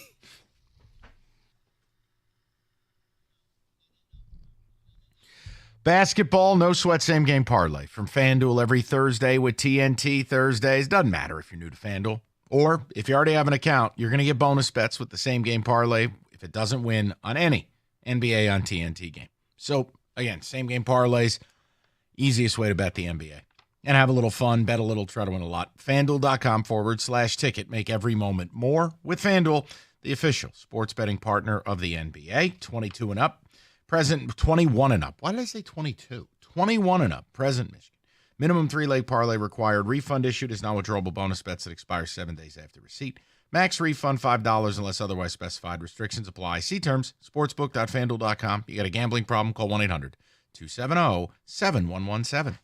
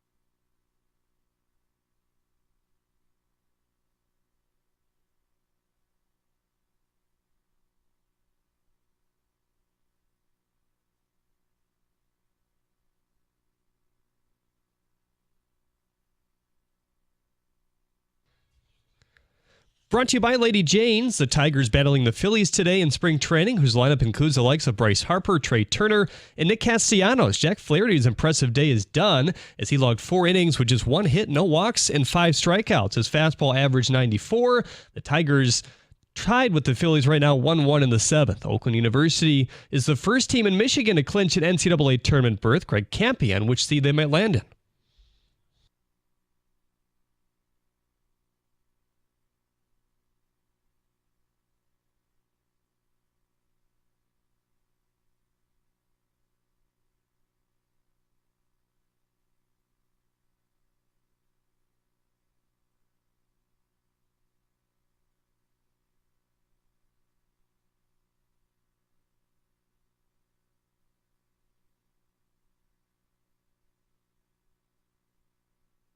Michigan enters the Big Ten tournament today as the 14 seed, facing the 11 seed Penn State, a team they played just once in the regular season, which ended in a 6-point loss. Terrence Williams had one of the best games of his career, however, scoring 24. You can hear that game on WWJ at 9. MSU kicks things off tomorrow against Minnesota, looking to shake off their heartbreaking loss versus Indiana to end the regular season. Also just in, Khalil Mack will be staying in L.A. and restructuring his deal to help the team get under the salary cap before the 4 p.m. deadline today. Chargers also releasing Mike Williams earlier, who was owed $20 million. At the Coral Health Update Desk, I'm Jeremy Otto. For more, go to 97.1 The Ticket or Odyssey.com.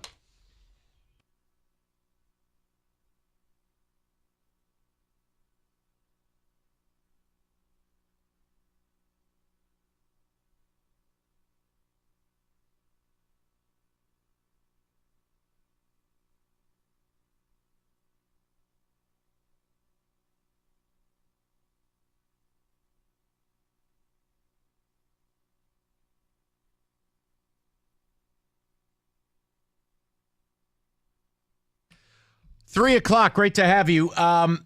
Odyssey.com rewind. You missed anything. We opened with the Wings. It's just turned into a flaming clown car. 6 straight loss, destroyed in Buffalo. I mean, it got so bad I turned it off. Guys, all the vibes are gone. If you want to hear the full presentation, we can get to it. But it was a question of, at what point? And maybe it's more wide-ranging. See, This is the first time. There's only been a couple times in my career I really couldn't figure out a large part of my audience. It'd be the first year I got here, which was a new city as an outsider. I needed to learn a lot. That makes sense. Obviously, when the world ended with COVID, I couldn't figure out left from right because people were all losing their minds. And then right now. And right now there is something going on in this town where we have turned into Cialis City. Seriously. Explain that, please. Well, this city's gone limp. It's gone soft. And basically, if you don't parrot the party line of these teams and you're not a lemming, you're somehow the Antichrist. You need a Cialis. Man, you got to pump up that flagpole because something is not right here. Think about this. We haven't won a championship in this town in 15 years. We've only won 1 in 20 years. And yet, whether I bring up dissatisfaction with the Wings and the Steve bots come out, we talk about saying Carlton Davis is a good football player, but I wanted more out of this offseason. Mm-hmm. Oh, my God. What did you just say? I really like the work Brad Holmes has done, but I'm unimpressed with free agency. Oh, my God, you son of a beeswax. Then this Scott Harris thing is the most mystical of all. Oh, I'm sorry. Is Scott Harris, is Theo Epstein inside that body and he's going to unzip himself? Because Scott Harris did nothing last year when he got here. And we all said, fine, you want to learn how crappy this team is. Then he got bamboozled at the deadline by Erod. And we went into an offseason this year where he essentially mocked people for wanting, a free agent of note. And all you offered was the dead body of Jack Flaherty, Frankenstein at third base, and Mark Canha. And I'm like, Matt Chapman, 3 at 54? Who's that hurting? And here come the Scott bots. So my whole thing is, why are you more upset at people like me who want more for you than you are the people who largely are doing inaction versus action at their job. Oh, boy, here he's raising his hand. Here we go. I think I can answer that question. Oh, I can't wait. It's because you're not qualified. And by you, I mean you, me, David, Kenny, everybody in this show, if you speak and go against the grain. You're not qualified enough to say what they should or should not do because they know it. They know their job. You just do radio and stick to that. So because I'm not a chef, I can't offer you an opinion on a restaurant? Exactly. You don't tell me how to cook something. I know better than that. Your suggestion could work and could all of a sudden be the greatest thing ever, but you're not qualified. So it's why, yes. I mean, when I saw Danielle Hunter and the deal that he signed, I was angry. I was angry for Lions fans because that's somebody you deserve for that price. 2 at for 49. 2 years. So if you were worried about, well, what about when Aiden's contract comes in? Doesn't matter. He's gone. But it helps you right now. That's something you should be upset about. That's something you should be mad about because that helps you get better. But when I have to hear, no, Brad knows what he's doing. Okay, you know what? It's almost like the little pat on the head. Good for you. No, thanks, but no thanks. Yeah, but Lion fans behaving that way is the equivalent of seeing your first breast and thinking you're Hugh Hefner. Yes, congratulations. You've sipped from the chalice of not being ass. I must have missed the 7 Super Bowls. Like, I just watched Bill Belichick get run out of New England.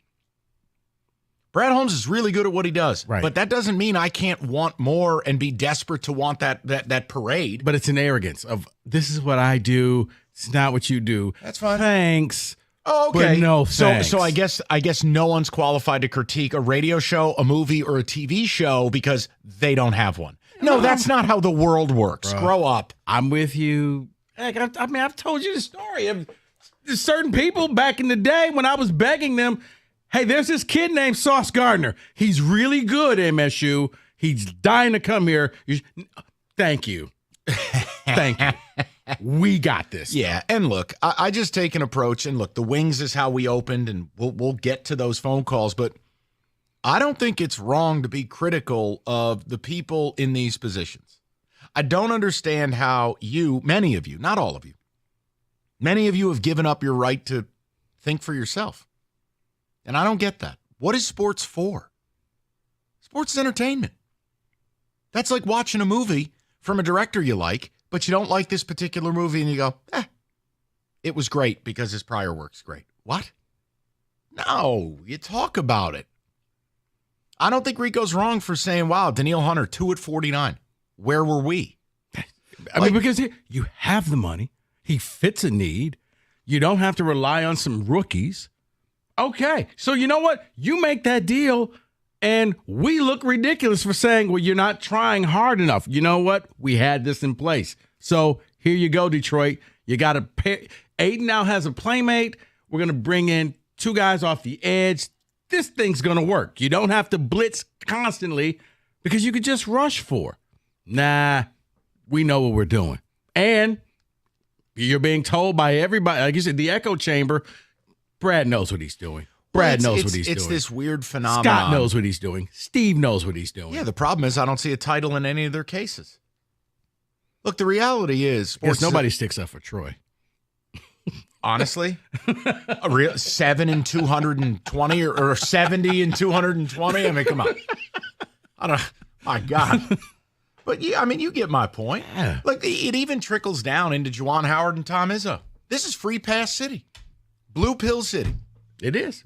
I just don't get it because anymore. if you bring this city, if you are successful one time, that's enough to buy you some years. If you're successful a couple of times, you got a lifetime deal. So the Steve Bots, as you like to call them, Steve won you multiple titles. So you're allowed to do whatever it takes.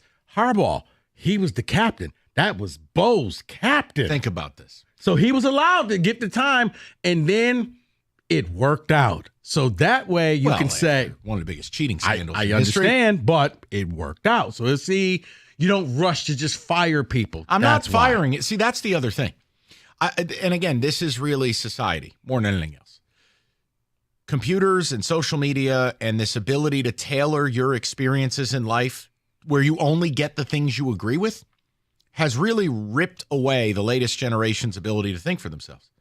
Like, you'll get a lot of these people, generally younger, calling this show. They can't think for themselves. They can only be told what to think by their talking points. And this whole Brad is telling you who he is. No, we know what he wants to do. And respect it. It doesn't mean we have to abide. You're not telling us anything we don't know. Oh, Brad told you. Guys, but see, your parents tell you things all the time. It doesn't mean you agree with them. It doesn't mean they're always right either. The Danielle Hunter thing really just sent me off the edge. Like, you had the money. It's a 2-year deal. If you're so worried about stuff down the line, you don't have to worry about it. It'll be gone. You know what's funny? You look at their cap table, and I know it's not perfect. So much of it is fluid. The projected cap next year, even if it goes up to just, let's say it went up $15 million, half of what it went up this year. They'd have roughly like $145 million in cap space. Now, you're going to pay guys. That number's going to get a lot smaller. My point is, man, I see what the Eagles are doing. I see what the Niners. Exactly. For a 2-year commitment, if you didn't want to get down on Brian Burns 5 years, I get that. I do. Would I still have looked at it? Well, sure. You didn't want to go with Wilkins. 4-year commitment, not an A. Okay, cool. But a 2-year commitment that costs you no draft picks. Correct. And money that you have that everybody else is restructuring deals in order to free up cap space. And you know what Danielle Hunter makes me feel? It makes me feel better about Carlton Davis. It makes me feel better about the kid they signed. Yeah, because here's the thing. You're going to bring the rush on the quarterback, so that means that the opposing quarterback won't have that same amount of time. Right. So that Davis and other those, they'll look a lot better. Well, like the fear I have is like, okay, DJ Reader is going to visit this week.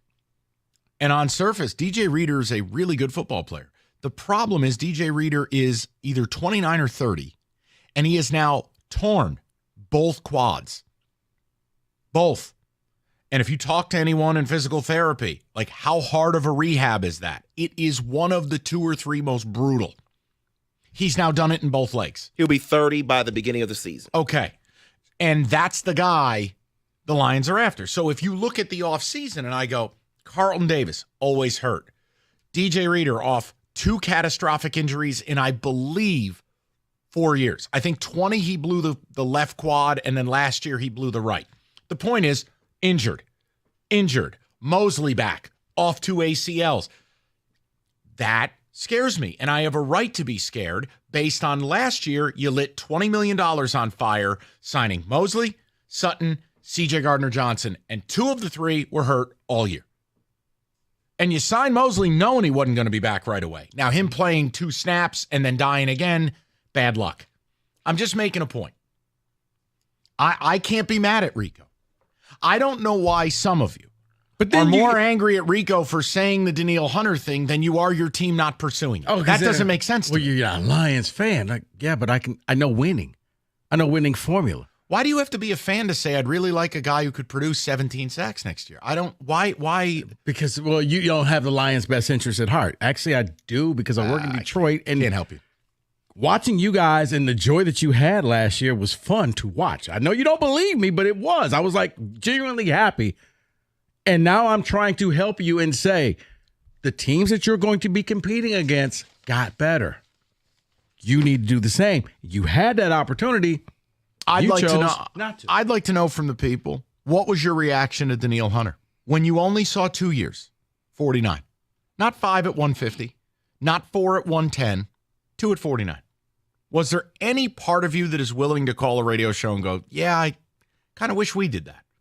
Or is it full steam ahead with the C and D list signings? Carlton Davis is a B. He's not an A-lister. He's a B lister. Don't know if Danielle Hunter would have fit the culture. And more of the Red Wing stuff, because I do think it's okay to criticize. If they don't make the playoffs, come on, man. You can't say this rebuild's going well. Can't. Rico, talk to him. Specs at LTU is the place for you. Look, you want a career in radio, TV, you're a graphics design artist. Specs at LTU can help you achieve your goals. It's very simple. You just need to be curious and visit the website, ltu.edu/specs, to learn more about the broadcast media arts, the digital media arts, and graphics communications program taught through Specs at LTU in Southfield, right here on the campus of Lawrence Tech. You're going to be taught by people like yours truly who work in the business. And with the hands-on approach and expert faculty, you're going to learn the practical skills you need to succeed in today's media industry. The beauty of Specs as well, you don't have to wait until the fall to register for the next classes. Classes are starting year-round. So head over to the website and find out when the next class is going to start, and then make sure you are a part of that. Be curious. Go to the website, ltu.edu/specs, to learn more. Then make magic by enrolling in Specs at LTU certificate program today.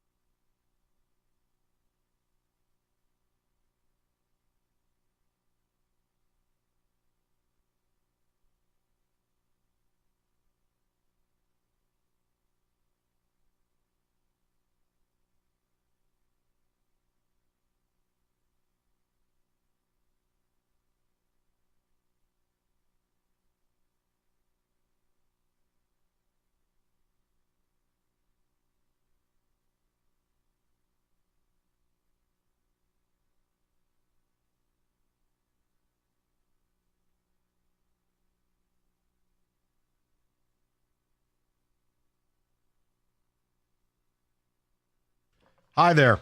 When it comes to IRS collection or audit, you need a law firm that specializes in all types of tax problems. You need Maurice and Jerry. You need Abraham and Rose. Look, there are plenty of tax organizations 15 states away who will talk to you on the phone, but you need real lawyers who are going to fight for you, create a plan, and have the experience to do so. Jerry and Maurice have that. All you need to do to start saving your time and hopefully your money is call Abraham and Rose, 248-539-5040. That's 248-539-5040, and you will never have to personally deal with the IRS again.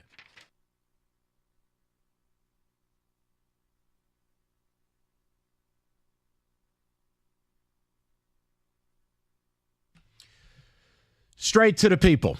Red Wings in the mix, Lions in the mix, and a more general topic of why has the tolerance in this town gotten so high for, outside of the Lions, a collection of teams that don't win?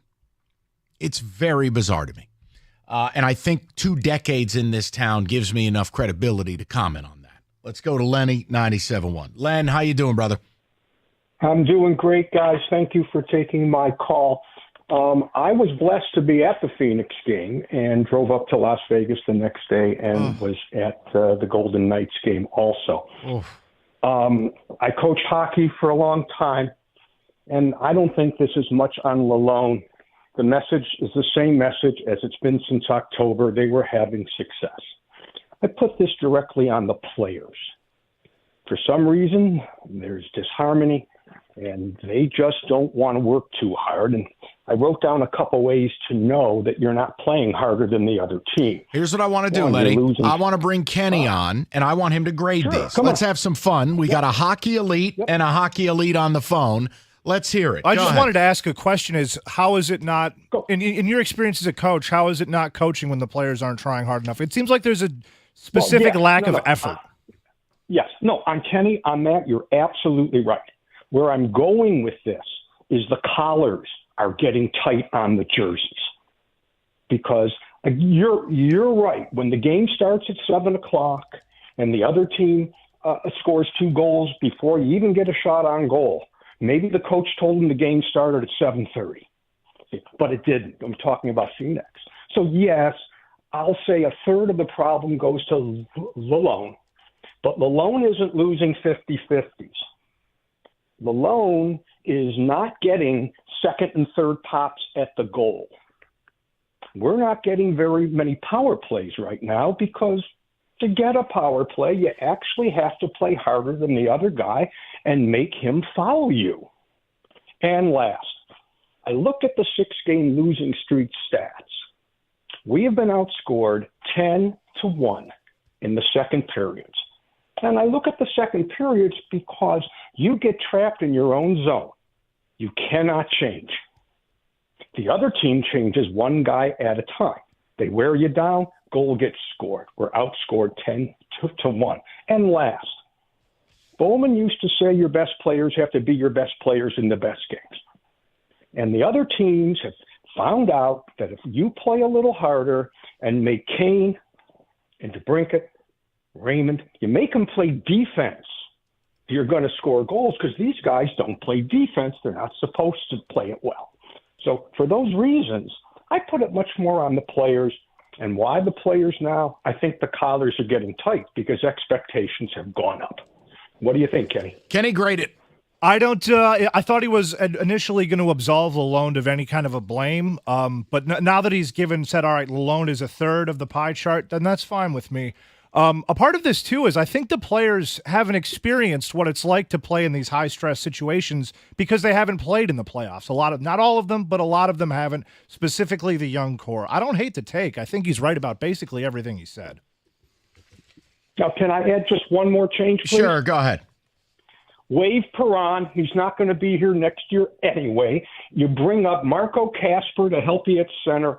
You waive Hall and you bring up Edvinson, and let's see if we get some energy into the lineup. And listen, it's been Lenny. There's nothing wrong with the suggestion. I just think it's very frustrating for me in year 5 of a rebuild that as the team is spiraling. Remember, this is a team where Yzerman brought in veterans, brought in depth, brought in two-way players, brought in a team that was going to be balanced, and brought in some guys who have had some success in Kopp and in Comfer and in some. Look, Kane. Now we have to go to the Kitty Brigade to try to save the season. That tells you the rebuild hasn't been effective. Here's an idea. In year 5, why is Petrie here? Why is Hall here? Why are some of these people here in year 5? I think a large part of that, too, is they weren't sure how healthy Edvinson was going to be at the beginning of the season. That's why you bring in a couple of those guys, your Petries, your Halls. I was going to say space holders. And now what they've effectively done is created a logjam defensively where they wanted to call him up earlier in the season, weren't sure about his health. Now they can, and I'm just not sure what they're waiting on. Let's go to Joe, 97.1. Joseph, how you doing today, brother? I'm great. Thanks for taking my call. Just a suggestion, if you want to be a sports villain, be Dr. Doom. He looks cool. That'd be perfect for you. Let me Google that. So much I'm sure Rico knows who that is. Hold on. You would like Yeah, he's Dr. got a good look. So there's so much to unpack here, but a few things I would say is I think sports fans and even the media, especially media that's been around a long time, they're very clannish. And when somebody comes back home, there's more love for them than just bringing in the unattached GM or coach. Joe, I've We been saw it saying with that for Bobby years. We saw it with Bobby Clark. We saw it with Joe Dumars, Alan Trammell coaching. So a guy's going to get a longer leash. If he had 3 years, he's going to get 5. What's sad is, as a lifelong Wings fan, season ticket holder, I really thought last year they should have got in. They just missed. They kind of imploded. This year is a repeat. Steve doesn't make moves at the deadline because I think internally he knows, why should I give up anything? Because either this team is not going to make the playoffs, and if they do, they're going to get bounced. So why give up the future? But at this point, it's kind of become a bit of an indictment. He's had 5 years of drafting. 2 guys are on the roster. Mo Sider has absolutely taken a huge step back this year. Lucas Raymond is not the next coming of Brett Hall or Shanahan, yet these guys are going to expect to get paid. And so it's kind of starting to look like Steve's drafting acumen maybe isn't as great as everybody thought. And I've been hearing for a couple of solid years now about, well, wait till this guy comes. Instead, he must not feel they're ready, and he's signing these veterans, and it's stunting the youth. And I agree 100%. I'd much rather see you throw, as long as you're not absolutely exposing these kids and ruining them, bring them up, let them play, suffer a little bit.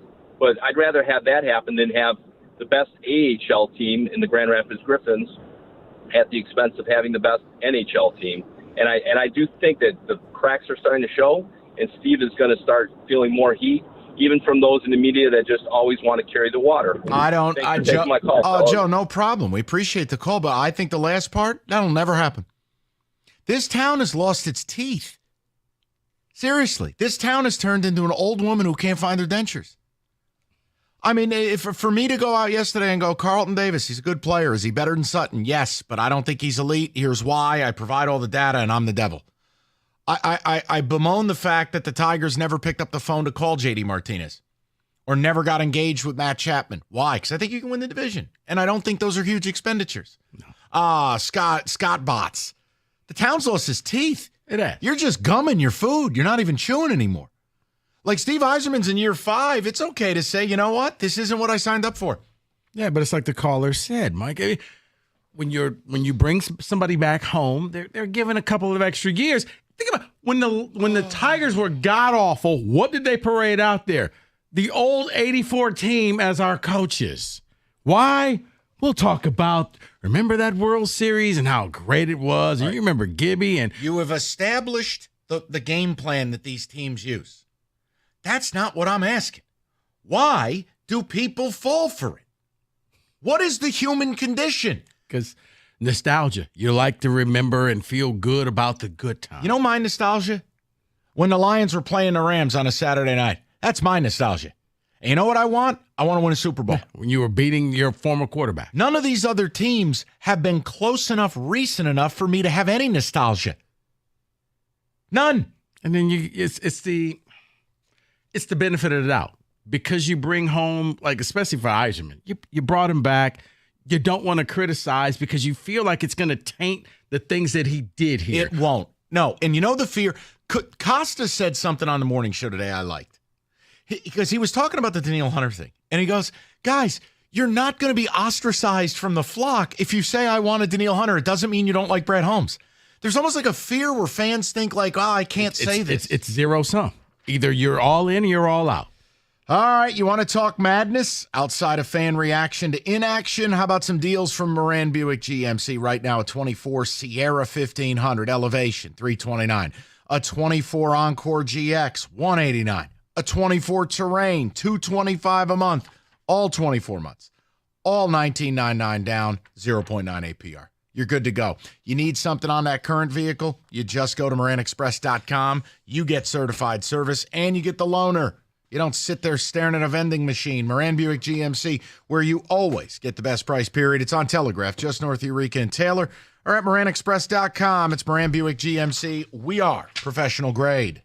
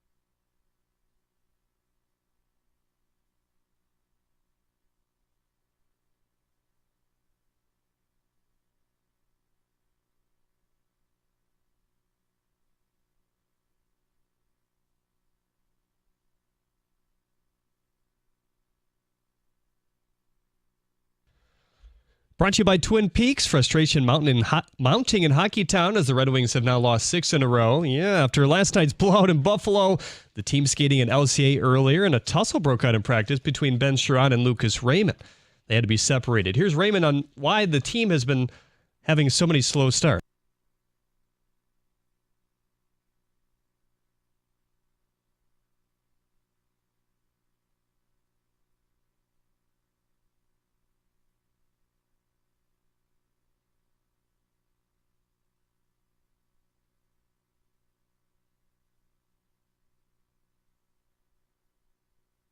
The Pistons are favored in Vegas for the second straight game as they host the Raptors. Asar Thompson has been downgraded to out tonight. His designation was listed as asthma prior, but it now has changed to medical. Just a few days away from spring ball, and Michigan has officially set their coaching staff. The latest addition being Tony Alford in the running back role, previously held by Mike Hart. Alford was on Ohio State's staff since 2015 after he was hired away from Notre Dame by Urban Meyer. The Tigers lost to the Phillies 4-1 today. Jack Flaherty dazzled this afternoon, notching 4 innings and 5 strikeouts, only giving up 1 hit and no walks. Joey Wentz threw 2 innings as well, giving up just 1 earned run and striking out 3. Khalil Mack will be staying in L.A. and restructuring his deal to help the team get under the salary cap before the 4 p.m. deadline. Chargers also releasing Mike Williams earlier, who was owed $20 million. Eagles kicker Jake Elliott has re-upped with Philly on a 4-year, $24 million deal. He's now tied with Justin Tucker for the highest paid kicker in NFL history. At the Corewell Health Update Desk, I'm Jeremy Otto. More at 4 or at 971theticket.com.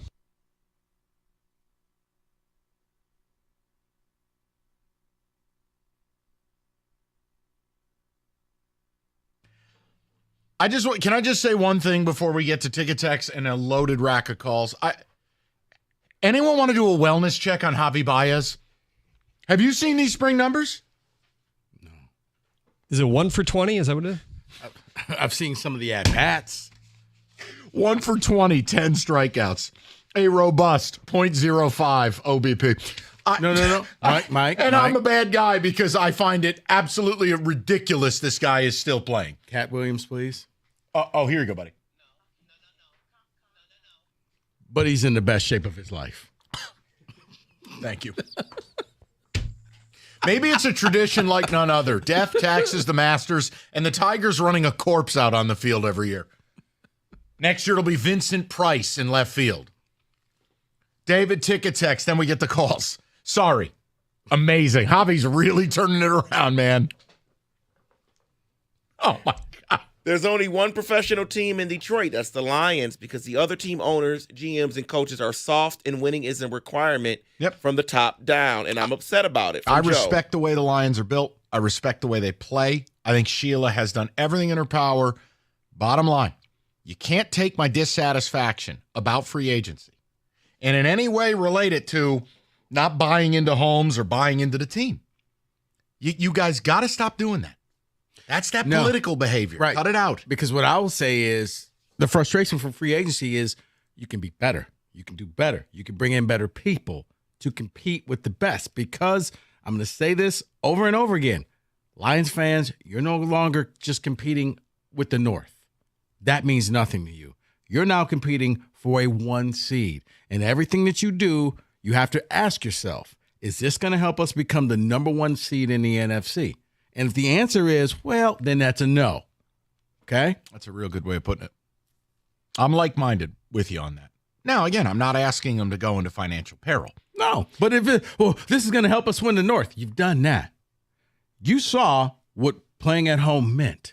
It's the best home field advantage in the sport, maybe outside of Arrowhead. You want all the games here in Detroit.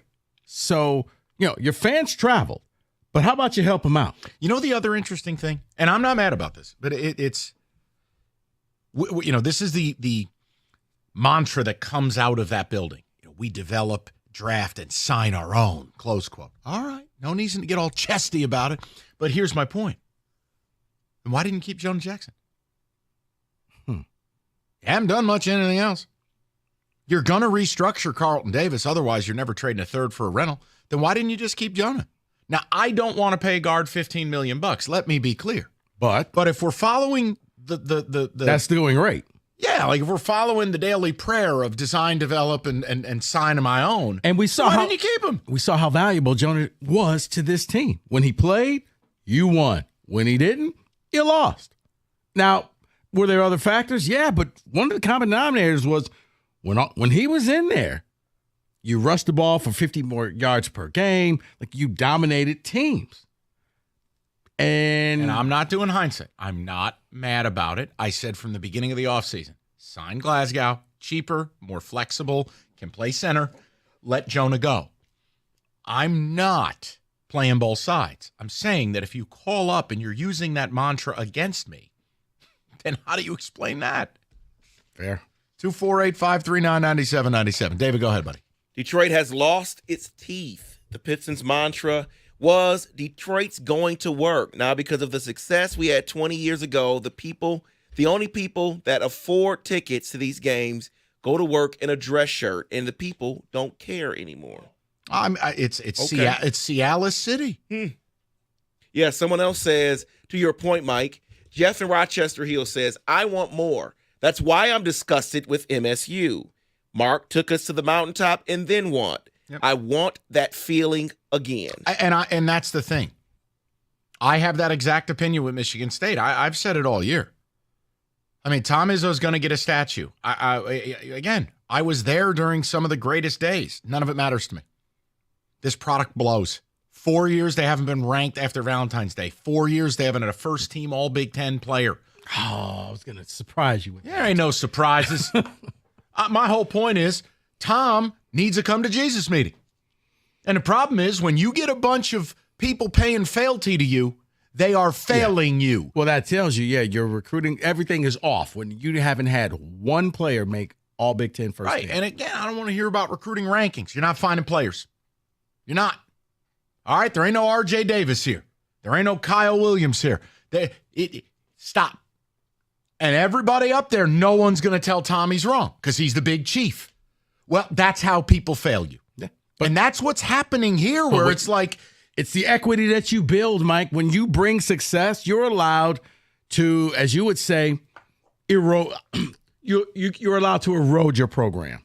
Not tear it down. No, you're not. But you're allowed to erode it. It's like a marriage. You can have 5 great years, but if the next 5 years are horrible, sorry, you just might have to make changes. Hey, remember that vacation we took, though? It was great. Oh, you are something else. It was great. Come on, man. We went parasailing. I'm demanding that again. I mean, look at your kid, David. There's the trophy coming back for our vacation.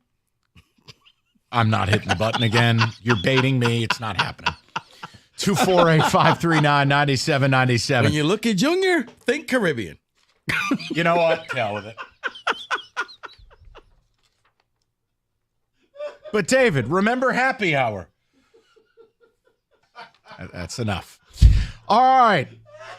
We'll get to the phone call shortly. Paulson's the annual inventory clearance sale. Let me translate this simply. Everything's on sale. 70% off, up to 70% off. They're getting rid of everything. Meaning OLED 4K smart TVs, $16.99 out the door. Speakers, amps, you name it, they got it. It's on sale. And even on an everyday basis, not during the clearance sale, their prices are lower than Amazon Prime and Best Buy. You don't believe me? It's right there in the store. Go to paulsonsav.com. Maybe you got a product in mind already. Check their stock list. It's Paulson's, the toy store for grown-ups, 12 Mile Road in Farmington Hills. paulsonsav.com. That's paulsonsav.com.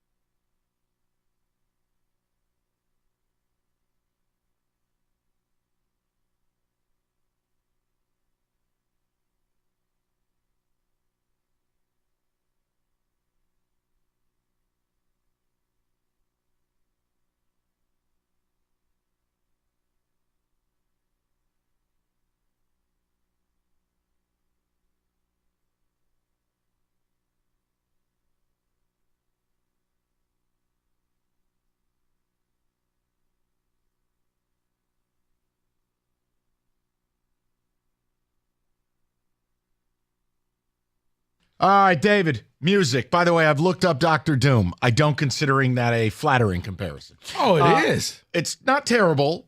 Mike, he's one of the top villains. But I'm not a villain. I just wanted an edge rusher, or I wanted the Wings to make the playoffs. Well, it's not really, he's like an he wants the world a certain way.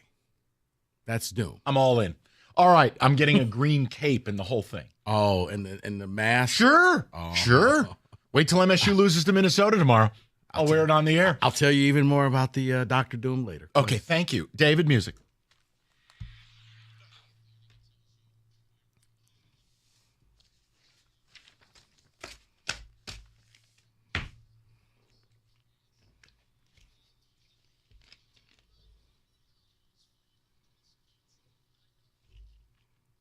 Well, guys, I have your first post-free agency mock draft here. Ooh. So let's see if some things have changed. I always hear Doug after Yeah, you do that. Hold on. Somebody call Gator. More football questions.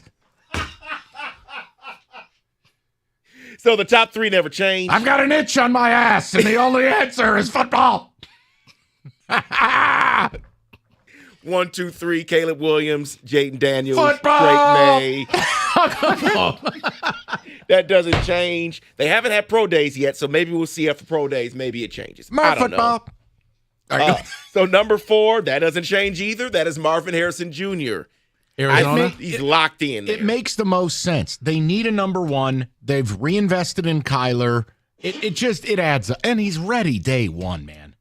Are there trades in this mock? There is one trade. Because I think Arizona can still get Marvin, but move out. More football. And they could move up with your Giants. It'd be amazing. Love it.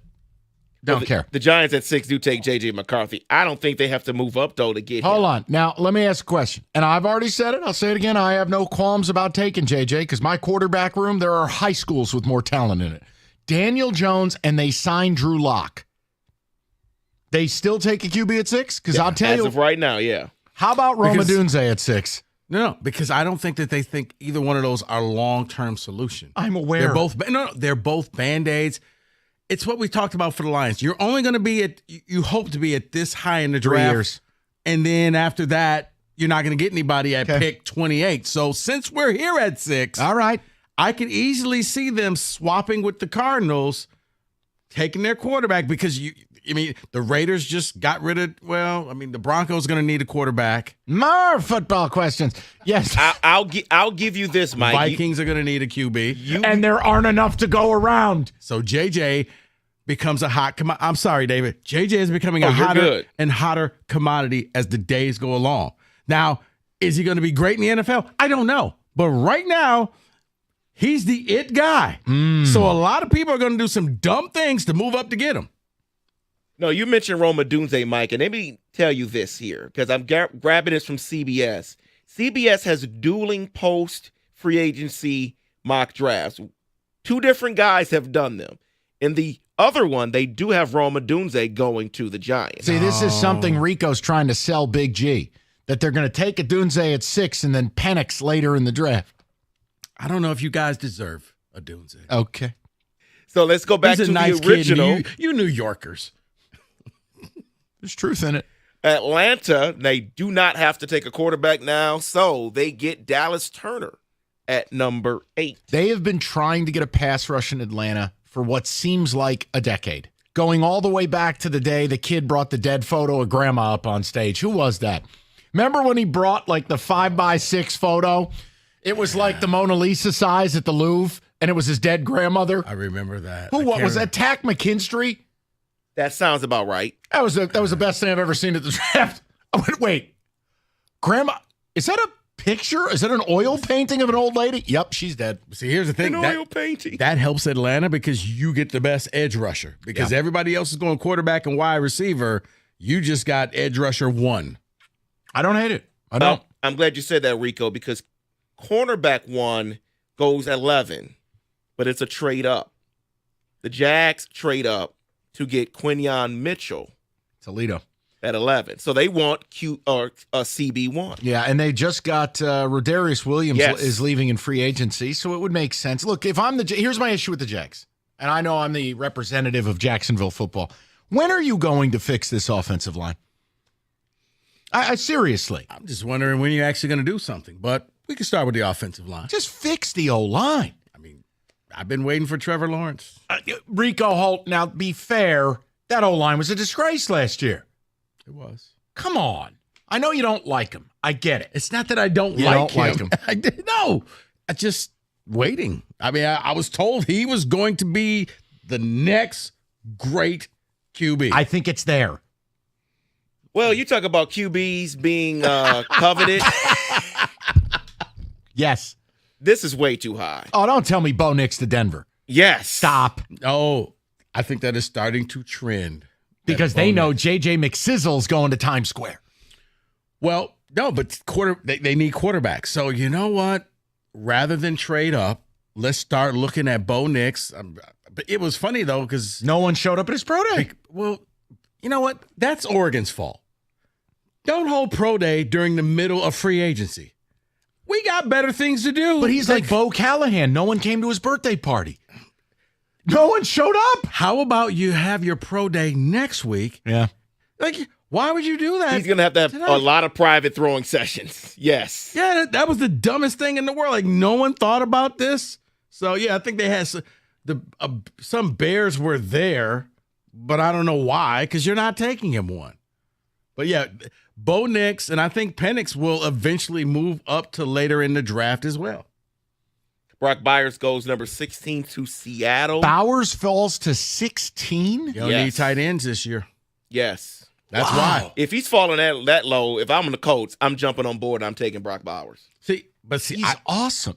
What on earth? But I don't approve of this because I've never been one to take the local hero. But Seattle is a place where they could take Penix and say, we're going to take the local kid quarterback and you'll get a year to get ready. And then next year, we're going to hand the reins over to you from Geno.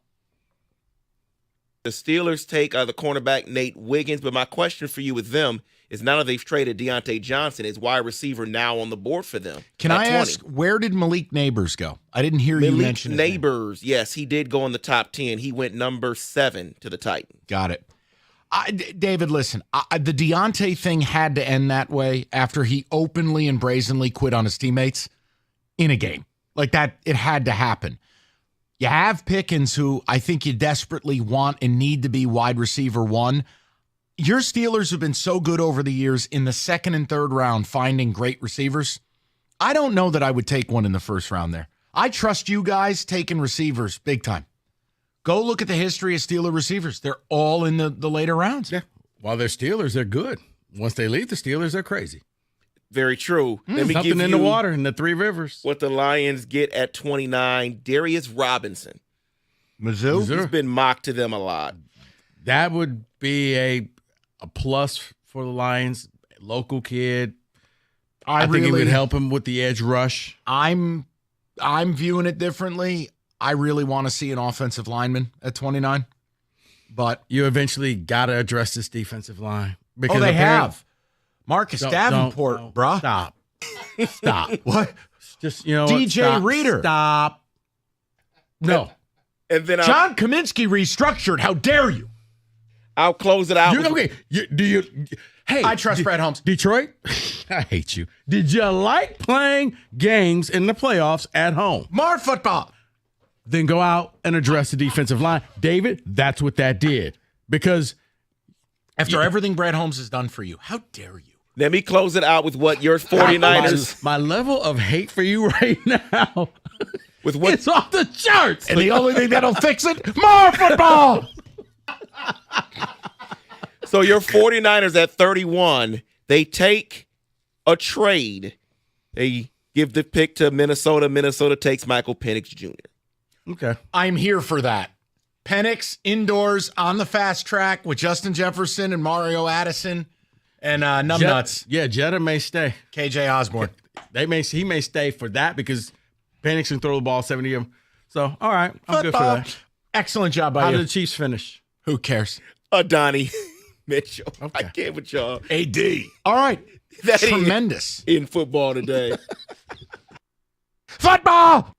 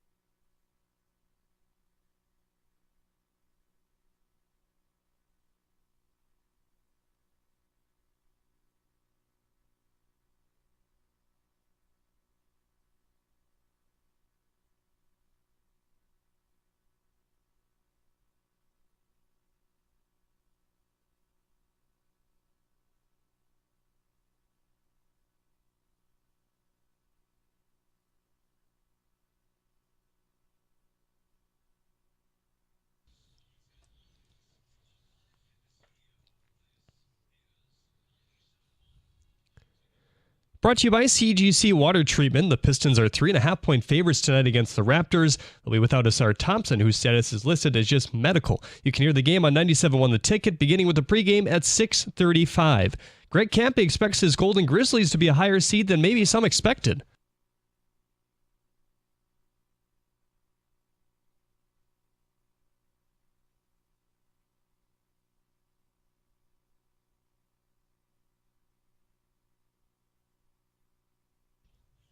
The last two Horizon League representatives have been a 16 and 15 seed, including an appearance in the first four by Wright State in 2021, a game they won. In other mid-major hoops news, Tony Barbie has been named MAC Coach of the Year after turning the men's basketball team at Central Michigan around. Central has logged their most wins since the 14-15 season. Barbie brought in 12 new players and returned just 4 from last year, a team that won just 10 games. The Chips will begin their MAC tourney run tomorrow against Bowling Green. Derek Lalone said today that he does not expect Dylan Larkin to be ready to go this weekend as the 2-week threshold of his lower body injury approaches. He added that it could change, but he expects him to be back at some point next week. The team skated at LCA earlier, and a tussle broke out in practice between Ben Sherrod and Lucas Raymond. They had to be separated. Detroit hosts the Coyotes tomorrow at 7. At the Coral Health Update Desk, I'm Jeremy Otto. For more, go to 97.1 The Ticket or Odyssey.com.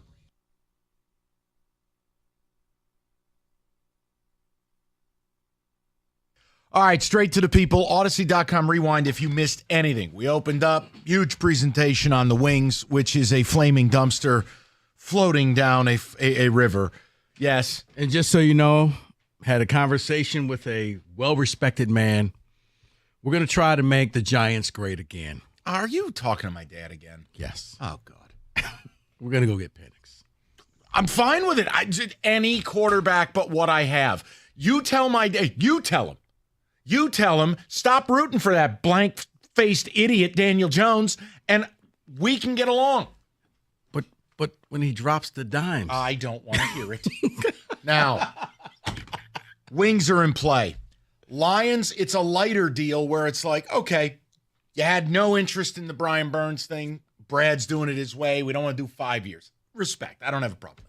You know, Wilkins, way overpaid, 4 years. All right, I can work my way around. Daniil Hunter, 2 years, $49 million, and we couldn't get in that bed. What? And that's almost criminal. What are you trying to prove? So it's just a question, would anything move you to a point of dissatisfaction with the offseason? And please, I'm begging you, don't parrot the softball media and give me one of these takes that you read this morning about, well, Brad's told you what he was going to do. I don't care. You're a human being. You have a right to your thoughts and to how you want to do it. That's why we're fans. Yes, we know Brad has a model in place. But I think if you're rigid about how you do it, very rarely you're going to get where you want to go. You're not a bad fan, and you're not turning your back on Brad Holmes if you say, damn, I wish we got Daniil Hunter for 2 years. I don't think that makes you a mean person. No, I think it makes you a smart person. I think it makes you a person that thinks for yourself. I think it makes you a person that sees this is a need. You are bringing him here. You're subtracting from the Vikings. You're bringing him to Detroit. He can help you on the pass rush, and it helps you try to achieve a number 1 or number 2 seed overall next season. Here's the one note, and then I'm going straight to the callers. If you want to understand why, it's not star bleeping. It's not what it is. Do you know the first thing people are talking about right now with the Texans? Besides Super Bowl? They have the best duo of pass rushers in football. Daniil Hunter and Will Anderson are going to be a nightmare to block. That's all I want to create for you. So for all of you who think I'm Dr. Doom here, and I'm a bad guy, and somehow all of a sudden I've been effusive in my praise of Brad Holmes, but I don't have to drink the bathwater, I want to get Aiden a bookend. And I want Aiden and whoever I sign to be that fierce duo, to carry you to hopefully a Super Bowl. But if you think that Marcus Davenport is that, God bless. If you think DJ Reader off 2 blown quadriceps is that, amen, hallelujah. You do whatever you want. I just feel like I'm with Rico on this. While the Brian Burns thing would get complex, you'd have to give up stuff, and 5 years and a lot of money. Okay. 4 years on Wilkins, Fine enough. But 2 years? 2 for money you had. You didn't have to restructure anybody. You didn't have to say, hey, your contract's a little too much. We need to get under the cap. You have money to spend. You have the advantage that a ton of NFL teams would love to be in. You know where I would have done a cartwheel? And they're not going to do it. But, like, can you imagine how differently we view? It's a lot like the Wings signings this offseason. How differently you view the signings when they're re-slotted. Once they got to Brinket, the Comfers of the world and the depth signings made more sense, right? Mm-hmm. Can you imagine if they were able to land L'Jarius Sneed? What you think of Carlton Davis becomes a completely different conversation as your number 2. Or you 3. would have created a dominant lockdown duo. Dominant. Because Carlton Davis doesn't have to be the guy who faces the number 1 every week. Then Sutton's on the bench. Or I was just saying, you know what? Davis, you, Sutton, figure this out. Yes. Winner gets the 2. Third one, you get the slot. Yeah. But you see what I'm saying. Yeah, it would make total sense. I just have such a hard time if the offseason is Davis, Marcus Davenport, The whole time Reader. I'm thinking, like, this can't be it. But I'm waiting and waiting and waiting. But I think it is, man. The way that Brad has been doing it, I'm still waiting for news. Hey, the Lions just went out and got Joey Bosa. Yeah, well, you know what? You're a piece of garbage, and you don't get to question him. All right, let's get to the people calling in about the Wings collapse, calling in about the Lions. Lots of good stuff. Brandon's been very patient. He is next. Brandon, how you doing, buddy? Hey, I'm good. Thanks for taking my call. Yeah, Brandon. What's up? First of all, I'm surprised you guys completely glossed over the reason for all this, and that's the patch. Yeah, you know what? You've nailed it. Brandon, I did not want to go that simplistic. I didn't want to tick off Kenny. No, he's absolutely right. It's the Larkin goes down, 6 straight losses. We're losing badly. Now there's a fight on the ice in practice. It's the patch. Or you know what? Maybe it's the karma for Costa stealing the car flag from the show. Yeah, we are now the Danbury Trashers. Oh, my God. Great pull from the documentary. Fantastic work. Yes. Brandon wins the day. Yes. But I would like to go out. I mean, you're hammering, and I am not. I'd like to start off. I am very disappointed in where we're at. But the 5-year thing that you're hammering on, which I agree to an extent. I don't think there's an example from hockey that 5 years is really this big turnaround mark without landing one of those big top picks. I mean, in Tampa, he had the Hedman and the Stamkos, and then he hit on those draft picks later with Braden Point and Kucherov, and he hit on those guys. He hasn't landed those yet. I don't see those. Chicago's big turnaround with Kane and Taves. Pittsburgh had Crosby and Malkin, and I really think the time clock started for Stevie's tenure when he got the new coach. I really think that's when he said, all right, we're finally going in a direction. And year 2 on that, I am disappointed. I love Lalonde as a guy, but as a coach, I'm starting to get some questions. And then, of course, extremely disappointed with the Cop, Sherratt, Hall. It's just going down a bad road now. And I don't know what the remedy is for that.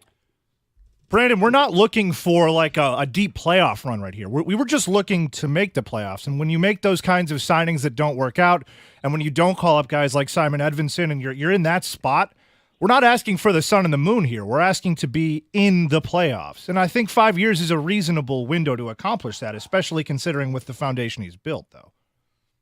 No, sure, to make the playoffs. I just, but I don't see. I don't know where the reference comes. Where is another team that's gone from where we were, the league's worst, and not hit the lottery luck? Which Well, now hold on. So can I, Brandon? Let's have an open convo here, and Rico, jump in if you want to.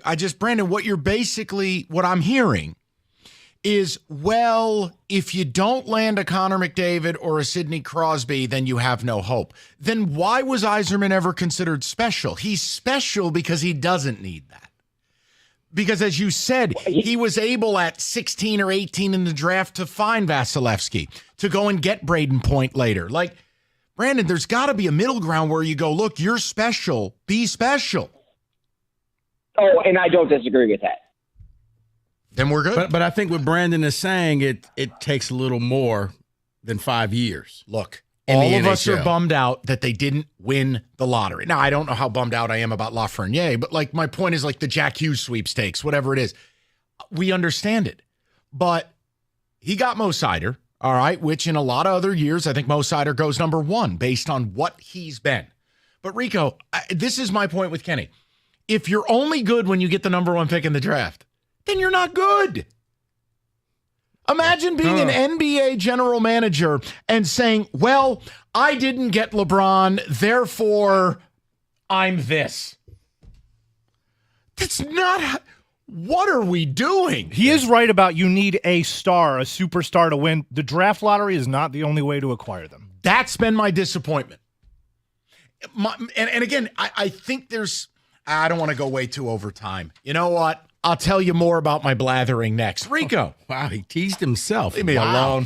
Let's talk about these Not that kind of tease, David.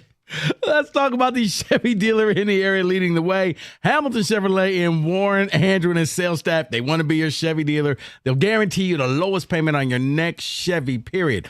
All March long, Hamilton Chevrolet is participating in the Truckload of Hope campaign. That's a donation drive that supports over 400,000 people. So stop in, drop off essential shower and household items for this great cause. And hey, while you're there, check out Hamilton's great inventory, including this month's Rico deal, a new 2024 Chevy Silverado Crew Cab 4x4, $349 a month. Yeah, you heard me right. $349 a month for 24 months. You walk in with $995 down and you drive away with 10,000 miles a year. You know what I say. The best deals are found at 14 Mile and Mound. Stop and see my guys at Hamilton Chevrolet for details. Tell them Rico sent you. Make Hamilton Chevrolet your Chevy dealer. Visit HamiltonChevy.com. Together, let's ride.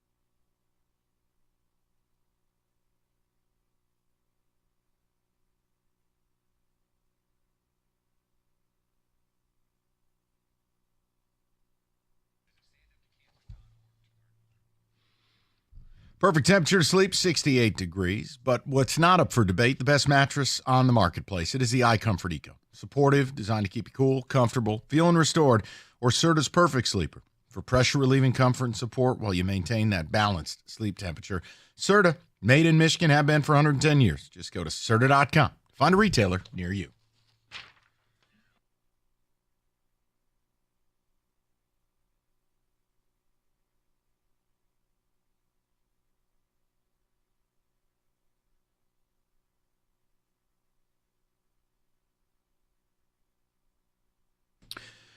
All right, straight to the people. We go to Trevor as we cruise along on a Wednesday afternoon. Trev, how you doing, bud?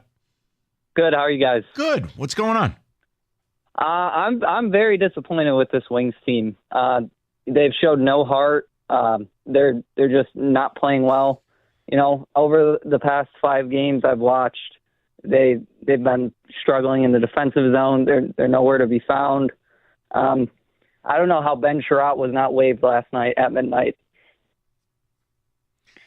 Well, here's where we've arrived. So, Trev, who are you blaming the players? Are you blaming Lalonde? Are you starting to go, hey, the Yzer plan is not on track? Well, let's start there before we get into the whole roster management.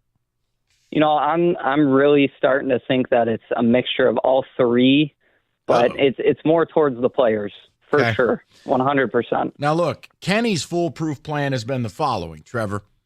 Hull is gone. Petrie just doesn't dress. You bring up Edvinson, and you just give it a roll. Can it be worse? I mean, last night, Trevor, I had to turn the game off last night. You get to a point where it's like, they're not here, they don't care, neither do I. That's it.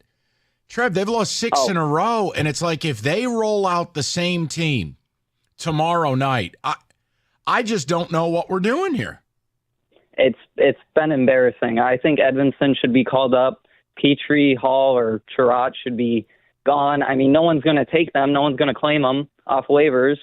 They're so bad. So, Kenny, what is that the move? Is that where we go? Yeah, he's right. Nobody's going to pick them off of waivers. Nobody wants any of those contracts. So can I ask a question then? Why 5 years into this rebuild do we have such regrettable dreck that you even have this on the roster? I think at the beginning of the season it was Edvinson probably isn't going to be healthy enough to crack the opening night roster, so we need to fill that stopgap. We need something there.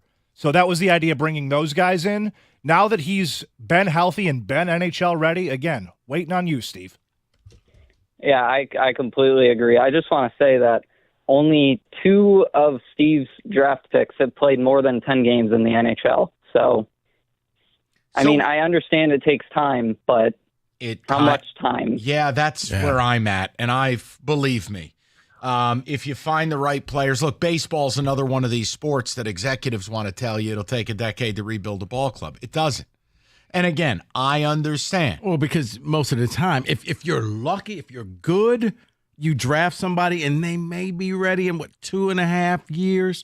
But you're looking at maybe 3 years or 4 years before they're ready to come up to the big league. Well, it's the other example, and I know we're wide-ranging, but like when the Rangers select Wyatt Langford and he is going to break camp as a rookie with the Rangers on a World Series team, and I'm sitting here with Max Clark and I'm 4 years out, I'll never understand it. Yeah, but sometimes that's the unicorn, Mike, where you get that one guy. What about the kid the Angels drafted last year, Neto? He was up 6 months after they drafted him. Then they brought up their first baseman whose name escapes me. Understand, but Mike, when you look at certain teams, yes, they just seem to find people who fall out the sky. That's what I'm paying Yzerman for. I'm not yelling at you. I'm projecting. But certain teams can just find people, and it's just like, oh, okay, there's Michael Harris. He's up with the Brave squad. In fairness, there is guys in the minors right now who are NHL ready, who are currently blocked that are Yzerman guys. Also, the ones that he's drafted more recently seem to be blossoming pretty quickly. Kos is probably a year away, too. You're a guy, the not Italian, Mike? Listen, my cousin is going to save this whole deal. He's from, like, Saskatchewan. Shut your face. There's a huge Italian community in Saskatchewan. It's a very ethnic community. Lots of Italians north of the border. So real quick, Mike, a little off subject, but it's been official. The Niners have just released Eric Armstead, one of the teams interested in him, the Lions. Would that be a move that moves the needle? Defensive lineman, San Francisco 49ers, they just released him. It makes me feel a lot better because he's an accomplished player. He's reliable. He's static, which would fly in the face of how they play, which is the Niners. Armstead's always lined up on the right side. Always. Hargrave is always on the left. The Lions want to, 3-card money. I'm never going to say no. But Armstead is not a pass rusher. But let me ask you this question, Rico, because maybe I'm wrong. Wasn't he injured in the playoffs? He was playing with an injury, right? Yeah, he was dinged up. Yeah. But he went out there and played and actually had, some big moments in the game. So he toughened it up, went out there and got it done. If you're asking me which player I'd rather have, DJ Reader or Eric Armstead, probably Armstead. Yeah. But it's... So, yeah, David, but it's one of those 20 games into the season, everybody's hurt. Here's the problem. The other issue I take, and why I'm not excited about either Reader or Armstead, they're both 30 years old. It's a young man's game. And if I'm going to sign a guy who's like, if I sign Khalil Mack, well, he's old, Mike. He's a specialist.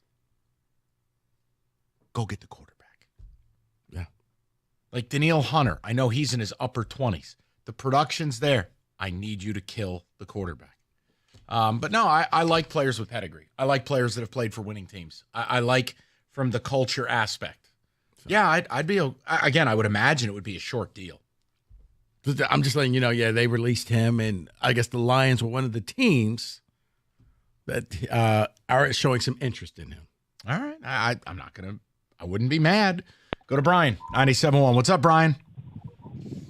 Hey, guys. How you doing? Good, Brian. What's going on? Not much. Well, I, as a Lions ticket holder, season ticket holder, the big talk at the end of the year was the fact that our ticket prices went up for next year. And everyone in my group, everyone that were season ticket holders, were completely fine with that. And we're talking I think it's between 30, 35% ticket increases if they went out and used that money in free agency. That was the entire talk, because that felt like this is not the same old Lions. Yeah, we're going to increase prices, but we're going to actually spend that money.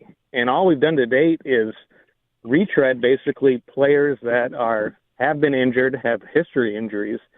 And, I've been on Pro Football Focus for years now. I mean, Carlton Davis, I don't think has ever had it above a 66 or 67 grade, which 60 is average, is an average player in Pro Football Focus. Well, what I had used, it's funny, and Brian, there's a lot to unpack here, and I'm glad you brought it up. I do view things the way you do. The Lions, in the middle of the night, hey, hope you enjoyed the success. Here's your bill. And then we're all excited about it. We all feel like they're a Super Bowl team. And the offseason so far, I fought the battle with Carlton Davis yesterday, where is he better than Cam Sutton? Yes. Well, that's no great shakes. 3 straight years, according to Pro Football Focus, of declining play. He's missed 16 games over 3 years, at least 4 a year. And you know what's funny, Brian? You ask yourself this, and no one gave me an answer for this yesterday. They just made fun of me and called me a racist. If he's so great, if he's this unquestioned number one impact corner, why would Tampa Bay be so apt to get rid of him? Exactly. When they could have just restructured him and kept him for another 2-3 years. Yeah, and $14 million for a shutdown corner is not that expensive if he was a shutdown corner. And if you restructured him, it'd be zero. Exactly. So I just like to ask that question. And again, Brian, I'm happy Carlton Davis is here. Why? He's better than what I got. But I'm not acting like you traded for Sauce Gardner. Well, let's not forget, you got a Meek Robinson, too. So look, he's a nickel actually, corner. I was actually slightly more excited for that because he actually has gotten better. And the last half of the year, he was grading out at a 76 or 77. Yeah, he's dirt the last cheap. 8 games. He's physical, So even though he's undersized. Better about that. Yeah, and look, he's going to play the nickel, and he's cheap. I'm not mad at that. It takes a lot for me to get mad. I'm just disappointed in the signings. Brian, I'm when you see Danielle Hunter goes 2 at 49 last night. That's what ticked me off. Okay. That's what finally ticked me off over the edge because that's very reasonable and only a 2-year deal. All right, this is good. So Brian's destroying chairs in his own house. No. No, but you could. It's just like I'm a Michigan State season ticket holder too. I can, everyone always gets on me for getting on Tom because everything is done. You can do that.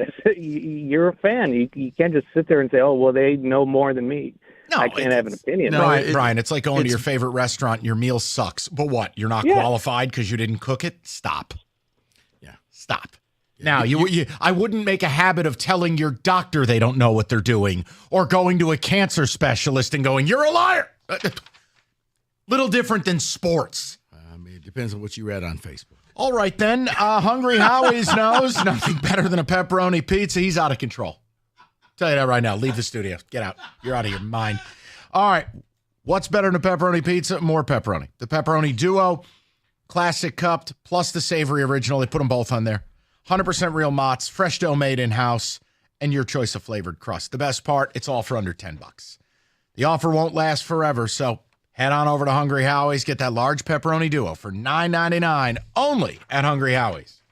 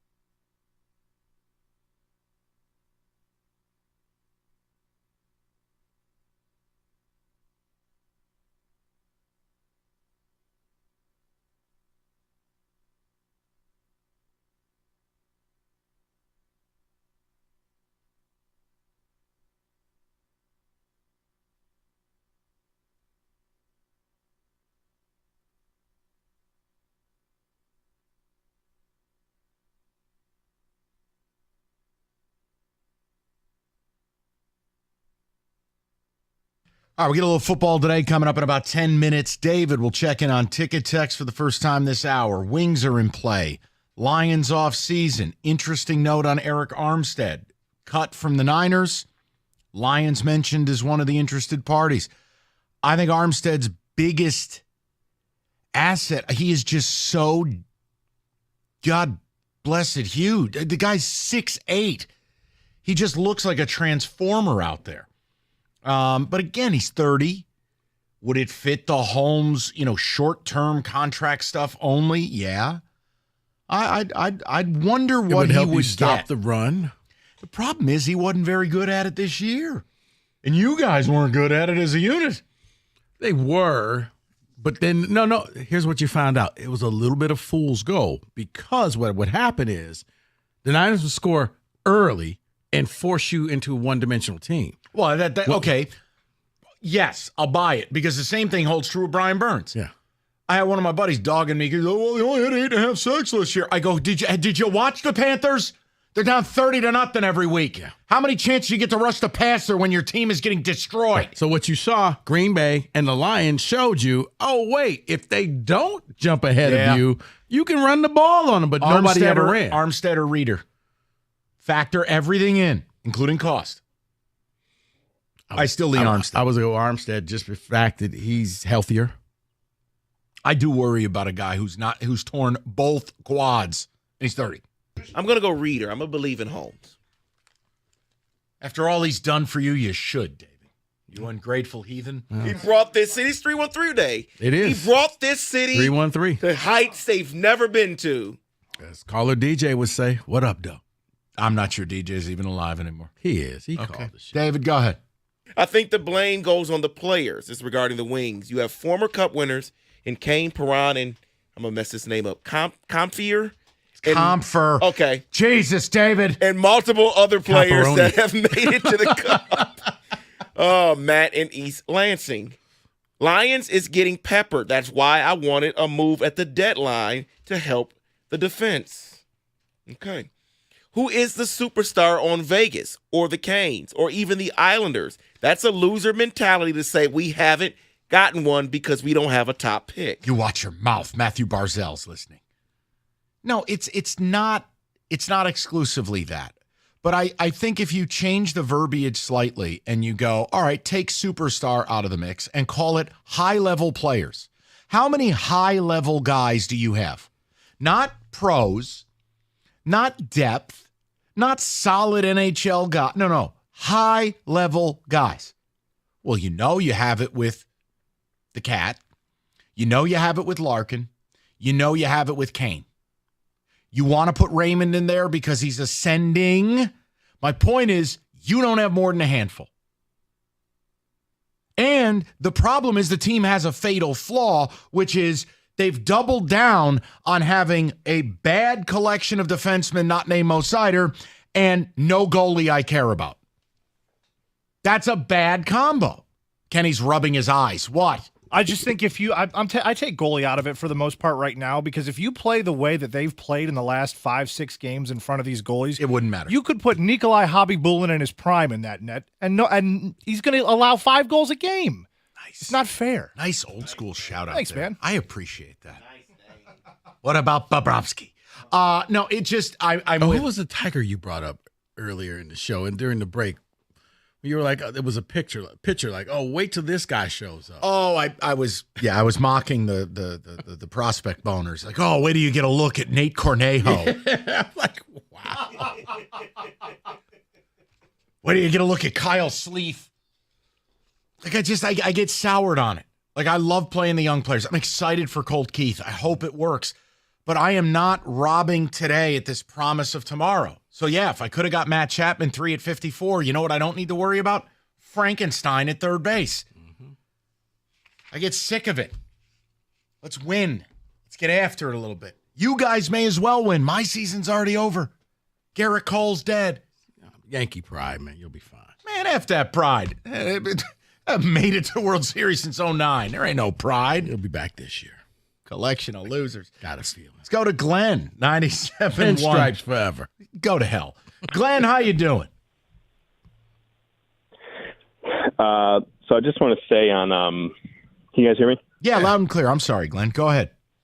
I just want to say on the Lions, I would say underwhelmed. Okay, hold on. I'm putting Glenn, you're on hold. Glenn, you're on hold. I can't hear you now. That's one, Kenny. No. Glenn, just check on Glenn. It sounded like he dropped his phone down a flight of stairs. I want to make sure he's okay. We'll go to Shane and we'll make sure everything is okay. Everybody calm down. Shane, what's going on, buddy? Good afternoon, fellas. How you doing? Good. Good. Just want to touch base kind of on the Red Wings. Hold on. Hey, Shane, you got us on speakerphone? Oh, yeah. 1 second. Sorry about that, guys. Can you hear me better? Loud and clear. Loud and clear. All right. Just want to touch base on kind of Detroit sports in general. I just feel like all four of these sports teams, they just don't do anything to bring in some of these bigger players outside of maybe DeBrincat or Kane. But I just feel like the last time anybody did anything, brought in any sort of fun, which it was a terrible trade, but Blake Griffin was kind of like the last fun guy. It's just disappointing, man. I mean, the Red Wings didn't do anything at the deadline. You know, obviously maybe not many people expected it, but the lack of defensive talent on this team, you'd think they bring somebody in, and Brad Holmes kind of bringing in just 1 year injured guys or guys that really aren't top tier, I guess. It's really disappointing to see. You know, I want to ask you a question. Shane, I want to ask you a question, and I'm not being presumptuous, but if you listen to this show on a semi-regular basis, how do you explain the general reaction of your fellow fan where they get angry at any questioning of the regime? What is that exactly? I don't know. It just seems like all the Brad bots and the Steve bots are out lately, and it's disappointing. Like I trust Brad Holmes, but at the same time, it is really disappointing he hasn't brought anybody in, especially with Daniil Hunter going for 2 years, 49. It is disappointing. I feel like we could have hopped on that, or even last year's at the trade deadline, the Montez Sweat thing or Chase Young. I was expecting to see somebody. I was listening all day to you guys with my earphones in. Nobody was brought in for any help, and besides Donovan Peoples-Jones, who's just a wonderful defensive player. Am I right? But it is upsetting. I don't know. It's disappointing. No, it's just weird because this town has lost its teeth. You know, and it's like, I mean, Shane, the best example is like when people get upset and they defend Scott Harris. I'm like, what has this guy done? I'm sorry, is Theo Epstein or Andrew Friedman here? Like, what? The guy boned the trade deadline, did nothing in the offseason anyone cares about. But he was going to be the next wonder boy coming from the Giants. And guess what? He might be brilliant, but it's not wrong to say, damn, why not place a call to JD or Chapman and let's try to win the Central? Yeah. So how did you get played at the trade deadline? I think it's funny because I'm watching the Red Wings game last night. They scored the 7th goal in the second period midway. And I'm looking up the Pistons schedule because, who tunes into them. But I'm more excited for their two wins out of last 3. Kind of excited for tonight to see if we can get some winning going. It feels like the 6-game win streak for the Red Wings was 5 years ago now. Kane's Chicago overtime goal, and it's just disappointing. You're looking forward to the Pistons playing when the Red Wings aren't doing anything, and we're not getting anything on the trade deadline or the free agency for the Lions. It's just upsetting. It really is. It is because you feel we don't make any big moves anymore. You feel like the Lions are so close, and I just want to see him take that step. And hey, man, draft, develop, re-sign. I respect it. And I think it's absolutely got to be the backbone of what almost every team does. But to suggest that, like, getting some outside help in a big way is this insidious idea or you're an idiot. No, it's free weird. agency can be an infusion of talent, of right now, that it's specific need to get you over the top. That's why when I see Daniil Hunter going for the price that he did and you could afford it, I do want to know why. Why would you pass on this? Hey, David, you're number 1 too. All right, listen, FanDuel, $200 in bonus bets. Any winning $5 wager, that's $200 if you bet wins. You bet on anything you want, including college basketball. FanDuel.com/ticket. Make your first bet a layup. FanDuel, the official sportsbook partner of the NBA. 21 and up, present in Michigan. First online real money wager only. $10 first deposit required. Bonus issue. Non-withdrawable bonus bets that expire 7 days after receipt. See terms. Sportsbook.fanduel.com. If you have a gambling problem, just call 1-800-270-7117.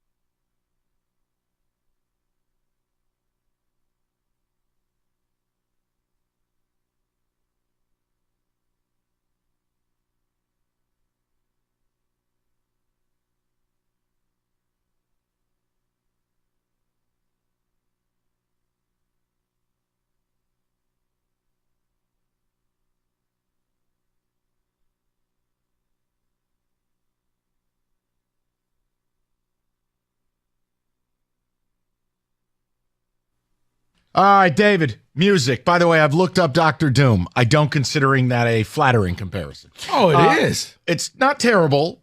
Mike, he's one of the top villains. But I'm not a villain. I just wanted an edge rusher, or I wanted the Wings to make the playoffs. Well, it's not really, he's like an he wants the world a certain way. That's Doom. I'm all in.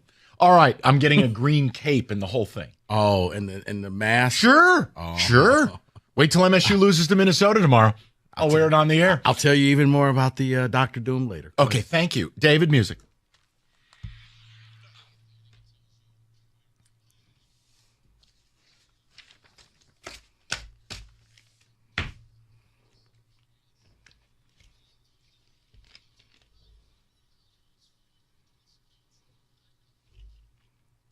Well, guys, I have your first post-free agency mock draft here. Ooh. So let's see if some things have changed. I always hear I hear Doug after Yeah, you do that. Hold on. Somebody call Gator. More football questions.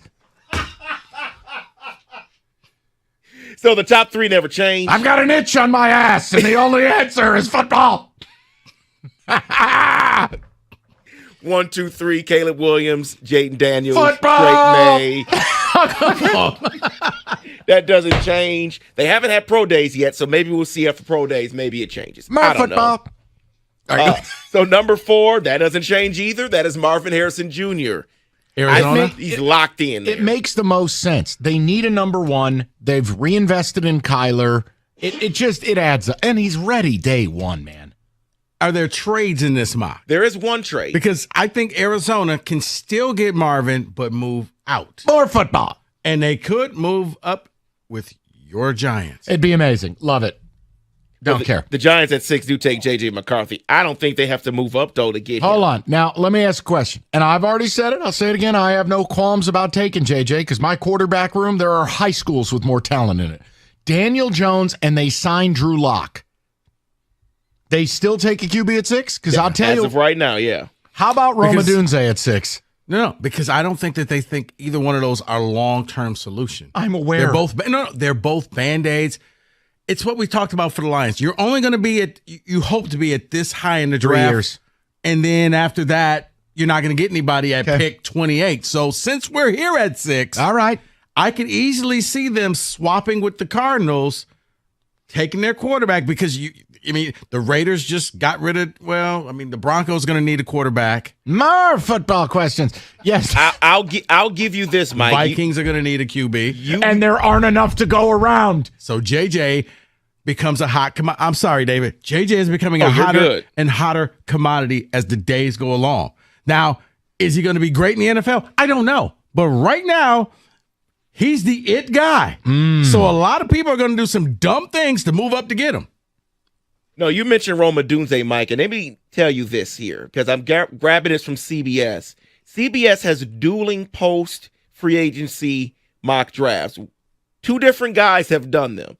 In the other one, they do have Rome Odunze going to the Giants. See, this is something Rico's trying to sell Big G, that they're going to take Odunze at 6 and then Penix later in the draft. I don't know if you guys deserve Odunze. Okay. So let's go back He's to a nice the original. Kid, you New Yorkers. There's truth in it. Atlanta, they do not have to take a quarterback now, so they get Dallas Turner at number 8. They have been trying to get a pass rush in Atlanta for what seems like a decade, going all the way back to the day the kid brought the dead photo of grandma up on stage. Who was that? Remember when he brought like the 5x6 photo? It was like the Mona Lisa size at the Louvre, and it was his dead grandmother. I remember that. What was that? Tack McKinstry? That sounds about right. That was the best thing I've ever seen at the draft.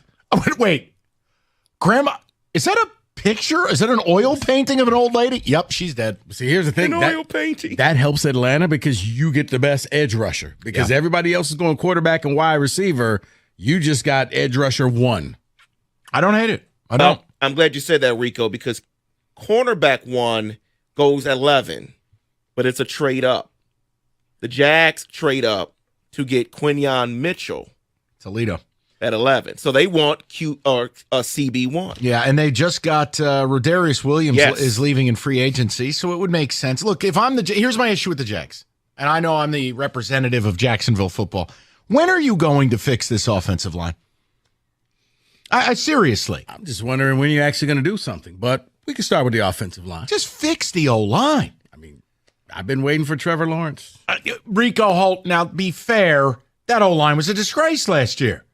It was. Come on. I know you don't like him. I get it. It's not that I don't like him. I just waiting. I mean, I was told he was going to be the next great QB. I think it's there.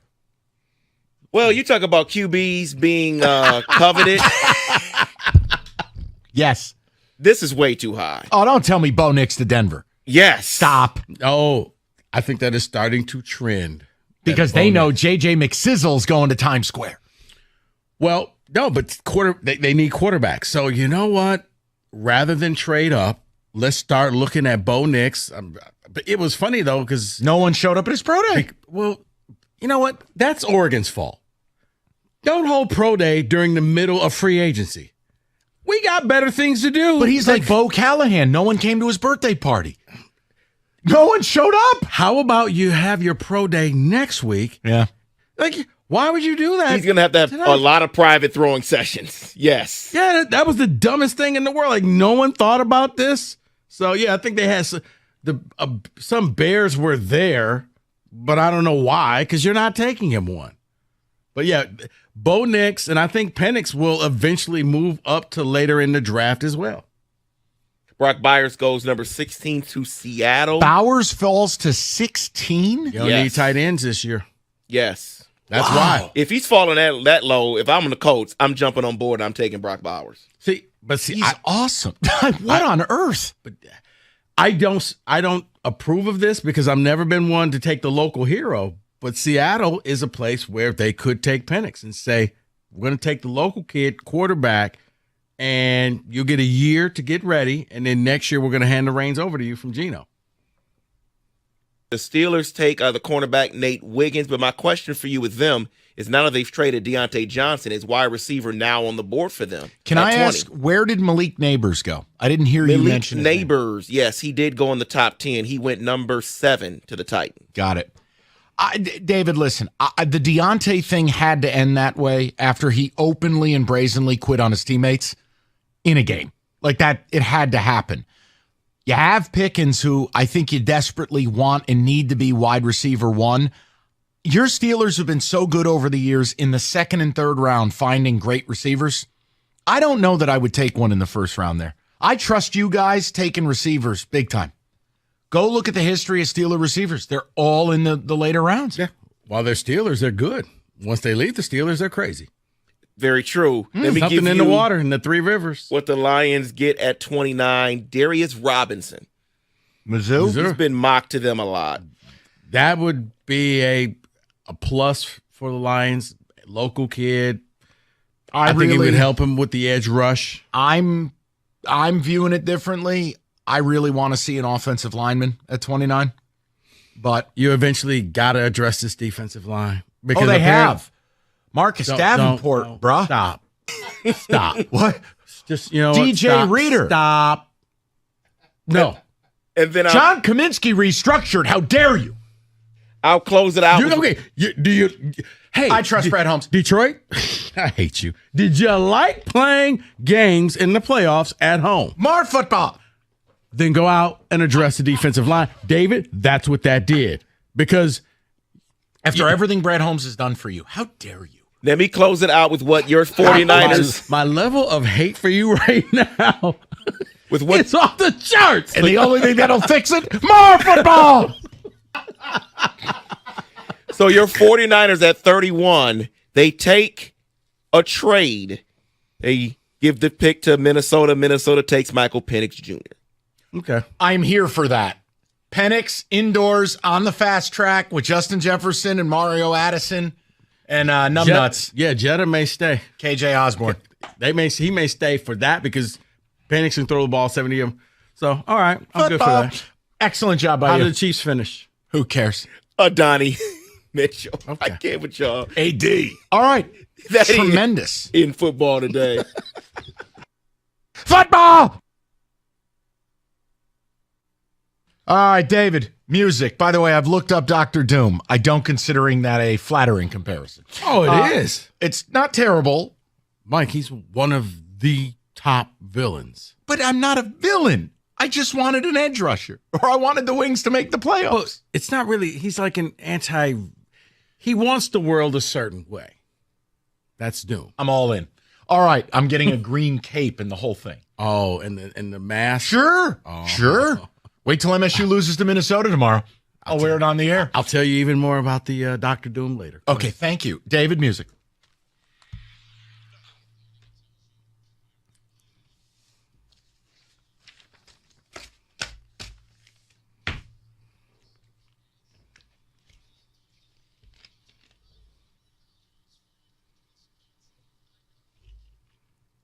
Well, guys, I have your first post-free agency mock draft here. Ooh. So let's see if some things have changed. I always hear I hear Doug after you do that. Hold on. Somebody call Gator. More football questions. So the top three never changed. I've got an itch on my ass, and the only answer is football. 1, 2, 3, Caleb Williams, Jaden Daniels, Football! Drake May. That doesn't change. They haven't had pro days yet, so maybe we'll see after pro days. Maybe it changes. I don't football. know. So number 4, that doesn't change either. That is Marvin Harrison Jr. Arizona? He's locked in there. It makes the most sense. They need a number 1. They've reinvested in Kyler. It adds up.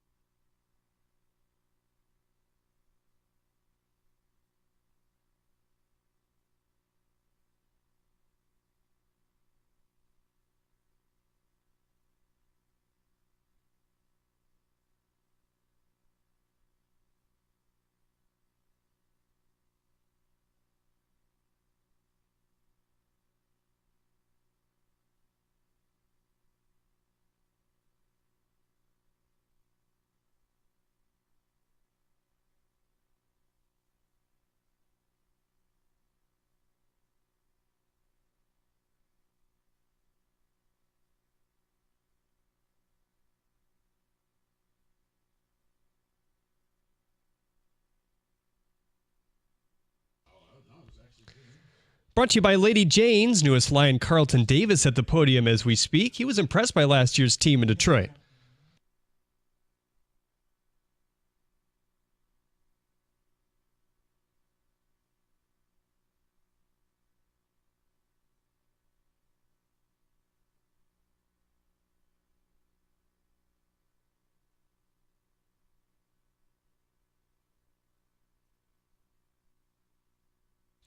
Michigan enters the Big Ten basketball tournament today as the 14 seed facing the 11 seed Penn State. Who you got in that one, Mike? Hope both teams have fun. A team they played just once to the regular season, which ended in a 6-point loss. Terrence Williams had fun in the first game. He scored 24 points, one of the best of his career. You can hear the action right here on WWJ at 9. The Wolverine football field now, as we're just a few days away from spring ball, and Michigan has officially set their coaching staff. The latest addition being Tony Alford in the running back role, previously held by Mike Hart. Alford was on Ohio State's staff since 2015 after he was hired away from Notre Dame by Urban Meyer. The Tigers lost to the Phillies 4-1 this afternoon, a lineup featuring the likes of Bryce Harper, Trey Turner, and Nick Castellanos. That didn't fluster Jack Flaherty, though. He logged 4 innings with just 1 hit, no walks, and 5 strikeouts. The 4 p.m. deadline has passed for NFL teams to get under the salary cap. Wide receiver Mike Williams was one of the biggest casualties, being released by the Chargers earlier, which saved them $20 million in cap space. Former UD Jesuit star Sonny Wilson picked up MAC all-freshman honors with Toledo. Wilson has started at point guard all year for the Rockets, who have the number 1 seed in the MAC tournament. At the Coral Health Update Desk, I'm Jeremiano. For more, go to 97.1 The Ticket or Odyssey.com.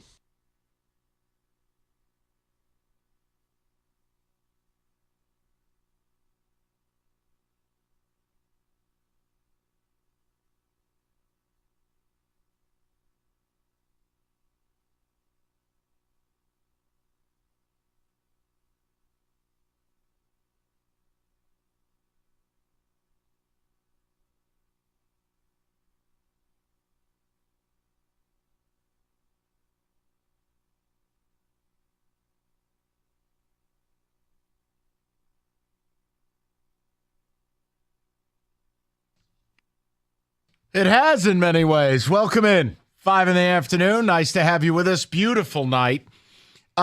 We've covered a lot of ground, and I'm warming up to something here.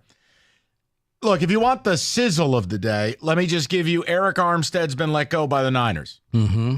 The Lions have at least been mentioned with his name. Arik Armstead, he was built in some form of create-a-player lab, 6'8", 290.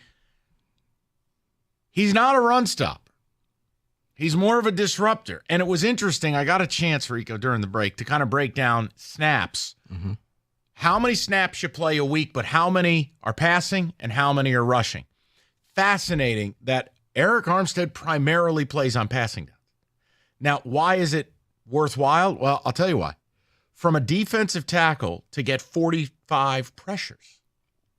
And if I put him next to Aleem McNeil, if I put him with Aiden, see, I can warm up to this. Now, again, I worry about the age, but if it's a short-term commitment and you're asking me DJ Reader or Arik Armstead, probably Armstead. And here, if you like PFF, I'll give it to you. Do you know what his pass rush grade was? No. Elite, 85.1. Yeah, he was a cap casualty. They did not want to let him go, Right. but they were so far over the cap, he was odd man out. I actually, that would make me feel a lot better about the offseason in sum total, to be quite Carlton honest. Davis has embraced himself in Detroit. What do you mean? Because I think he showed up in the buffs. Oh, this is what we're doing now? All somebody's got to do is put a pair of glasses on and they're beloved? Yep. Okay. Well, I don't care. Look, and again, I'm not gonna make this into something that I don't like. You the got player. on me for wearing sunglasses in a photo shoot. It was absurd. He's wearing it for an entire press conference. Yeah, I don't need it. So the point I'm making is that's the sizzle. Interesting. Why you weren't involved on Danielle Hunter, I have no idea. 2 at 49, whatever.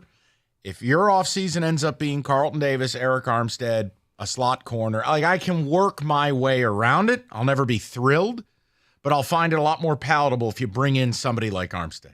So keep your eye on that. One of the other main things we talked about, Red Wings are an absolute clown car on fire. They didn't just lose last night. They were down 7-2. It was another game you ended up turning off. They've lost 6 in a row. They're out of the playoffs, and now it's like, if this doesn't course correct what we've talked about today, at what point do you say, you know what, the Yzer plan isn't on track? Nobody said a word after the first 3 years, even last year. Last year, it was just hope, not expectation of playoffs.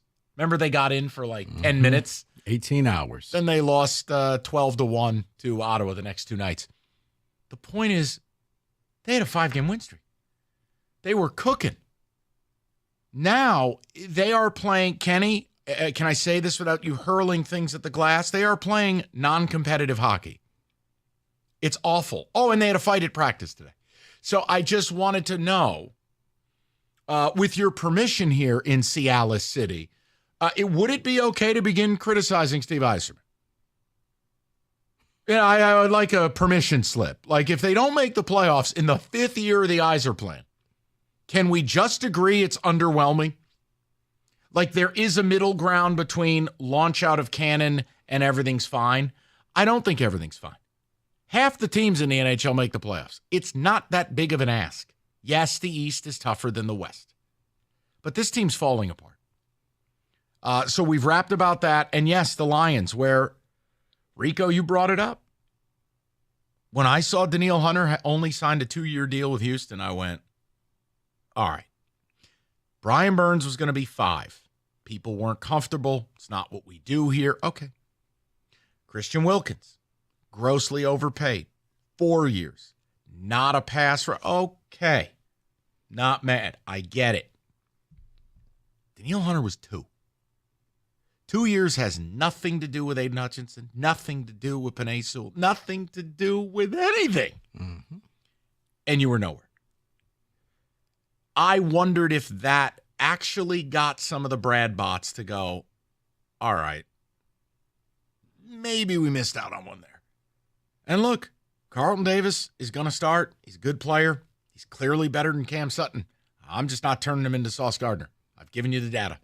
That's not me being a hater. It's me being a realist. The rest of the offseason, it's been, come on, man. What are we talking about? Underwhelming. I thought that you were going to try to make some big-time moves because you were a big-time team. You were a program. You were ready to establish yourself as one of the elite teams in the NFC, but instead you're still coming out like you're poor, like you're a poverty team. And you actually have money to spend. You don't have to cut somebody like the Niners had to do Eric Armstead just to pay all their players. You could have signed Daniil Hunter and still had money. He was only going to be around for a 2-year deal. So if you're so worried about down the line, what you're going to do with Aiden and Sewell, and you got to pay Laporta, and doesn't matter because he's going to be gone. You're trying to win now. I keep telling you, your window is open. You better kick it in. Here's what's interesting. This also follows the Brad Holmes plan. I'm going to sign hurt people. You realize Armstead has missed 13 starts the last 2 years. DJ Reader, 2 lost years to torn quadriceps. Carlton Davis, reclamation projects, has missed 16 games the last 3 years. His projects win. Troy Weaver's don't, but you're right. Some of them do. Let's be fair. I mean, Mosley was brought in on a bad ACL, didn't win. He died again in 2 plays. But I get your point. I'm saying, why are we so comfortable signing injured players? And then you heel turn and get mad at people like me and Rico when we want guys that don't have any red flags. Because you're getting them for cheap. It may be a name you've heard of before. And imagine when this guy is good, what this team is going to look like. You're taking a chance. Like if you always have, if the position the person came from is so coveted and they were good, team's not going to let them go. They'll find a way to restructure. They'll find a way to do something. Eric Armstead would have me change my view of the offseason. It would. Okay. Because I think that's why I asked the question last hour. Yep. No, I will push for that. The Reader thing, I can go back to the Super Bowl, and I know Armstead got a sack, and I know he was in the backfield all day. I can go look at pressures in the Super Bowl. Wait, did he get the No, he got the fumble against the Lions, I believe. Would Eric Armstead unify the community? And the Red Wings, is this clown car going to stop, and are we going to make the playoffs? I'd love to know where you guys are at with this stuff. 248-539-9797.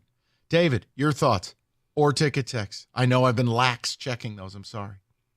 Yeah, I'll give you some ticket text here. Someone says, Mike, relax. The Wings are who we thought they were. Most of us wanted them to either make the playoffs or at least contend for a spot.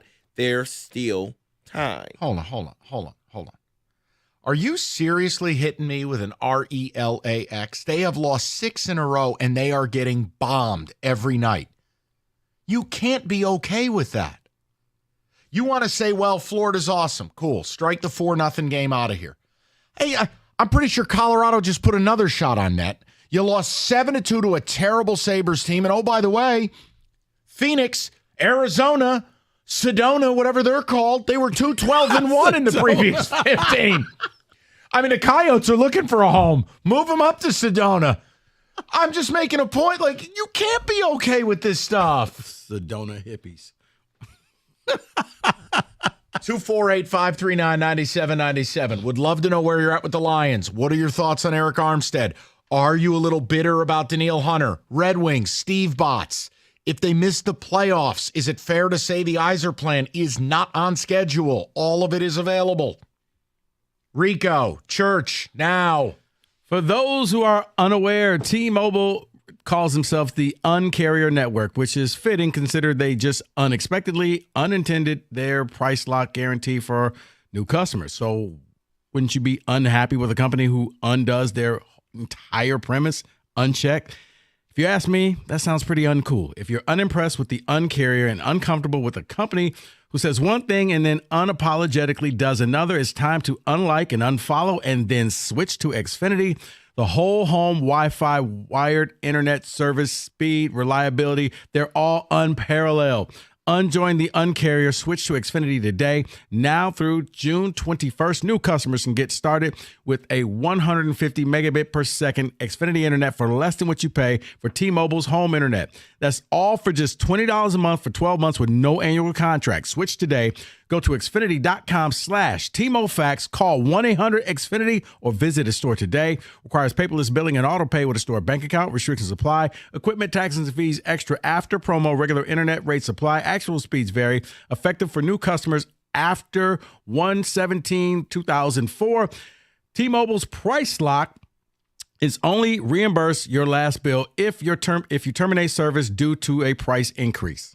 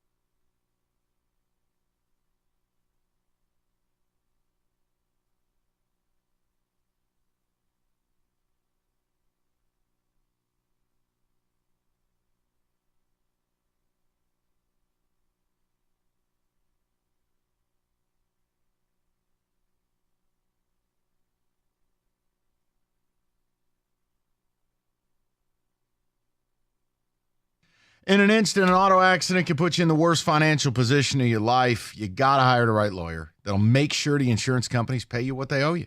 Injury attorney David Feminino and his team, that's exactly who you got to call. They have been fighting for clients for over 30 years. David is ready to speak to you personally right now when you call 855-65-CRASH. That's 855-65-CRASH, or go to that website, getdavidgetpaid.com.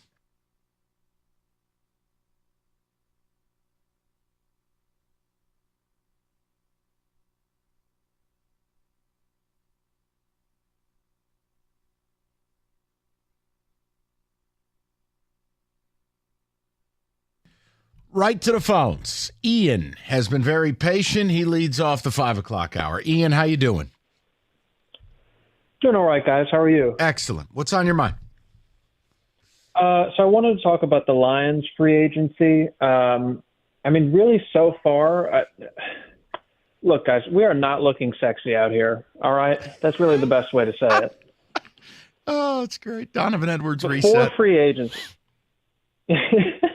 I feel like that's what the Michigan players would be saying if they went up to Ford Field next year, if this is how we leave it.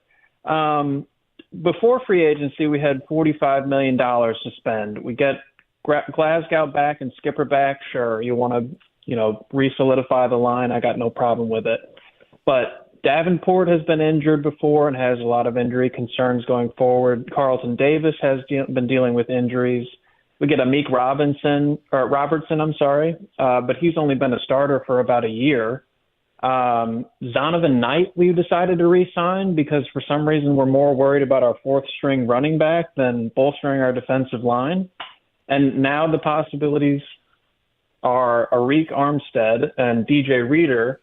Like you said earlier, Armstead missed 13 games the last 2 years. He's been in the league like 10. Oh, Ian, DJ don't forget Reader you also scores right quad. Ian, you also brought back So, a kicker you don't like using. So yeah, tack it onto the list. And then the big key acquisition from last year's off season was C.J. Gardner-Johnson, who didn't end up working out, but he's gone now. So are we really getting better? Snead doesn't want to leave Kansas City. That's fine. But we don't have Danielle Hunter. I've heard nothing on the Stephon Gilmore front. No Christian Wilkins, obviously, and we still have $31 million left to spend. So, when are the big moves coming here? Is my question. Well, I don't think they are. And look, I think the team can still be better this year from organic development of your young players. I still believe in the way they've been built. Let me say it for the people in the back. I think Brad Holmes done a really good job. But guys like me and Ian don't have to abide everything. I am with you, Ian, in that other teams, not all of these major swings are going to work. But, man, I feel like, and John Jansen said this in the morning, so if you think I'm a Richard, then he is too. John said, you're clearly in third place in the NFC right now. You haven't gotten better. You haven't closed a gap. You're third right now. That's John's words. And John is as sunshine and rainbows as it gets with the Lions. Right. Well, and there's no guy we were talking even at the trade deadline last year about a guy to put them over the top moving forward. Right. I don't see any of the guys we've signed so far as that guy. And to be honest with you, I don't know if Arik Armstead or DJ Reader are that guy either. No, Ian, you get to a point, and I'm with you. I will be surprised if they make a move where I'm like, oh my God, what an A+ off season. Like right now, it's a C+. It's not a failing grade, but you're not getting into an Ivy League school with it. Now you sign Arik Armstead, we can move it to a B. But I was looking, and I said this prior, please, you don't get to say I changed my opinion. I told you, I was looking for an A+ offseason.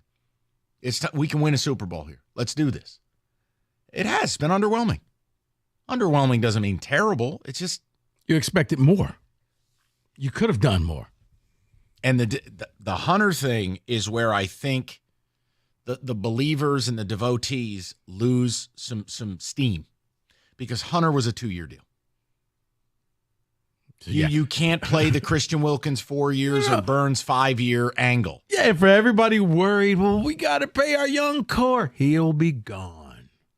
When you have to pay all of these young players off of their rookie deal. I also love how we're projecting years down the line as if we know we're going to pay them. Yeah. Here's the other angle, and this is one Lion fans probably need to get used to. When you pay Penei Sewell, I am happy to make Penei Sewell the highest paid tackle in the history of the NFL. But guess what? He'll be playing left tackle. There is no scenario you're paying him to play right tackle, which means Taylor Decker goes bye-bye. We can't keep everybody. That's not how it works. But Brad. All right, let's go to Matt, 97.1. Matt, how you doing? Good, guys.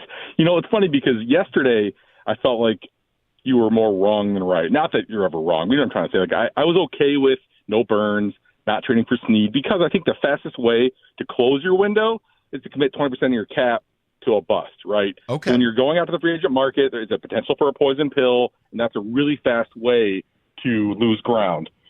But then Danielle Hunter happened, and I got frustrated, angry, not angry. I mean, it's football, but I got annoyed because I felt like that's the deal where, you know, if you wanted the Lions to participate in free agency in a way that was, you know, safe, because again, I'm risk averse, I get it, then that's the kind of deal that you make. Now, I know maybe he wanted to go to Texas because that's his home and whatever, but I just, there has to be more of those, but there more of those types of guys out there that you can get on a short-term deal, and he was the one I felt like the Lions missed on. Yeah, and Matt, news update. I'm wrong plenty. I'll be the first one to tell you. Yeah, I get frustrated because I feel like they're close, and the difference makers are what separate you, and they don't have enough of them on defense specifically. So yeah, Matt, when that took place last night, and also too, Matt, think about if you brought in a Danielle Hunter, how much better you feel about Carlton Davis or Amik, the Robinson for the kid from the Raiders. Like, you go, okay, now this all adds up. Now, where are you at with Eric Armstead? So, yeah, I was trying to look out to see who was left. And, like, you know, he's a bit older. You know, Calais Campbell's like my age, for God's sake, so I don't want him. You know, but, like, I guess for who's left, he makes the most sense. Yeah. I'm also surprised they're not targeting any kind of linebacker. Like, I get Anzalone's been good, and I know they want to bring Campbell along, but after that, no one's really that impressive. So I guess why are we so set? Why do I feel like they think they're set? Matt, I'll tell you what that is. And it's not that I agree with it. I'm just telling you how they operate. They don't like their own guys. They love their own guys. Ding, ding, ding. I know. And that's when I said it yesterday, Matt. It wasn't me being insulting or provocative. I think there's a level of arrogance to how they're approaching it. See, I was hoping that the Jonah Jackson contract, in the sense that the fact that they let him walk because he was too much, was a sign that maybe Brad Holmes does have some like relative subjectiveness. Because I'm with you. I appreciate everything he's done so far. I think he's been a great GM. But if he has a flaw, it's that he falls in love. Think about Iffy. No one gets 3 years to go from crap to good in the NFL. He got 3 years because he was Brad Holmes' guy. Yeah. So he was allowed to continue being on the roster when he probably shouldn't have been. And then, yeah, so technically he was right in the sense that he played good for the last 6 games of the season, but guys don't get that long. No. So I do fear that maybe that's what Brad Holmes' weak spot's going to be, is that he isn't objective when it comes to his own folks. His own draft. And look, I think, and again, if we're being speculative, again, not insulting, I think that's the scout in him. That was his gig, and specifically, he scouted defensive backs as a focus in his time in L.A. So, Matt, you're not wrong. He may have you fall in love, you know your identification, you believe in what your checkpoints are, and this is a guy I know it'll work. Sure. Look, human nature is to have bias. Sometimes we just have inherent biases that we don't even know about. And it is. Like, they're men, they're not machines. Right. That's why I don't deify any of these people. 248-539-9797. Paulson's, the inventory clearance. Niners are having an inventory clearance on some D linemen right now. You could save up to 70% on not only a new 4K TV, but also Eric Armstead. LG 65-inch OLED 4K TV, $1,699. We can save you the time. Everything's on sale, up to 70%. And if you don't remember anything else I tell you, price is lower than Amazon Prime and Best Buy. They'll put it right there in the store. They tell you, they advertise it, they back it up. It's Paulson's Audio Video, paulsonsav.com. They've been doing it for over 30 years. The best AV store in the state. It's Paulson's Audio Video.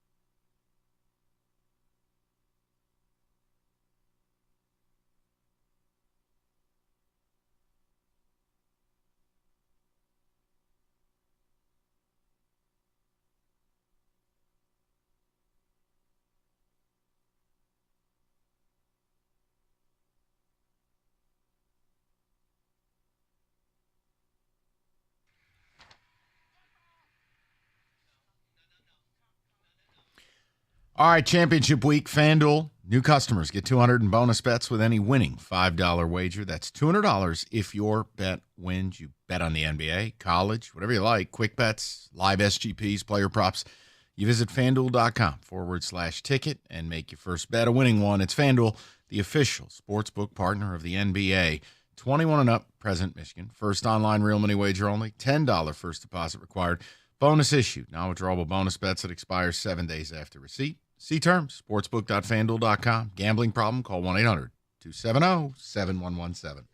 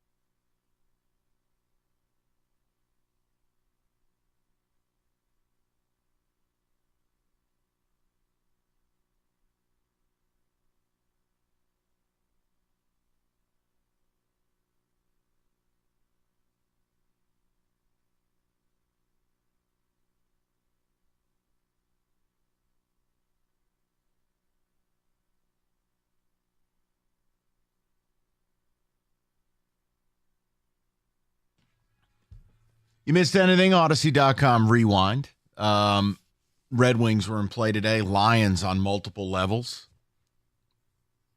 We'll see. This Eric Armstead stuff is interesting. It's at least, if I'm going to go get an injured guy, at least he fits kind of what I'm looking for. I need more pressure. I need more disruption.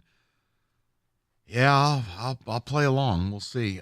David, some ticket texts here, and be back at it again tomorrow. Obviously, right after that MSU game. I can't wait. By the way, MSU somehow is a 6.5 point favorite.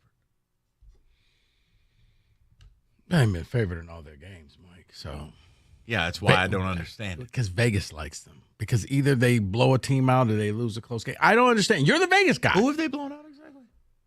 They've beaten some teams. Like You lately, sound like Carlton Davis at the podium right now. Well, they've beaten some teams. No. Okay. We got to play that. People, this Carlton Davis audio is hilarious. You got to hear it. We'll play it tomorrow. We don't have time right now. Oh, my. Right. It is hilarious. I'll give you one quote, though, from it.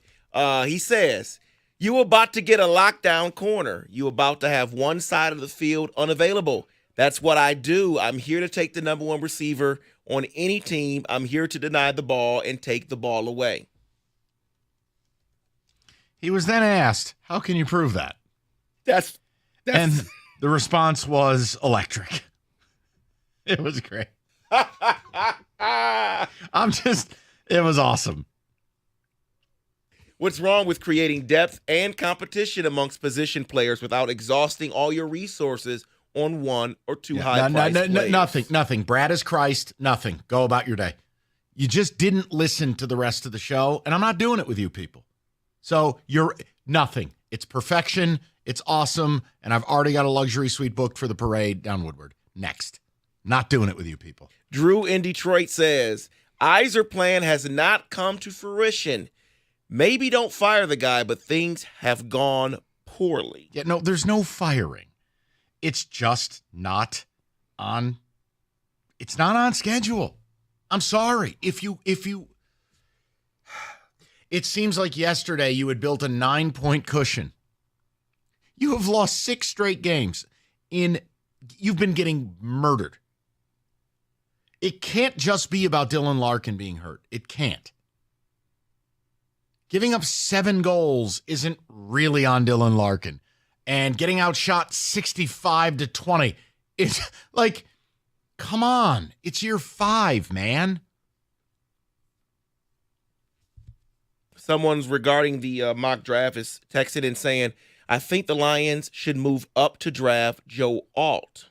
You would have to move up way up 25 spots. Way up. Why would you move up to grab Joe Alt, who plays tackle? Because Brad wants him. Okay, you know what? Come on, no. I'm not happy or mad about the Lions offseason yet. They make no more moves. I will be disappointed, though. I am hoping we get Reader or Arms. Yeah, I'm not mad. It's disappointed. And there's nothing wrong with that. Oh, by the way, I think you know what it is? It's the Baylor win. That was the blowout. That's why Vegas loves him. So. Great. That was last year. Technically, it was. Is this Rieger? What's up, guys? What's Happy up? 313 day. What's up, Telly? What's going on? How are you? Telly Savalas here. I'm doing fantastic. I want to tell you, people, he delivered one of the great monologues in Detroit radio history last night at 6 p.m. Oh, thank you. Thank you. No, I'm I serious. appreciate that. It was an absolute masterclass in radio. Really? It was fabulous. Great open to his show last night. Rieger? Rico, why do you sound so surprised? It was thought-provoking. He gave you all the information and then probably was promptly vilified by people who didn't listen. Because he normally just reads ticket texts about how much people hate him every time. So No. I'm trying to be better in that regard. But it is funny. You guys are so right. Nobody is saying that, hey, all of a sudden Brad Holmes sucks at his job.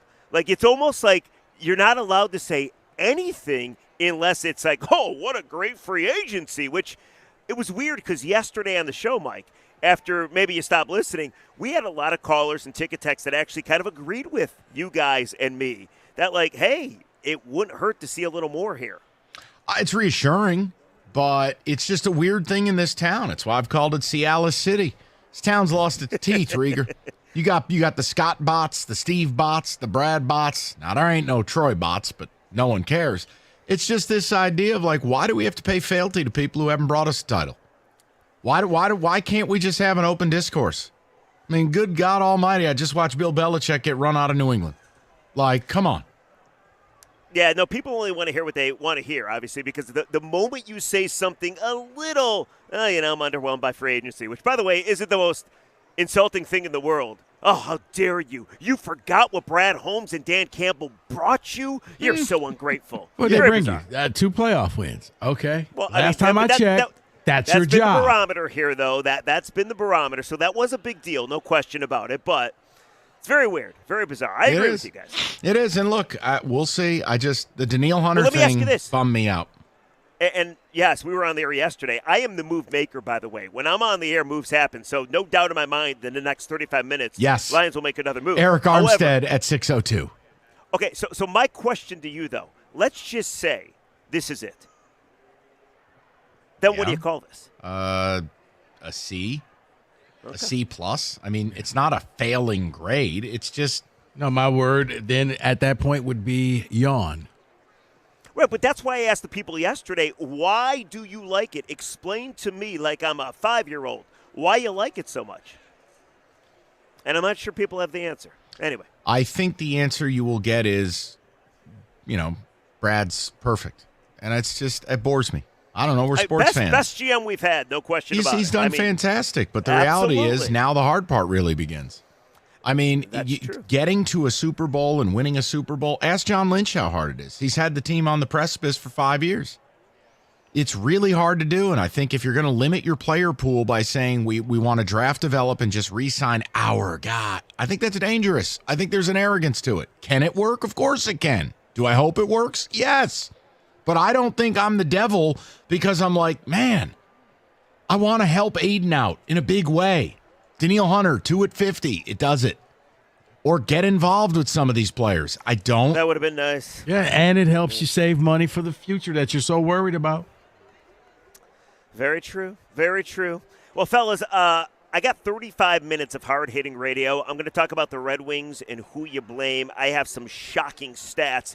And I get this idea from Kang. The Wings are 0-4 since I've shaved my head. They're 0-6 since the priority patch. So I'm thinking if I put them two together, put the patch on my head, maybe this solves the losing skid. What do you think? I think you're on drugs. But we'll talk to you tomorrow. Duh. Okay. I didn't mean it literally. We'll talk to everybody tomorrow at 2. Rieger's coming up next. What? Good luck tomorrow against Minnesota, guys. Hey, we got a big one against Penn State. Hey, guess what, Rieger? Ski you ma. Go Gophers. Hey, listen, go Penn State, too. What do you want from me?